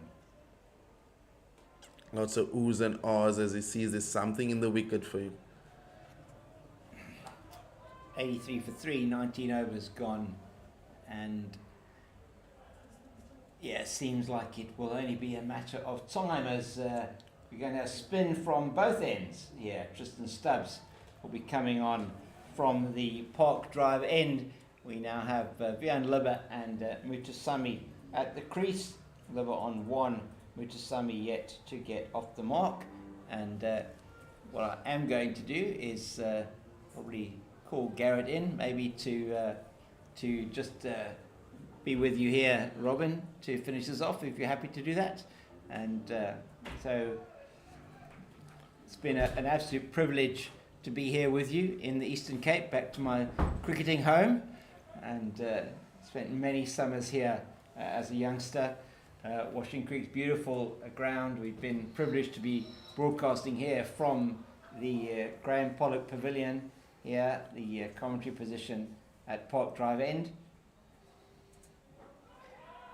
Stubbs, Liver just doubling his score there. So from me, James King, the Cape Fox, I will be hopefully joining you at some stage in the foreseeable future. We're going to be, next assignment will be the 4-day competition, with the final here being of this competition being televised next Saturday, and we hope to bring you some more broadcasts from here at St George's and around the country when the 4-day competition comes into force in November. And it really has been a privilege being here on YouTube as they take another 2. So from me, it's goodbye for now, and hope you enjoyed our broadcast. And over to Robin and Garrett. Thank you, James. Thank you so much for sharing your expertise with us. With the Sami on the sweep, and that's past. Fine leg there, then that's 4 more. It's a bit too full and too straight. All of this good news coming in the end, yeah, but too late. 150 on the board might have been defendable, yeah. Only 4 more to win for the Dragons. And coming here, they wouldn't have been the favourites to win this contest. Playing the Warriors here in Port Elizabeth, Gqeberha. But they've really managed the match well. It's a wide ball. 3-2 win now. Halfway through the over, good chance it might be over in this over. Only 3 needed. I think Mutasamy will definitely look to finish it off in this over. It's punched off the back foot, no run.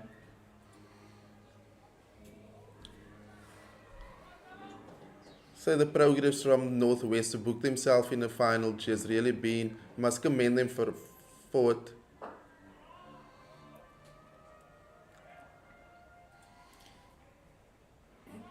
Dragons also with basically a new squad, they did well. Well deserved as well.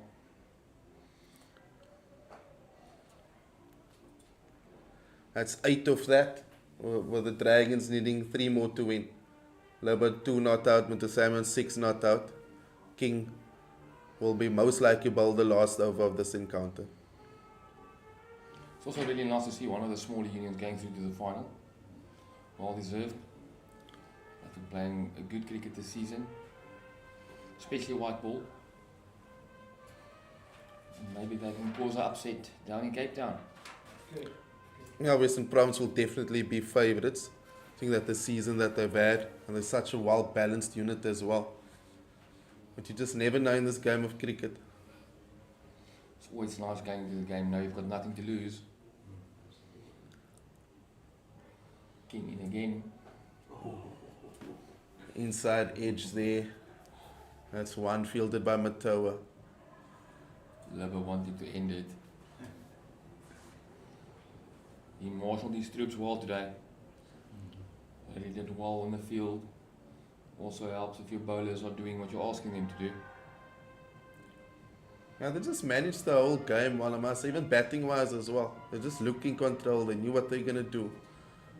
So reverse there. Oh, it's well fielded by Maya, and there's 1.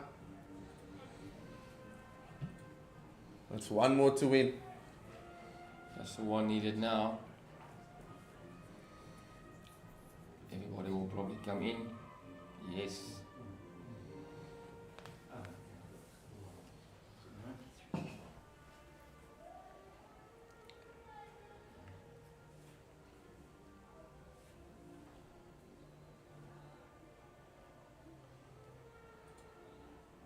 Oh, and it's played and missed. That went through the gate, that. Missed everyone there. JP is on another level here. He's even beating his keeper as well. Looking at his captain, why have you waited so long to let me bowl?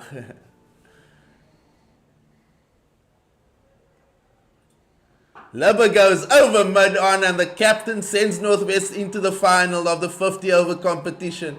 Congrats to the Northwest Dragons, and unfortunately the Warriors fall again one step from the final. What a pity, but all credit to the Dragons and Vian Libba and his boys on a wonderful all-round performance. It's really a 10 out of 10 performance that from the Dragons. Well bowled up front, well batted, well fielded as well.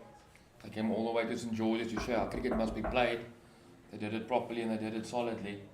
Started with a good win the toss, and from there everything just kept on working from them. Well bowled up front, kept the runs down, kept to their plans. The captain finishing the game in style, sending the Dragons to Cape Town to play against Western Province. Unfortunately, the Warriors will not see the final yet again. Can only blame themselves for that, yet again. It's harsh if you rock up at the field and your plans don't work, but somewhere you have to start applying what you do during the week. It was off there at the office for them. But well done to the Dragons, well deserved. Walking away victorious all the way to the final. It's just so important that toss at 9:30 this morning and Libba winning the toss, bowling first. It's so important that you get backed up by your bowlers. And they were spot on for 90% of the innings this morning when they bowled. And just reward, they bowled the Warriors out for modest 94. So all credit to the Dragons, fully deserved, and looks like they might just be peaking at the right time of the tournament here. It's a good win behind your belt before you're going to a final. Playing some good cricket, and let's hope they can take it all the way. Because they do deserve it. Yeah, I mean in these competitions, it's all about peaking at the right time. I do think the Warriors had such a great run, but when it counted most, unfortunately they couldn't get over the line in the past two encounters against the Rocks on Wednesday and now against the Dragons today. So we have to give credit to the Dragons.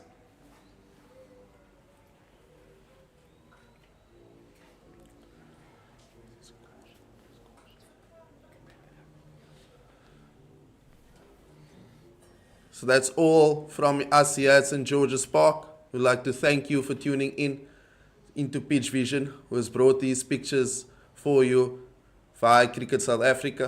I'd like to thank you all, and we hope to see you again, as James said earlier, in the 4-day competitions and so forth.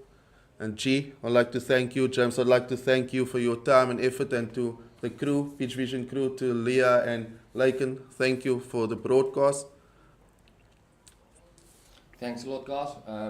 Good luck to the Dragons. Unlucky to the Warriors. Thanks, crew. See you guys at the 4-day games and T20s.